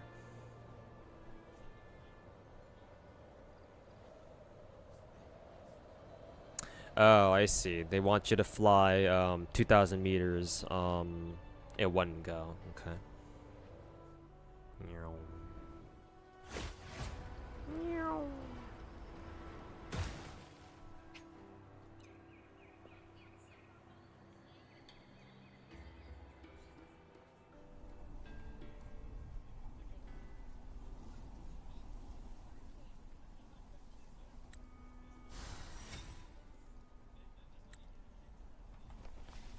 Yeah, at least you get some stuff. Better than nothing.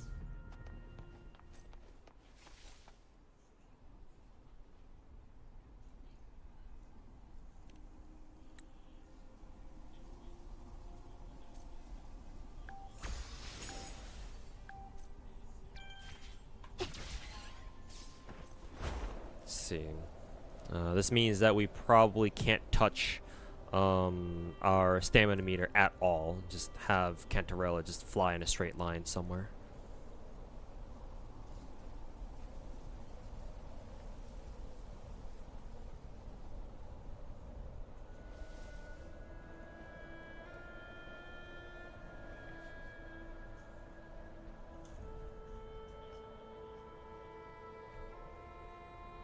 Actually, is 2,000 meters still... Now that I think about it, like, is it even possible to fly 2,000 meters?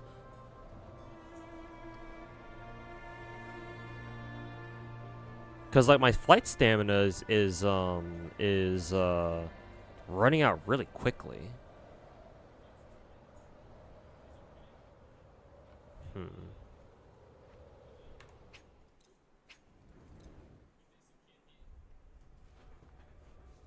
You've been unable to do it? Yeah, how are you supposed to fly 1,000 meters? Or fly two kilometers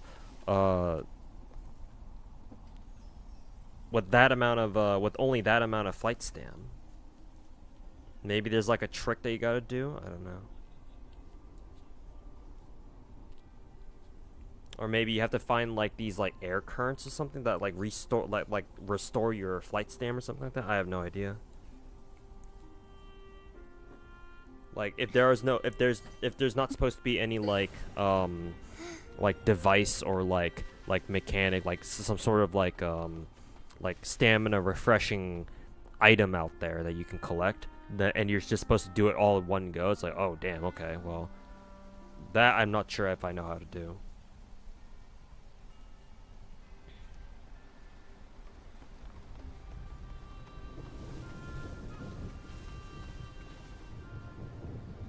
It's possible if you fly to Septimont and you get a stingray? What the fuck? Like, you fly from here all the way over here? I don't know if you can even reach all the way over there, dude.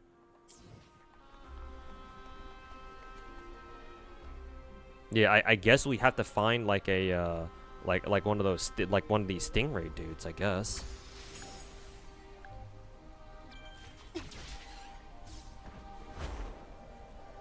It's just, you know, where can we find one is kind of the question. Oh. You can? Jesus. Well, then, yeah, I have no idea how to do it then.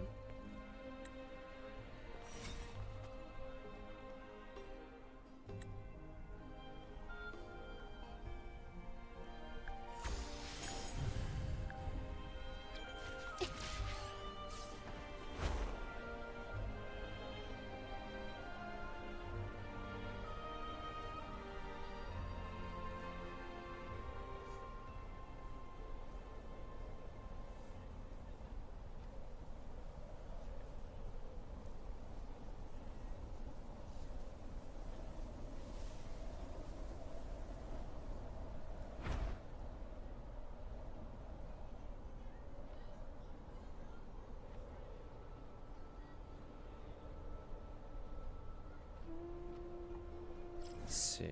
Actually, yeah, I think we can make it to Septimine. We're looking at Septimine right now, but the problem is we have to find a one of those stingray dudes. I don't know if I see one. I'm running out of flight stam already too. Oh, you know what? If I can float and this doesn't count, actually this might be how you do it. Also, don't we have food that if we eat it, it restores flight stam? Or like specifically flight stam?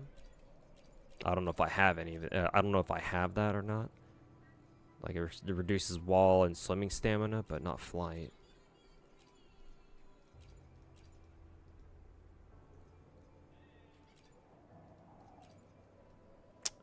40 stam. I think that's just regular stamina, not flight stam.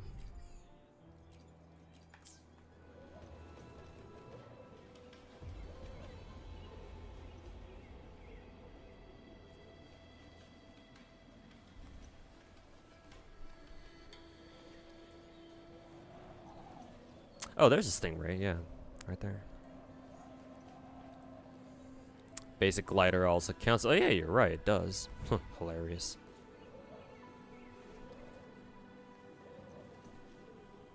Alright. We'll see if this stingray can restore our flight stam or something. Ow, fuck.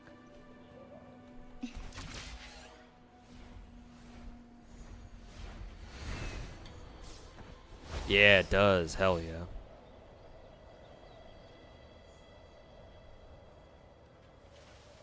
Ooh, nice. We can just fly around here, and then we can go over there and grab that stingray too.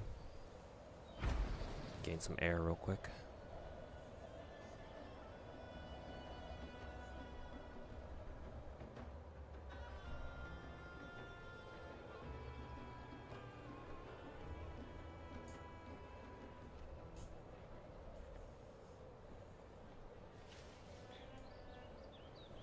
But I don't know if I can keep this up for like 2 kilometers though. Starting to run out of flight stam now.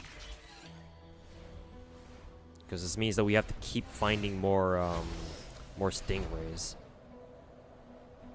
I don't know where to find more.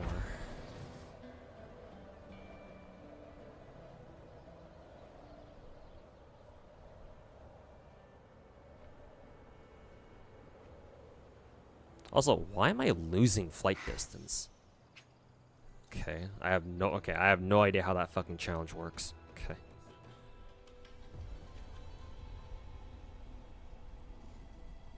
Yeah, that shit is fucking weird. I don't know.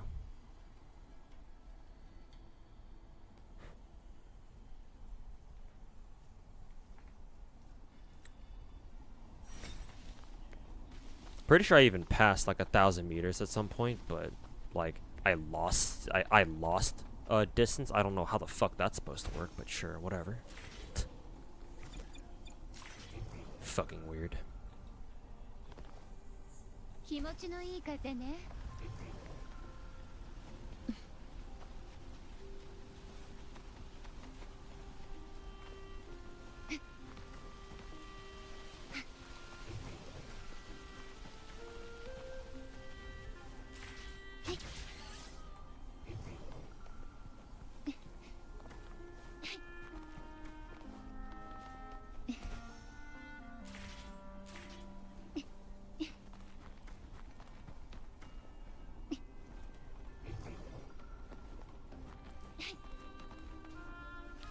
we just went back. We just came back to the dude here.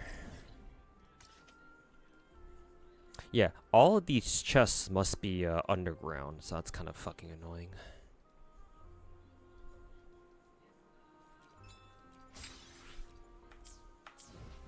How many gems do we have? 15, 19? Okay.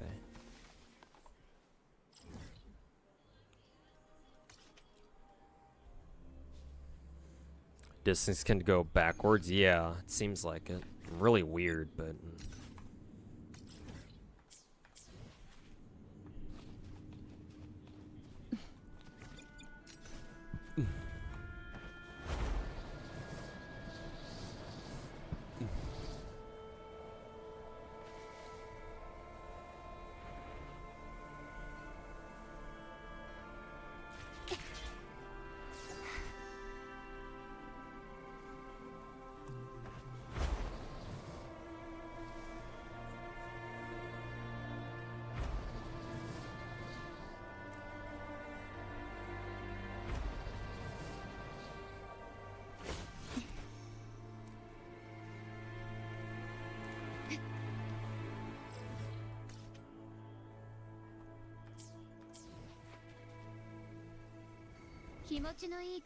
Wait, why is this flight challenge? Oh, is it this one? Yeah, it is this one. I was about to say, like, is this shit underground? Like, what? Why?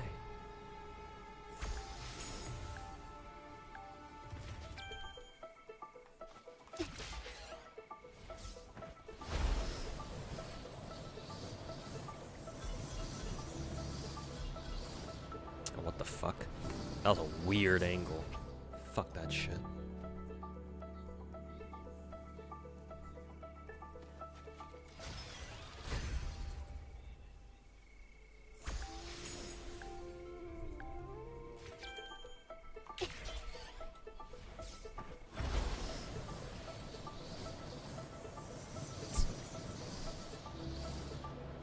God.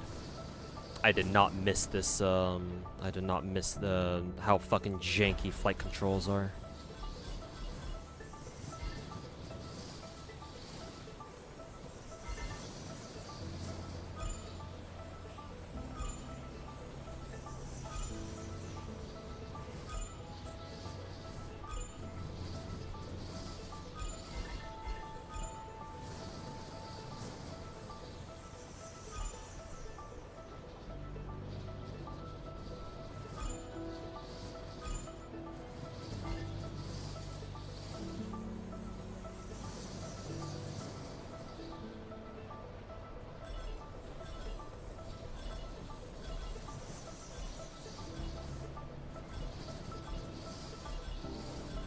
You hop on a Horizon Walker now that it's on Steam. They put that shit on Steam?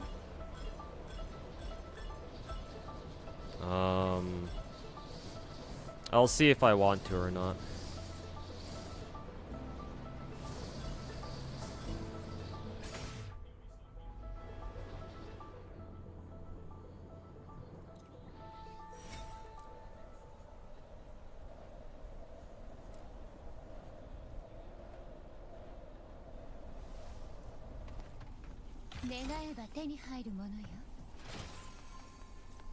Uncensored too? Oh shit. You drive a hard bargain there, my good sir.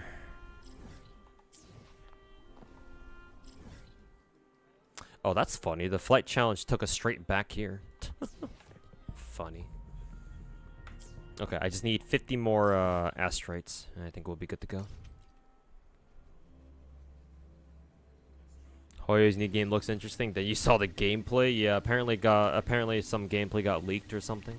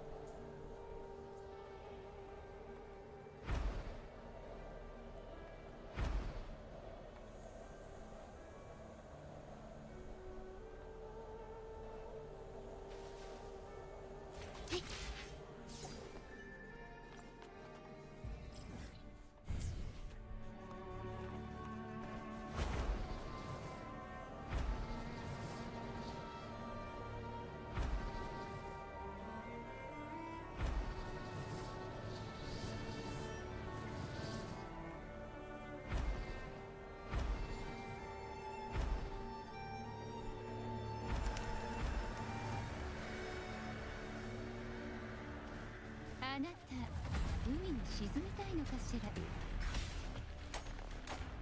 入力。楽しいわ。一緒に泳ぎも沈むのよ。水底へ。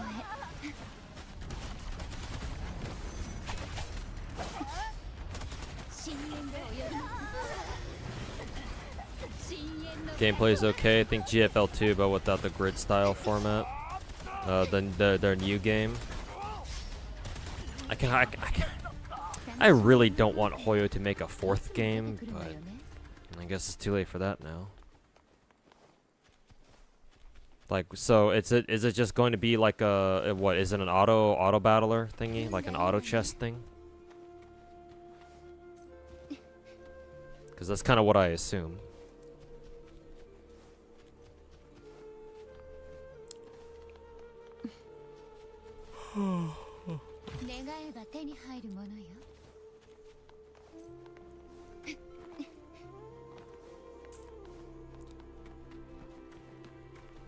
Is Augusta the Mauika of Wuwa?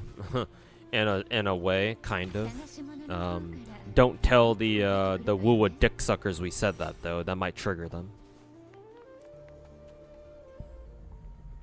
Let's see. Okay, we're good to go. All right, soft pity time. Shit, not even fucking soft pity. Alright, well, I guess we're fucking tossing these in one by one.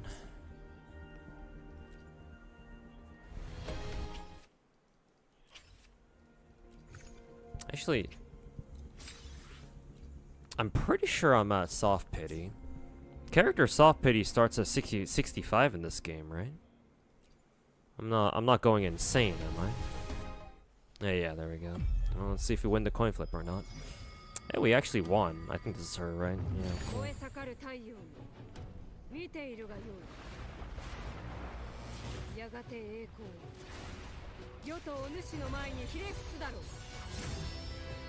Finally. Didn't fucking lose a coin flip for once. Okay, now I gotta concentrate on... now I gotta focus everything on getting her weapon then.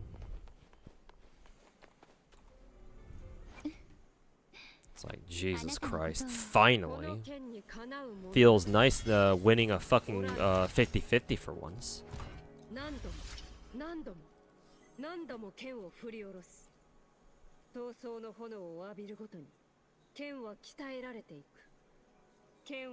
Not salty at all that I'm on mine, but you lost yours. I mean, hey, if it makes you feel any better. A lot of my shit. I lost like my last 4 or 5 coin flips before this, so like again, if it makes you feel any better, the salt from me losing my coin flips for Heiselins and Netha are still fresh on my fucking mind, so I still kind of haven't gotten over those yet. Why does she have a knife? Where'd she get that from?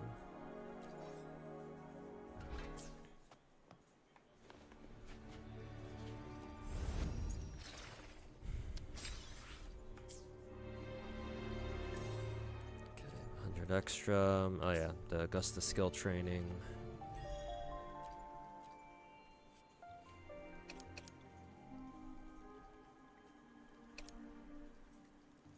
Let's see, there's a couple of weekly quests I could get done, like Tacit Field, weekly, absorb 30 echoes. The absorb 30 echoes should be easy enough. I think the last thing I'll do for today is I will go fly over to the the Tacit Field and just do that once. Shit.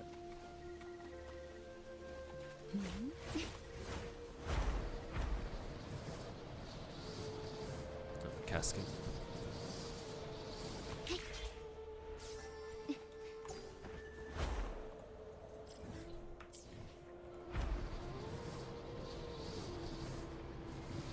That makes you confident that you'll win yours. I mean, I hope you do. I certainly hope you do. Hope you get her friend Ayuno too. Luno, Ayuno, however you say your name. Yep, hopefully.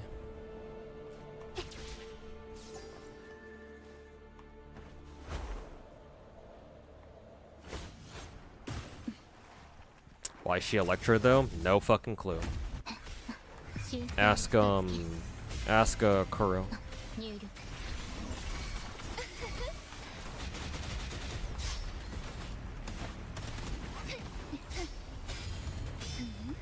沈むのよ Now get her flowers. Oh, are they kind of annoying to grind for? 深海にいざま海に沈みたいのかしら伴奏お願いできるこれが終止合奏準備完全に無駄ね環境に耳を傾けるのよ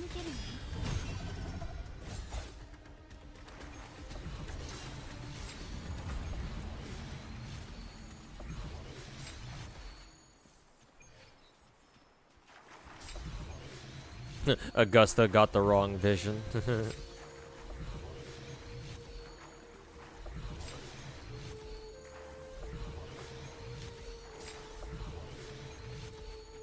Not really, they're kind of all like together and you can get another 15 from the shop or shop as well. Ah, okay. Oh, I see. Let's see, what flowers does she need again? These ones, right? Yeah, I think I even picked up some of them. I mean, clearly I already did.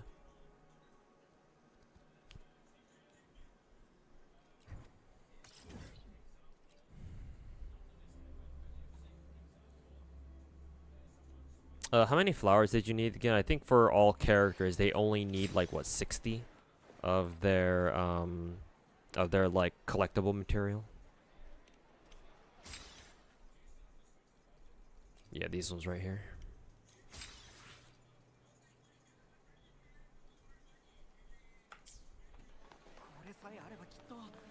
That's like 15 there, so I only really need to look for like another 15, I think.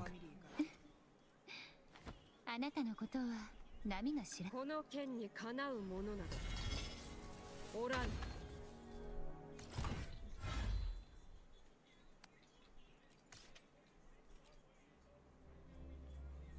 You won? Yes, actually, I did. Thank God.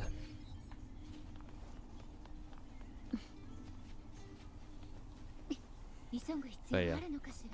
Thank fuck I won the coin flip. Feels nice winning one for once. And what feels like fucking forever.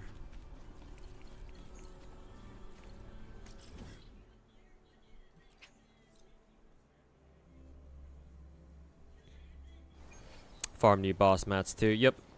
I'll probably just get those done off stream though. But yeah, I'm gonna have to farm new boss mats for sure.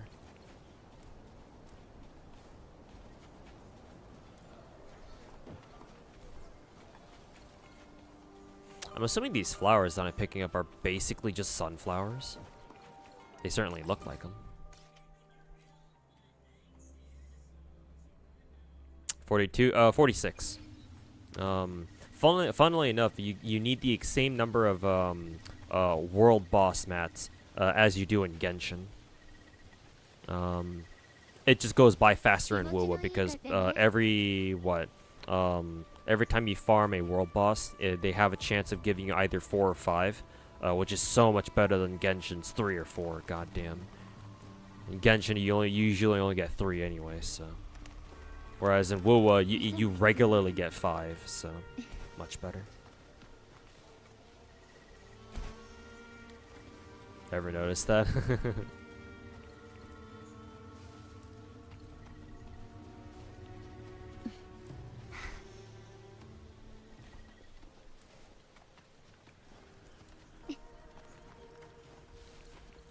Okay, this should be more than enough sunflowers, I think.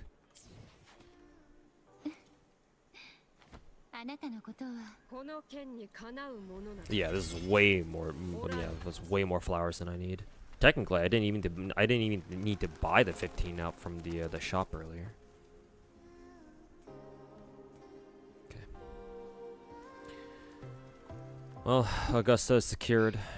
Just gotta go for her weapon next. この剣にかなうものなどおらぬ。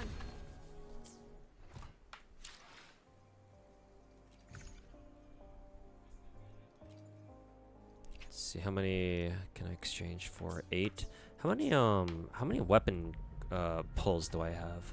0. Oh, okay. Ah, that would explain it then.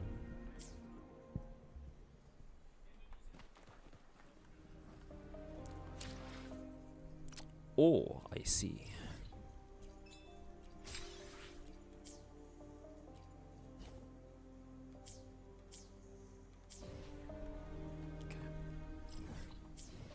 What's my stamina at now? 217. Full recover in 2 hours. Actually, you know what? I think I'll go farm. What world boss mats did Augusta need again? あなたのことはなこの剣にかなうものなどおらぬ。 This false sovereign. Detect. Ah, that guy. Okay. Let's go beat the shit out of him then, real quick.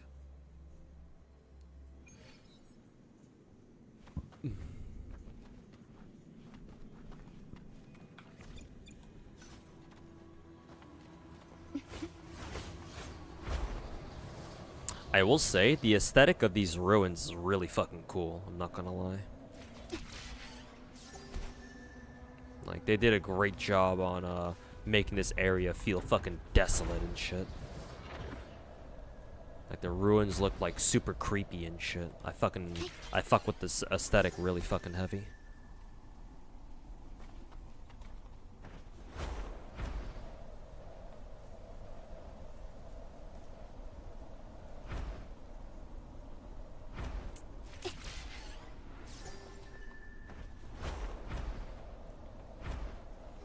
Even some creepy ass watchtower over here, whatever the fuck this is supposed to be.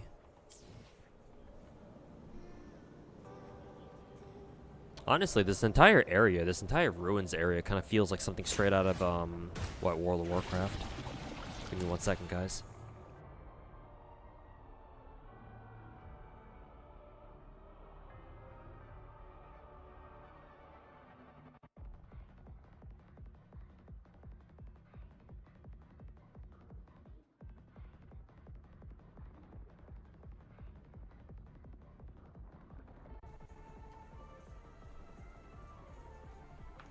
Okay, back.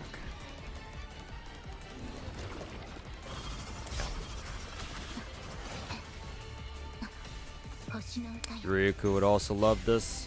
Is he really into like this sort of aesthetic maybe?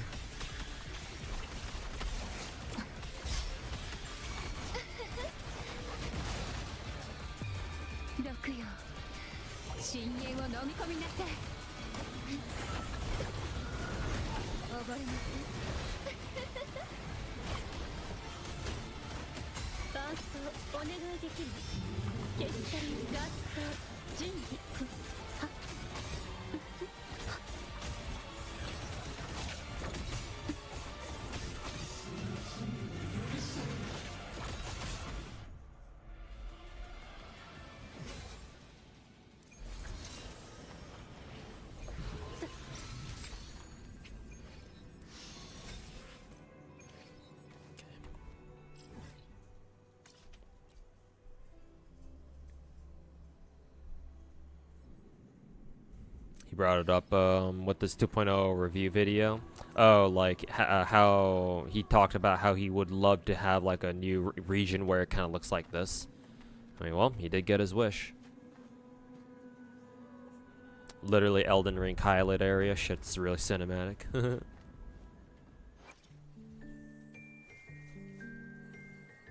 この剣にかなうも世の地はセブンヒルズの大地を滴る。このたぎる流れは元老院の回廊にもコロッセオの高台にもつながっていない。 Alright, I'll get Augusta all leveled up and stuff.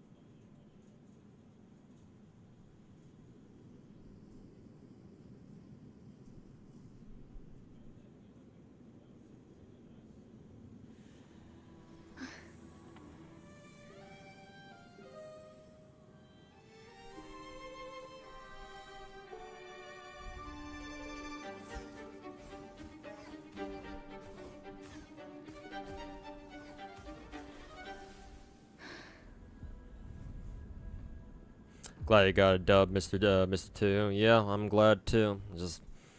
I just feel relieved that I don't have to fucking stress over having to buy packs just to secure Augusta. I'll see if I can grind enough gems to secure Augusta's signature. That shouldn't be that should be doable, right? Considering her banner just started. So I guess we'll find out. But yeah, at least it's good news that I can what is it? I can reserve the packs in the shop for Ayuna if I need to. Guess DNA can wait a little longer, I guess. I'm gonna look up before I get off stream. I'm gonna look up Horizon Walker on Steam.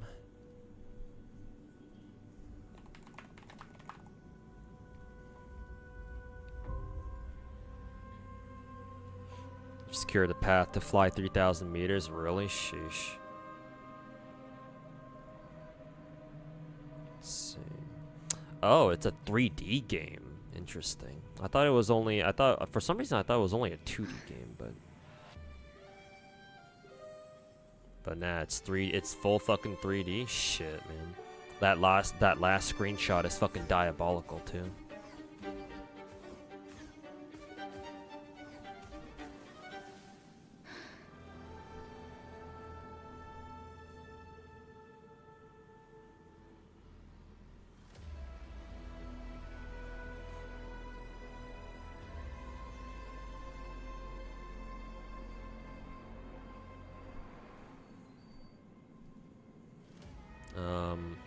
What genre is Horizon Walker again? Is it just another turn-based game?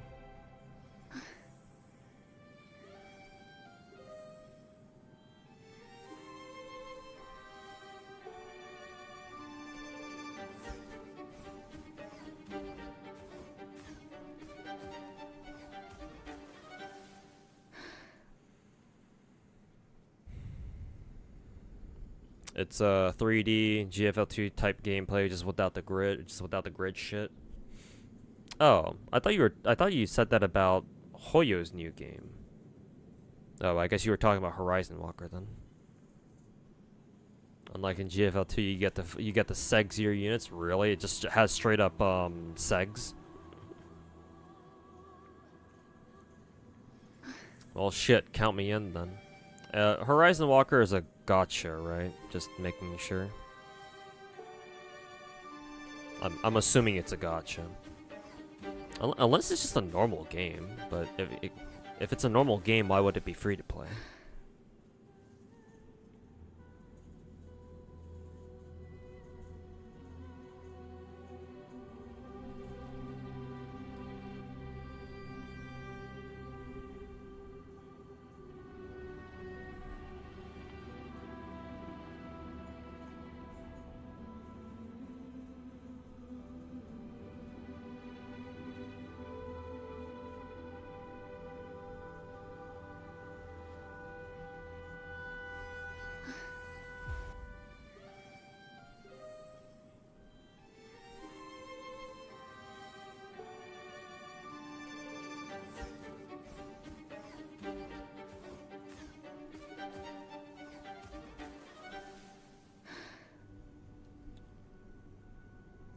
Some interactions you literally get to smother yourself in some girl's titties. Nice.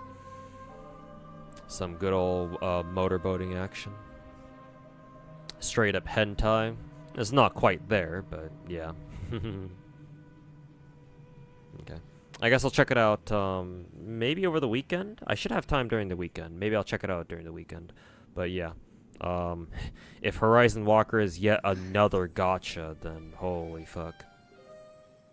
How many gachas is that going to be? 16? And it's not even including CZN and DNA later in like a month or so. Shit. Well, got a lot of gachas to look forward to then. If nothing else. Anyways, chat, I'm out of here. Nice little 4.5 hour stream. Let me find somebody to send you guys over to.